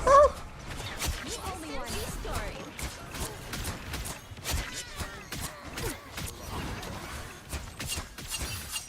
They look like they mean business. It's almost yours. Woo! I summon the seas. We all look at the same time. Lucky tragic. Yeah, we should have coordinated that better, but it's all right. It worked out.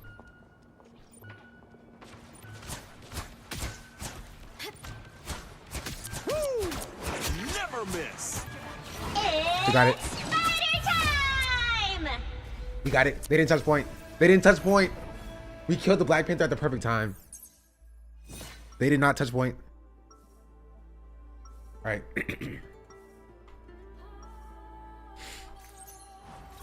Light doesn't dispel darkness. It helps me see the darkness and face it. These super stupid CEOs that spend ridiculous money to make games and expected to get Fortnite numbers. And on top of that, it's them thinking that, oh, because the game is successful, we can now cut people and then it will still be successful because it is successful. Right? Instead of rewarding the team that actually makes it get here in the first place. End up in your domain again. So you say. But even a living Yeah, I don't know. Capitalism. The battle starts in 5, 4, 3, 2, 1. Is it insane to say that I hate these maps? Because I do. No, the maps are rough. Honestly, the maps are rough in this. Just generally in this game. Here comes trouble. Not necessarily like horrific or bad or whatever, but like. Those spiders look way too familiar.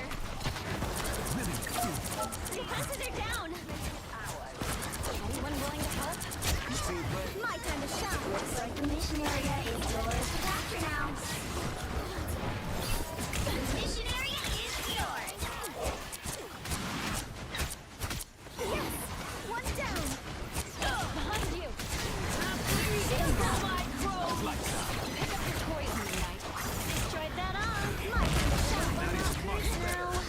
Get him. No, he's around here somewhere.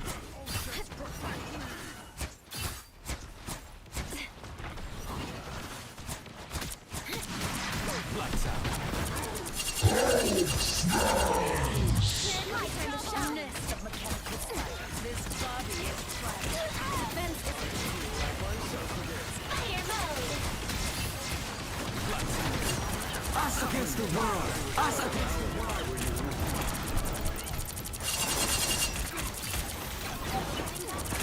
That's an edge up fast. Get in here, y'all.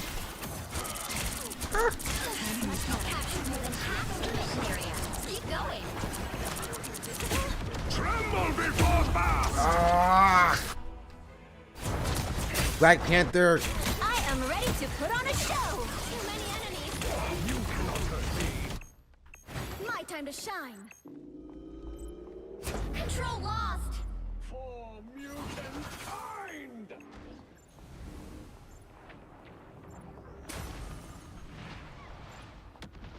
Just as expected. More foes to conquer. These waves will not break. My strength is returning. I tried, bro. I tried. I couldn't see you. Systems restoring. Lights out. My time to shine.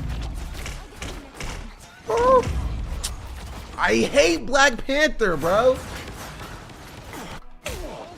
Insignificant menace. My time to shine.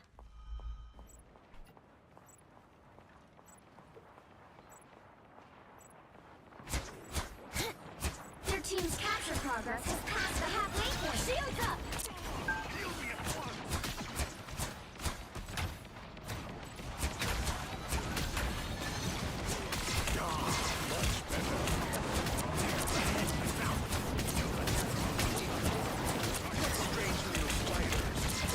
What?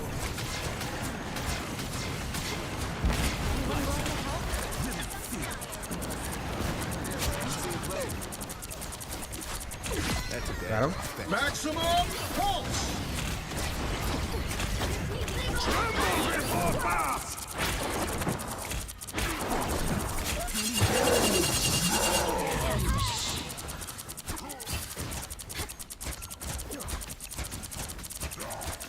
Lights out. Fire mode. My time to shine. It's fire time.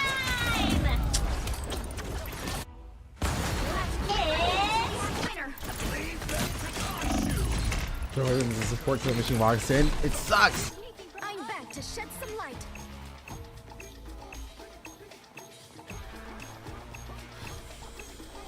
We can still do this. I am ready to put on a show. Shields up.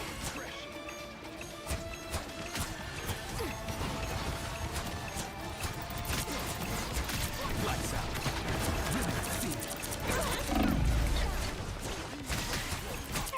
For mutant kind. Good. Lights out.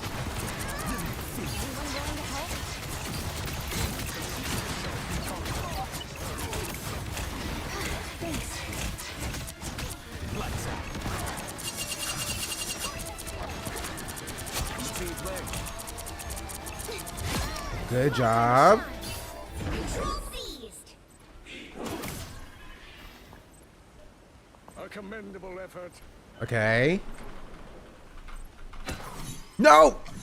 Misclick. More foes to conquer. Glory is almost yours.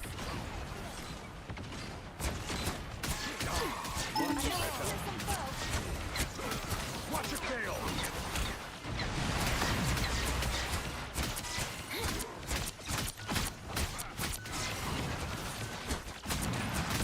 Fire mode. Those fighters look way too familiar. Us against the world. Keep fighting until we have a winner. Maximum pulse. Great job, Iron Man. Much better. You did great with that. Double KO.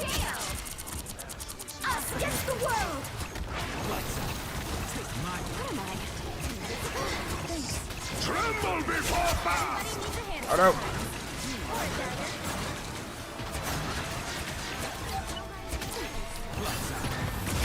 Got it. Give me my MVP like I deserve. Give me my MVP like I deserve. Another epic victory. Big win.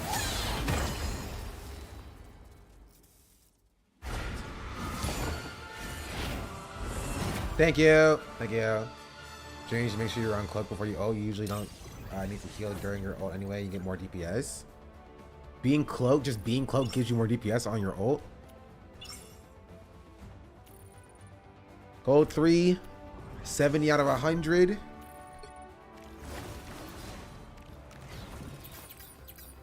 Good job, team. Good job, team. Run it back.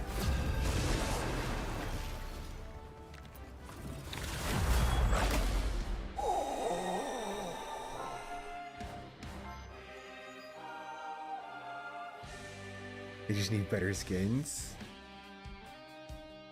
The right heroes could make all the difference. We are Cloak and Dagger. We are hope and fear. I can smell platinum. Honestly, if I work, I can hit platinum probably today if I just keep playing.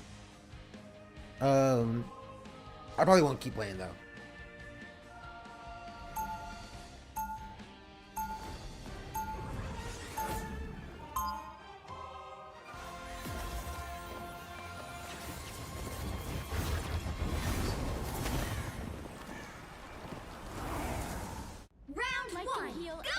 Can harm.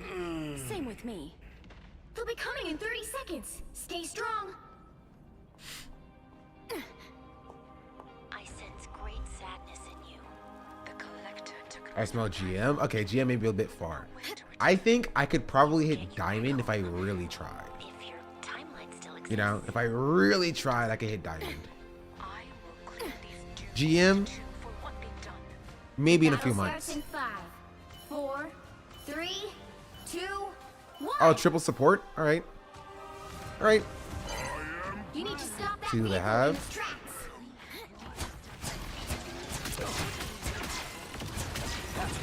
Iron Man.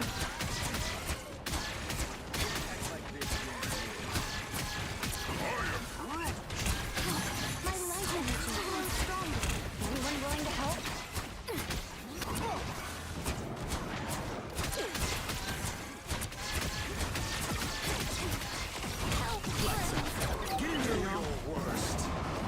My turn to shine.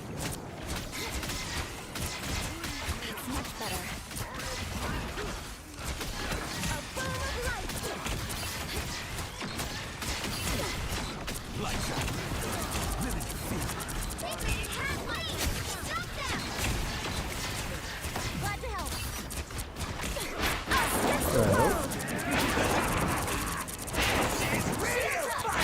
Okay, we didn't. Glad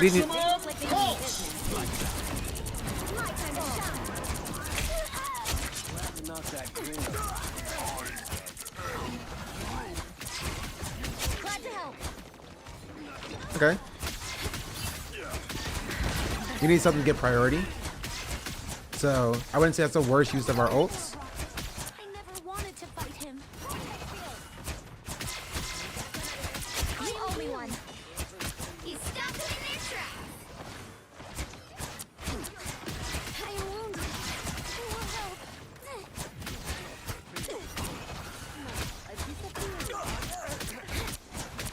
Lights out. Take mine.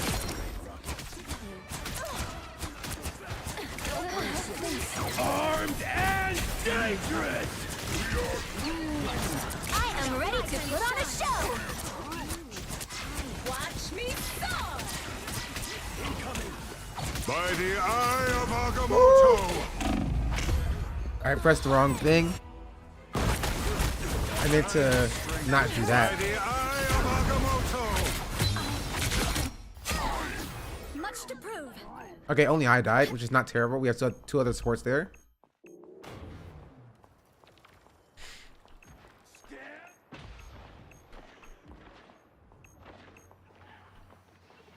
You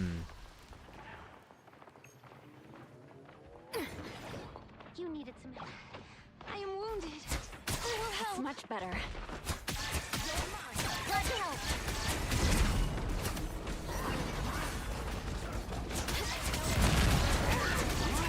Lights out. You stopped them in their tracks. My time to shine. I am here. Only 60 seconds left. Get ready. This is real firepower! Lights out. Do your worst.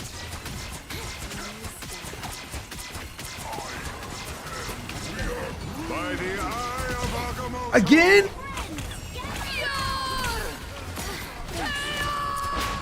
Ready to put on a show. 30 seconds. Lights out. Us against the world. Shields up. What is going on?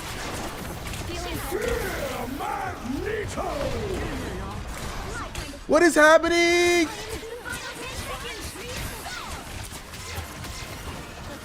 Lights out. Team play.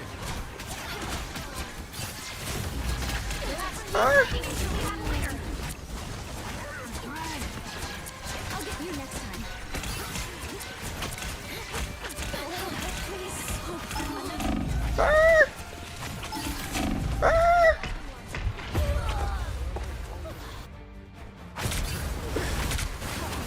What is happening?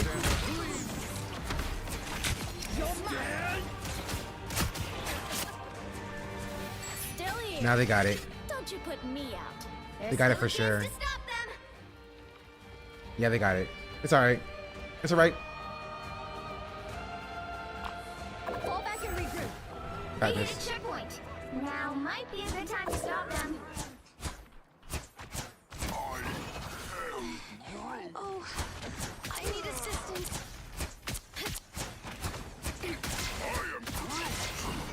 Lights out. My time to shine. No. You got a shield, Tandy. By the eye of Agamotto. Us against the world.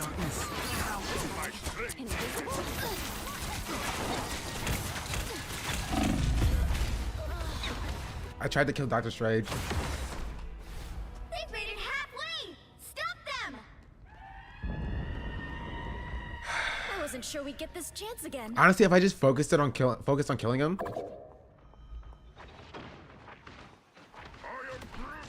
Better stop that vehicle. There's still a chance to stop them. Shields up. I am ready to put on a show. My life force is at That's a bad job. Thanks. I am here.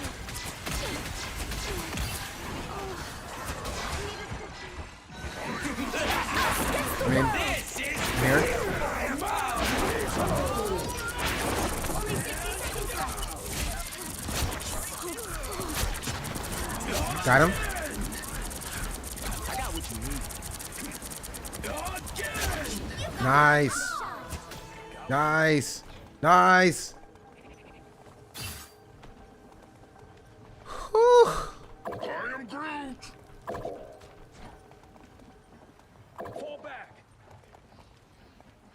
You stop them in their tracks. They got a portal here. Down to 30 seconds. Never mind. They did not portal. Anyone willing to help? Much better. Magic Ankh? Lights out. Us against the world. I'll get you next time. By the eye of Agamotto. No.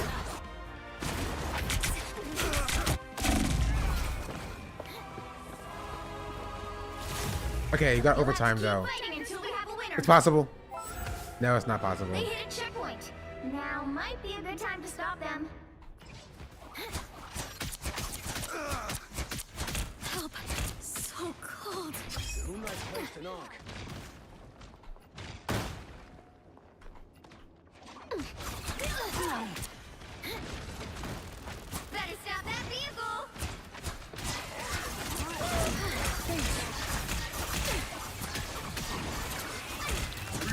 Only 60 seconds left. I am ready to put on a show.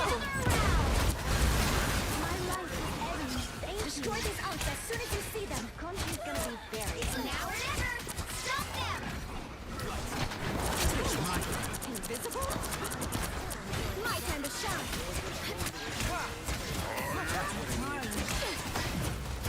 Clutch out. Lights out. Separated darkness. Down to 30 seconds. My time to shine. Help, friends. I'll get you next time. Fall back. You stop them in their tracks. I'm opening a portal. Lights out. My time to shine. Final 10 seconds. The move. Woo! Oh no!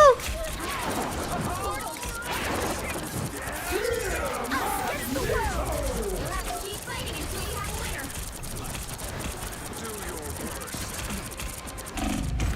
I tried.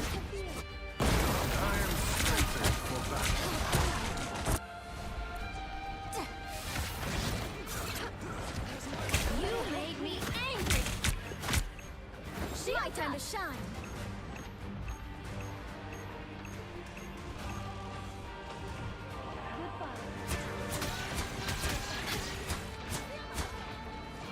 Don't give them another inch.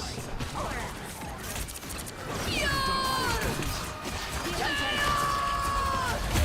Ah!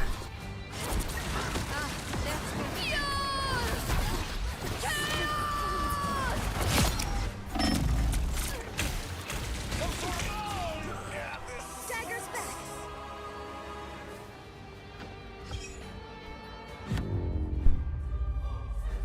The current score is 0 Oh.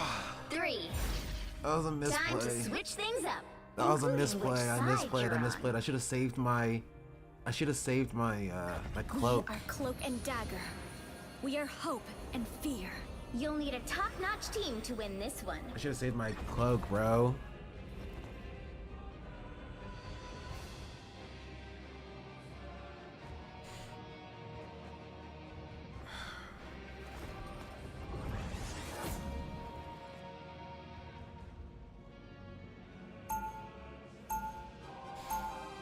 It's fine. It's fine. What's up, unknown? Round 2. People are always afraid of Ty. Wait, They Scarlet. just Oh, don't know him. Scarlet Witch is always getting a buff. Asgard has been invaded yet again. But as Getting plus 100 HP when she buffs, or when she ults. 30 seconds before you attack. Get ready. you cannot save Yggdrasil, nor can you save yourselves. What do you mean, dad joke?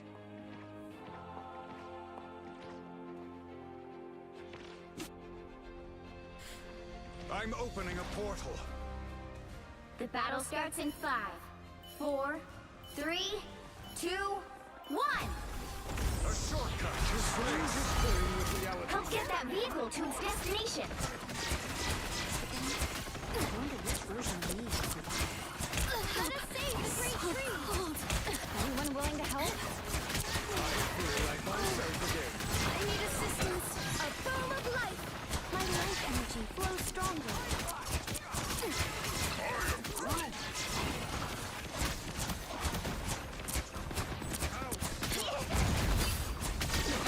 Just embrace the light. Lights out. Get in here, y'all. My time to shine. That's much better. Just embrace the light.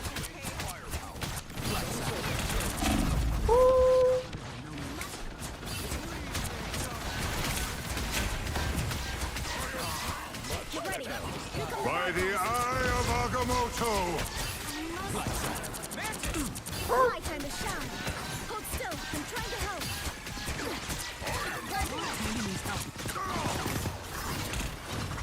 Some sort of weird honk thing.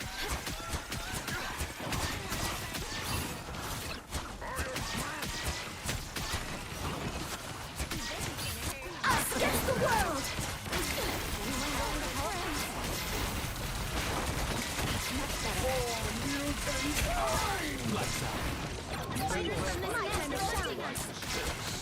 The moon haunts you. Oh god, jeez. Okay. Wasn't much I can do there.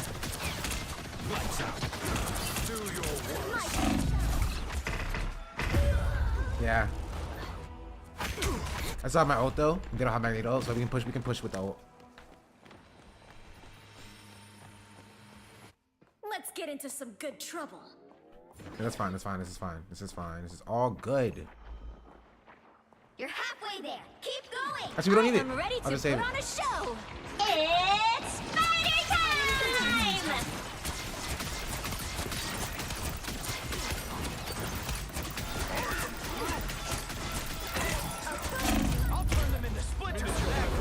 Okay. We do need it. I just didn't want to do it with something resulting. Alright. By the eye of Agamotto. Oh my goodness, his ult comes up so fast. Get that vehicle moving again. Okay. That's much better.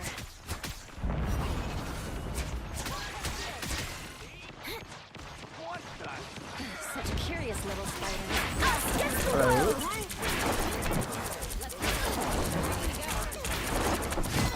Guys. See? See? I had a plan, chat. I got plans that I can't share with you because the haters will sabotage me. I have plans that I cannot share with you right now because the haters will sabotage me. Don't turn back now.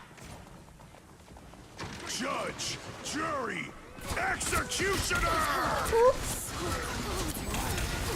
Vehicle reached a checkpoint. Keep up the momentum. Just embrace the light. Oh, that's the stuff.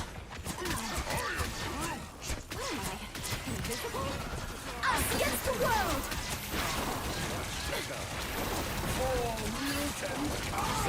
Oh, that's our ult. My time to shine. Next stop, the world is in the shadows. I need assistance. Peter Quill, unstoppable force. Oh, great Onk, Moon Knight. As soon as you see them. Great Onk. That was beautiful. Thanks, dude. You're halfway there. Keep going. I am healed. Friends, gather around. My time to shine. Tandy needs help. Almost there. Don't turn back now. I need a doctor. I'll get you next time. Okay. 3 ults, bro? Too many enemies down. 3 ults? Just keep going. They used Magneto ult, Moon Knight ult, and Cloak and Dagger ult. You have saved me. Get that vehicle moving again. Chin up. Now I see them.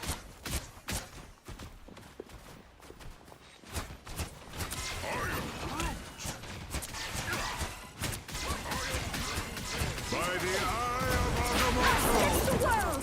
Hello? I am ready to put on a show. Only 60 seconds left.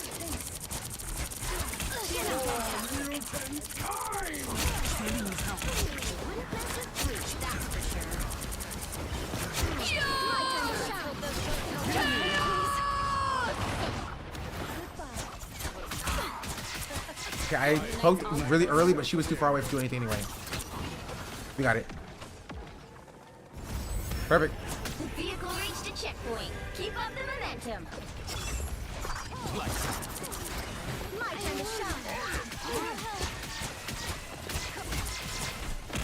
This place is begging to be attacked. My time to shine.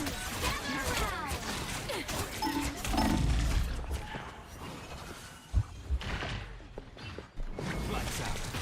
My God, he's down. Let's hop back up under their noses. Lock in on this.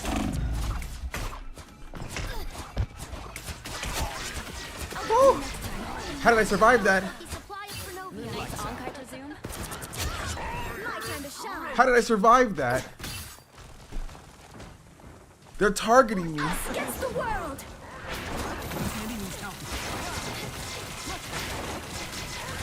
it. Don't let anything stand in your way.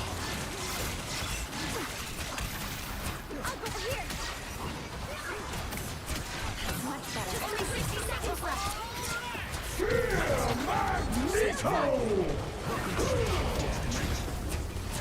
Dummy. Get ready.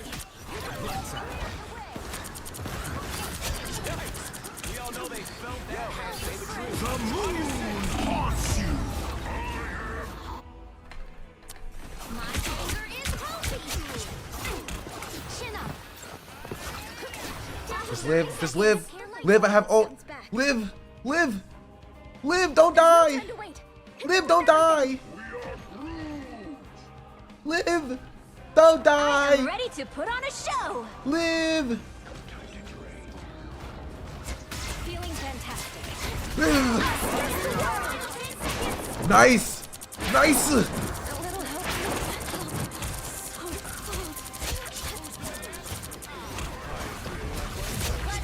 have to keep fighting until we have a winner. So close. This is your big chance.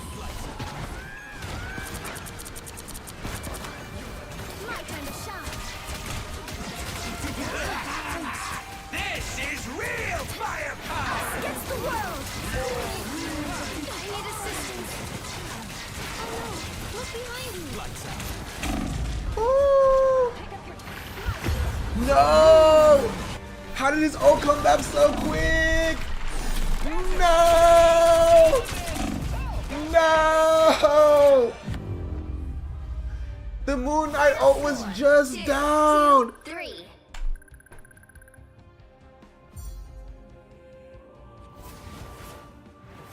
Well, you can't expect to win them all.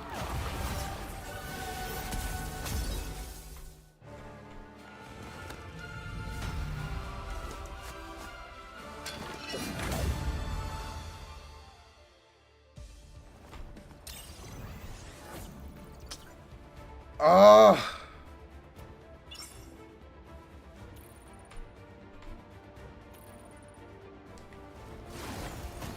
Like, he knows that we played against 3 supports, right? I don't think, yeah, like, exactly. Exactly. They also ran 3 supports. It was 3 supports versus 3 supports. What do you mean? Honestly, it was a DPS diff. It was a DPS diff. All right, we'll say it. I'll say it. It's DPS diff. Right? Our healers were better than their healers. Probably didn't need the DPS. It doesn't matter. If we had just had if our DPS was better, we would have won it. Our healers were better than their healers. Our tanks were better than their tanks. Our DPS just wasn't better than their DPS. And I wasn't switching. All right. Honestly, the invisible growth should have switched after round 2. But it's fine. They're chatting, they're yapping. And they can chat and they can yap. And it's fine. They're still chatting. It's whatever. Who cares? Who cares? It was a close game. And it was a fun game. I had an enjoyable time. But again, I am a firm believer of if switching is going to make things worse, like if you are a support main and going DPS will make things worse, just stay what you are. You know what I mean? Like if I went Squirrel Girl or whatever, if I went Moon Knight, I would have been like I would have hampered the team more than I helped the team. You feel me? Like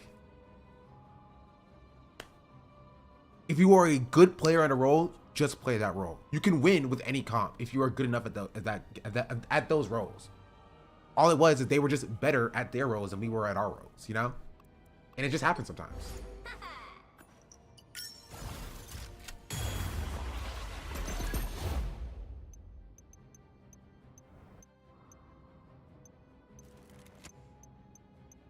It just happens sometimes, you know? That's okay.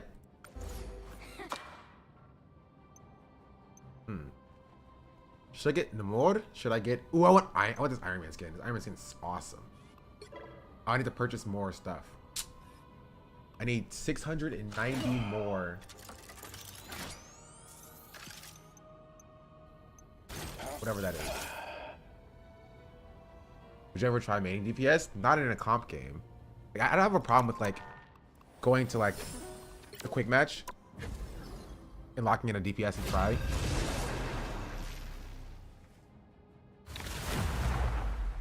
Like here, I'll play. Who should I play DPS? My aim is not great. I can do Squirrel Girl. Pick your hero or villain. I'm not judging. Storm.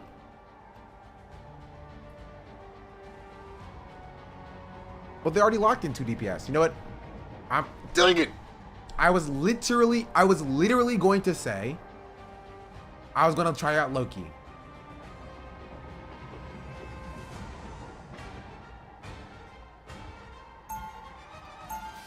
Life energy is a powerful weapon against evil.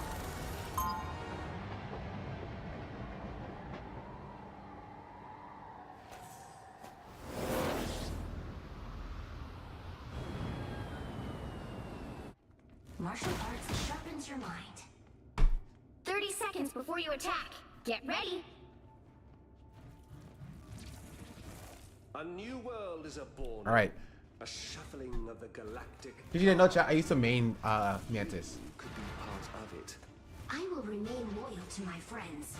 Loyalty is a powerful bond and also a terrible weakness. The battle starts in 5, 4, 3, 2, 1. All you need to do is capture the mission area. Got it? The Guardians of the Galaxy are misfits who make me feel at home. Charge! Focus on the battle. Ooh, I'm more dangerous. The enemy is here. Explosive spiders, watch out.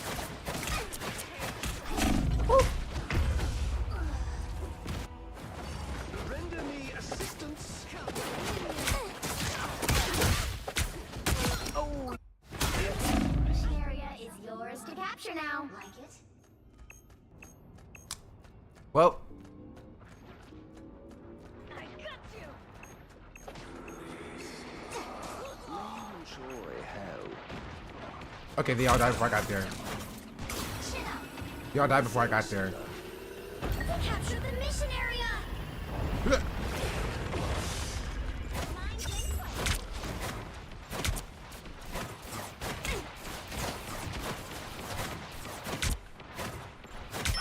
I am here.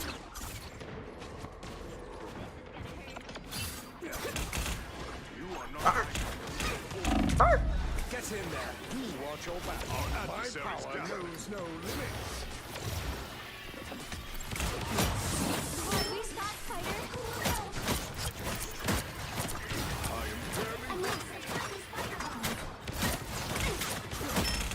Metal spiders were not the wisest choice.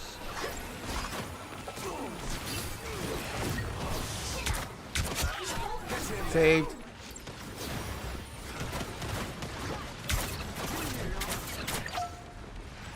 Us against the world. The moon haunts you. Your team's capture progress is past the halfway point. Somebody get me some healing. Got you guys. Let's go. Push. Push. Push.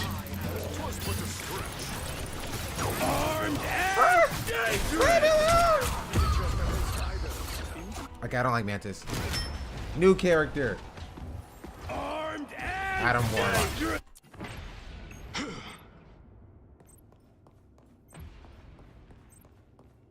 They've almost got it. Little Snow. I got you. Careful. Moon Knight has placed an arm. This is how I always play. Don't mess with the amazing Spider-Man. Some assistance, please. Fast. Brace us with Stronger together. Aha! I touched point. I saved us. I was the one to touch point. caution friends and off.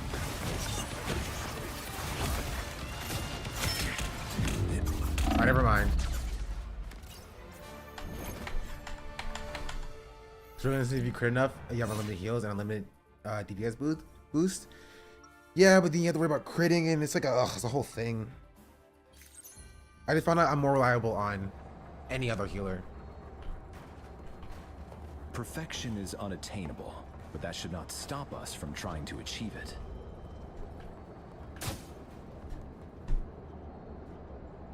Seconds before you attack.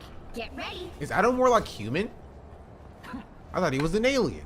If you could, Magneto, would you do what Doom has done?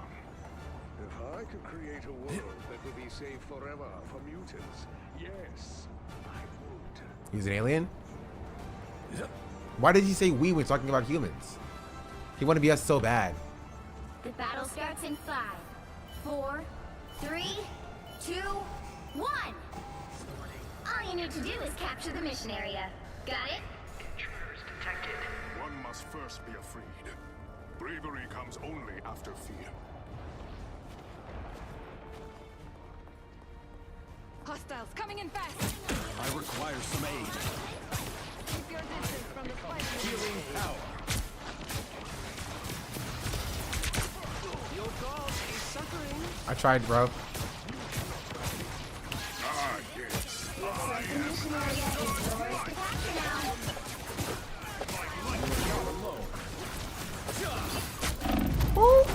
Nope. No, thank you.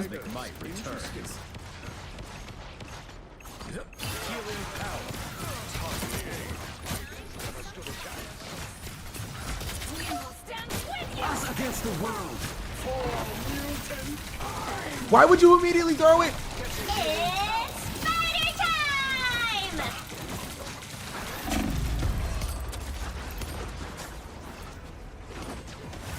I doubt any hell will be able to hold you for long. Cosmos heals you. I feel like myself again. Stronger together.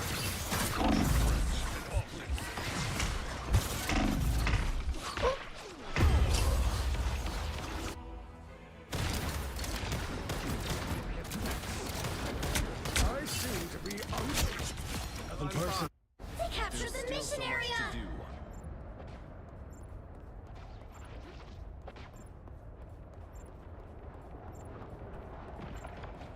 Adam buff soon. He is getting buffed. Fast! Grace us with victory!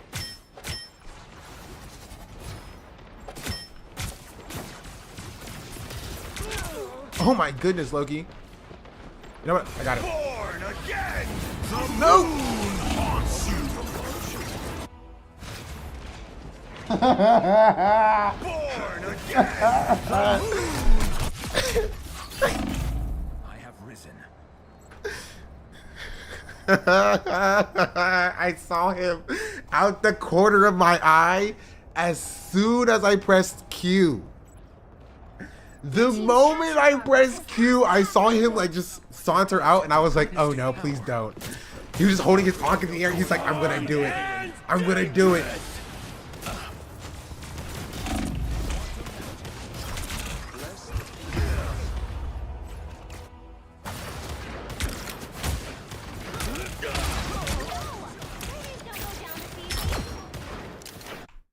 I am born anew.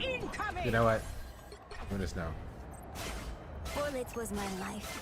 But wouldn't it be fabulous to have an all superhero band? They've almost got it! I will always Be strong together. Ready to do some damage. Don't mess with the amazing Spider-Man! That one hurts. Do I feel like a girl? Control C's! I should be singing lullabies. I need to go. A nice deep freeze. This looks just like a limbo. We're finding our groove. Can somebody get me some healing? They spotted us. During my storm. Get in It's spider time! I suck.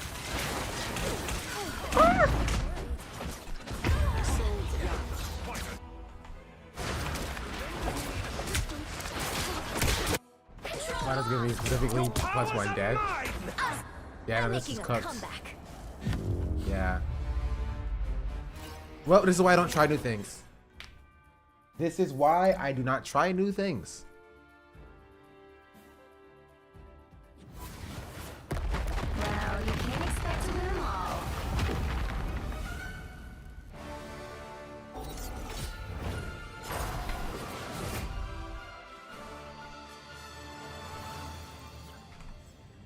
Good to know. You're not quick play? No, I wasn't quick play. That was quick play. But this is why I don't try new things, even in quick play. Anyway, that's it. That's all from me. I'm gonna wait. This one. I'm gonna go to sleep or something. I have to work later. Time's it. Okay, I was working 3 hours. I'm gonna go. What should I watch, chat? Give me some options of things to watch. What's on like Netflix and stuff that is good?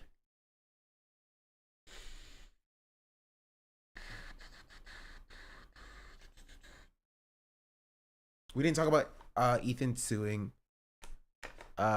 Snark. Maybe soon. Solo Leveling. Oh, there is a new season of Solo Leveling. I've already seen Severance. I'm already caught up. I was talking about that on freaking Netflix. I was just like, I don't know. Also, my friend recommended White Lotus to me. I was also like, I don't know, but we'll see. One Piece, that's entirely too long. It feels like such an investment to like watch an episode of One Piece because you're like, okay, what out of 1,170 or something crazy like that? You know what I mean? Read One Piece? I meant watch, chat, not read. I have work to do. New season Solo Leveling is going crazy. Solo Leveling, I like the way it's going, like the animation, but like I have an issue with the way the show ends. Like, not ends, but like the lead up to the climax of the show, it kills everything I loved about the light novel and manga. Did you watch the movie? I did not watch the movie. Maybe I watched the movie. Need to watch Solo Leveling. It's good if you go into it understanding what you're gonna get. You know, if you go in understanding what you're gonna get. If you're expecting anything profound, you're not gonna get that from Solo Leveling. But if you are expecting what you're getting, which is like the most trashy power fantasy, weak to strong type show, then you at least, you know, be prepared. Should I read it first? I had a better time reading it than I did watching season 1. But I enjoyed it because I saw the things that I read be animated. You know what I mean? It's like kind of like that. But maybe I'll watch another anime. Hell's Paradise is good. I've seen Hell's Paradise.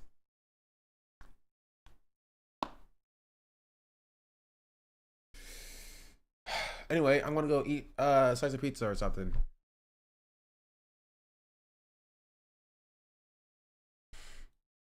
Close. Close.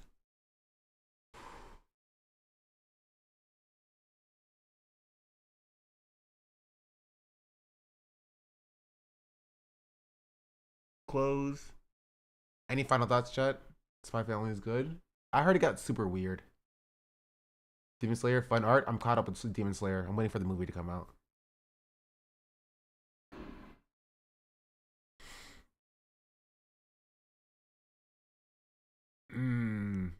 Refresh.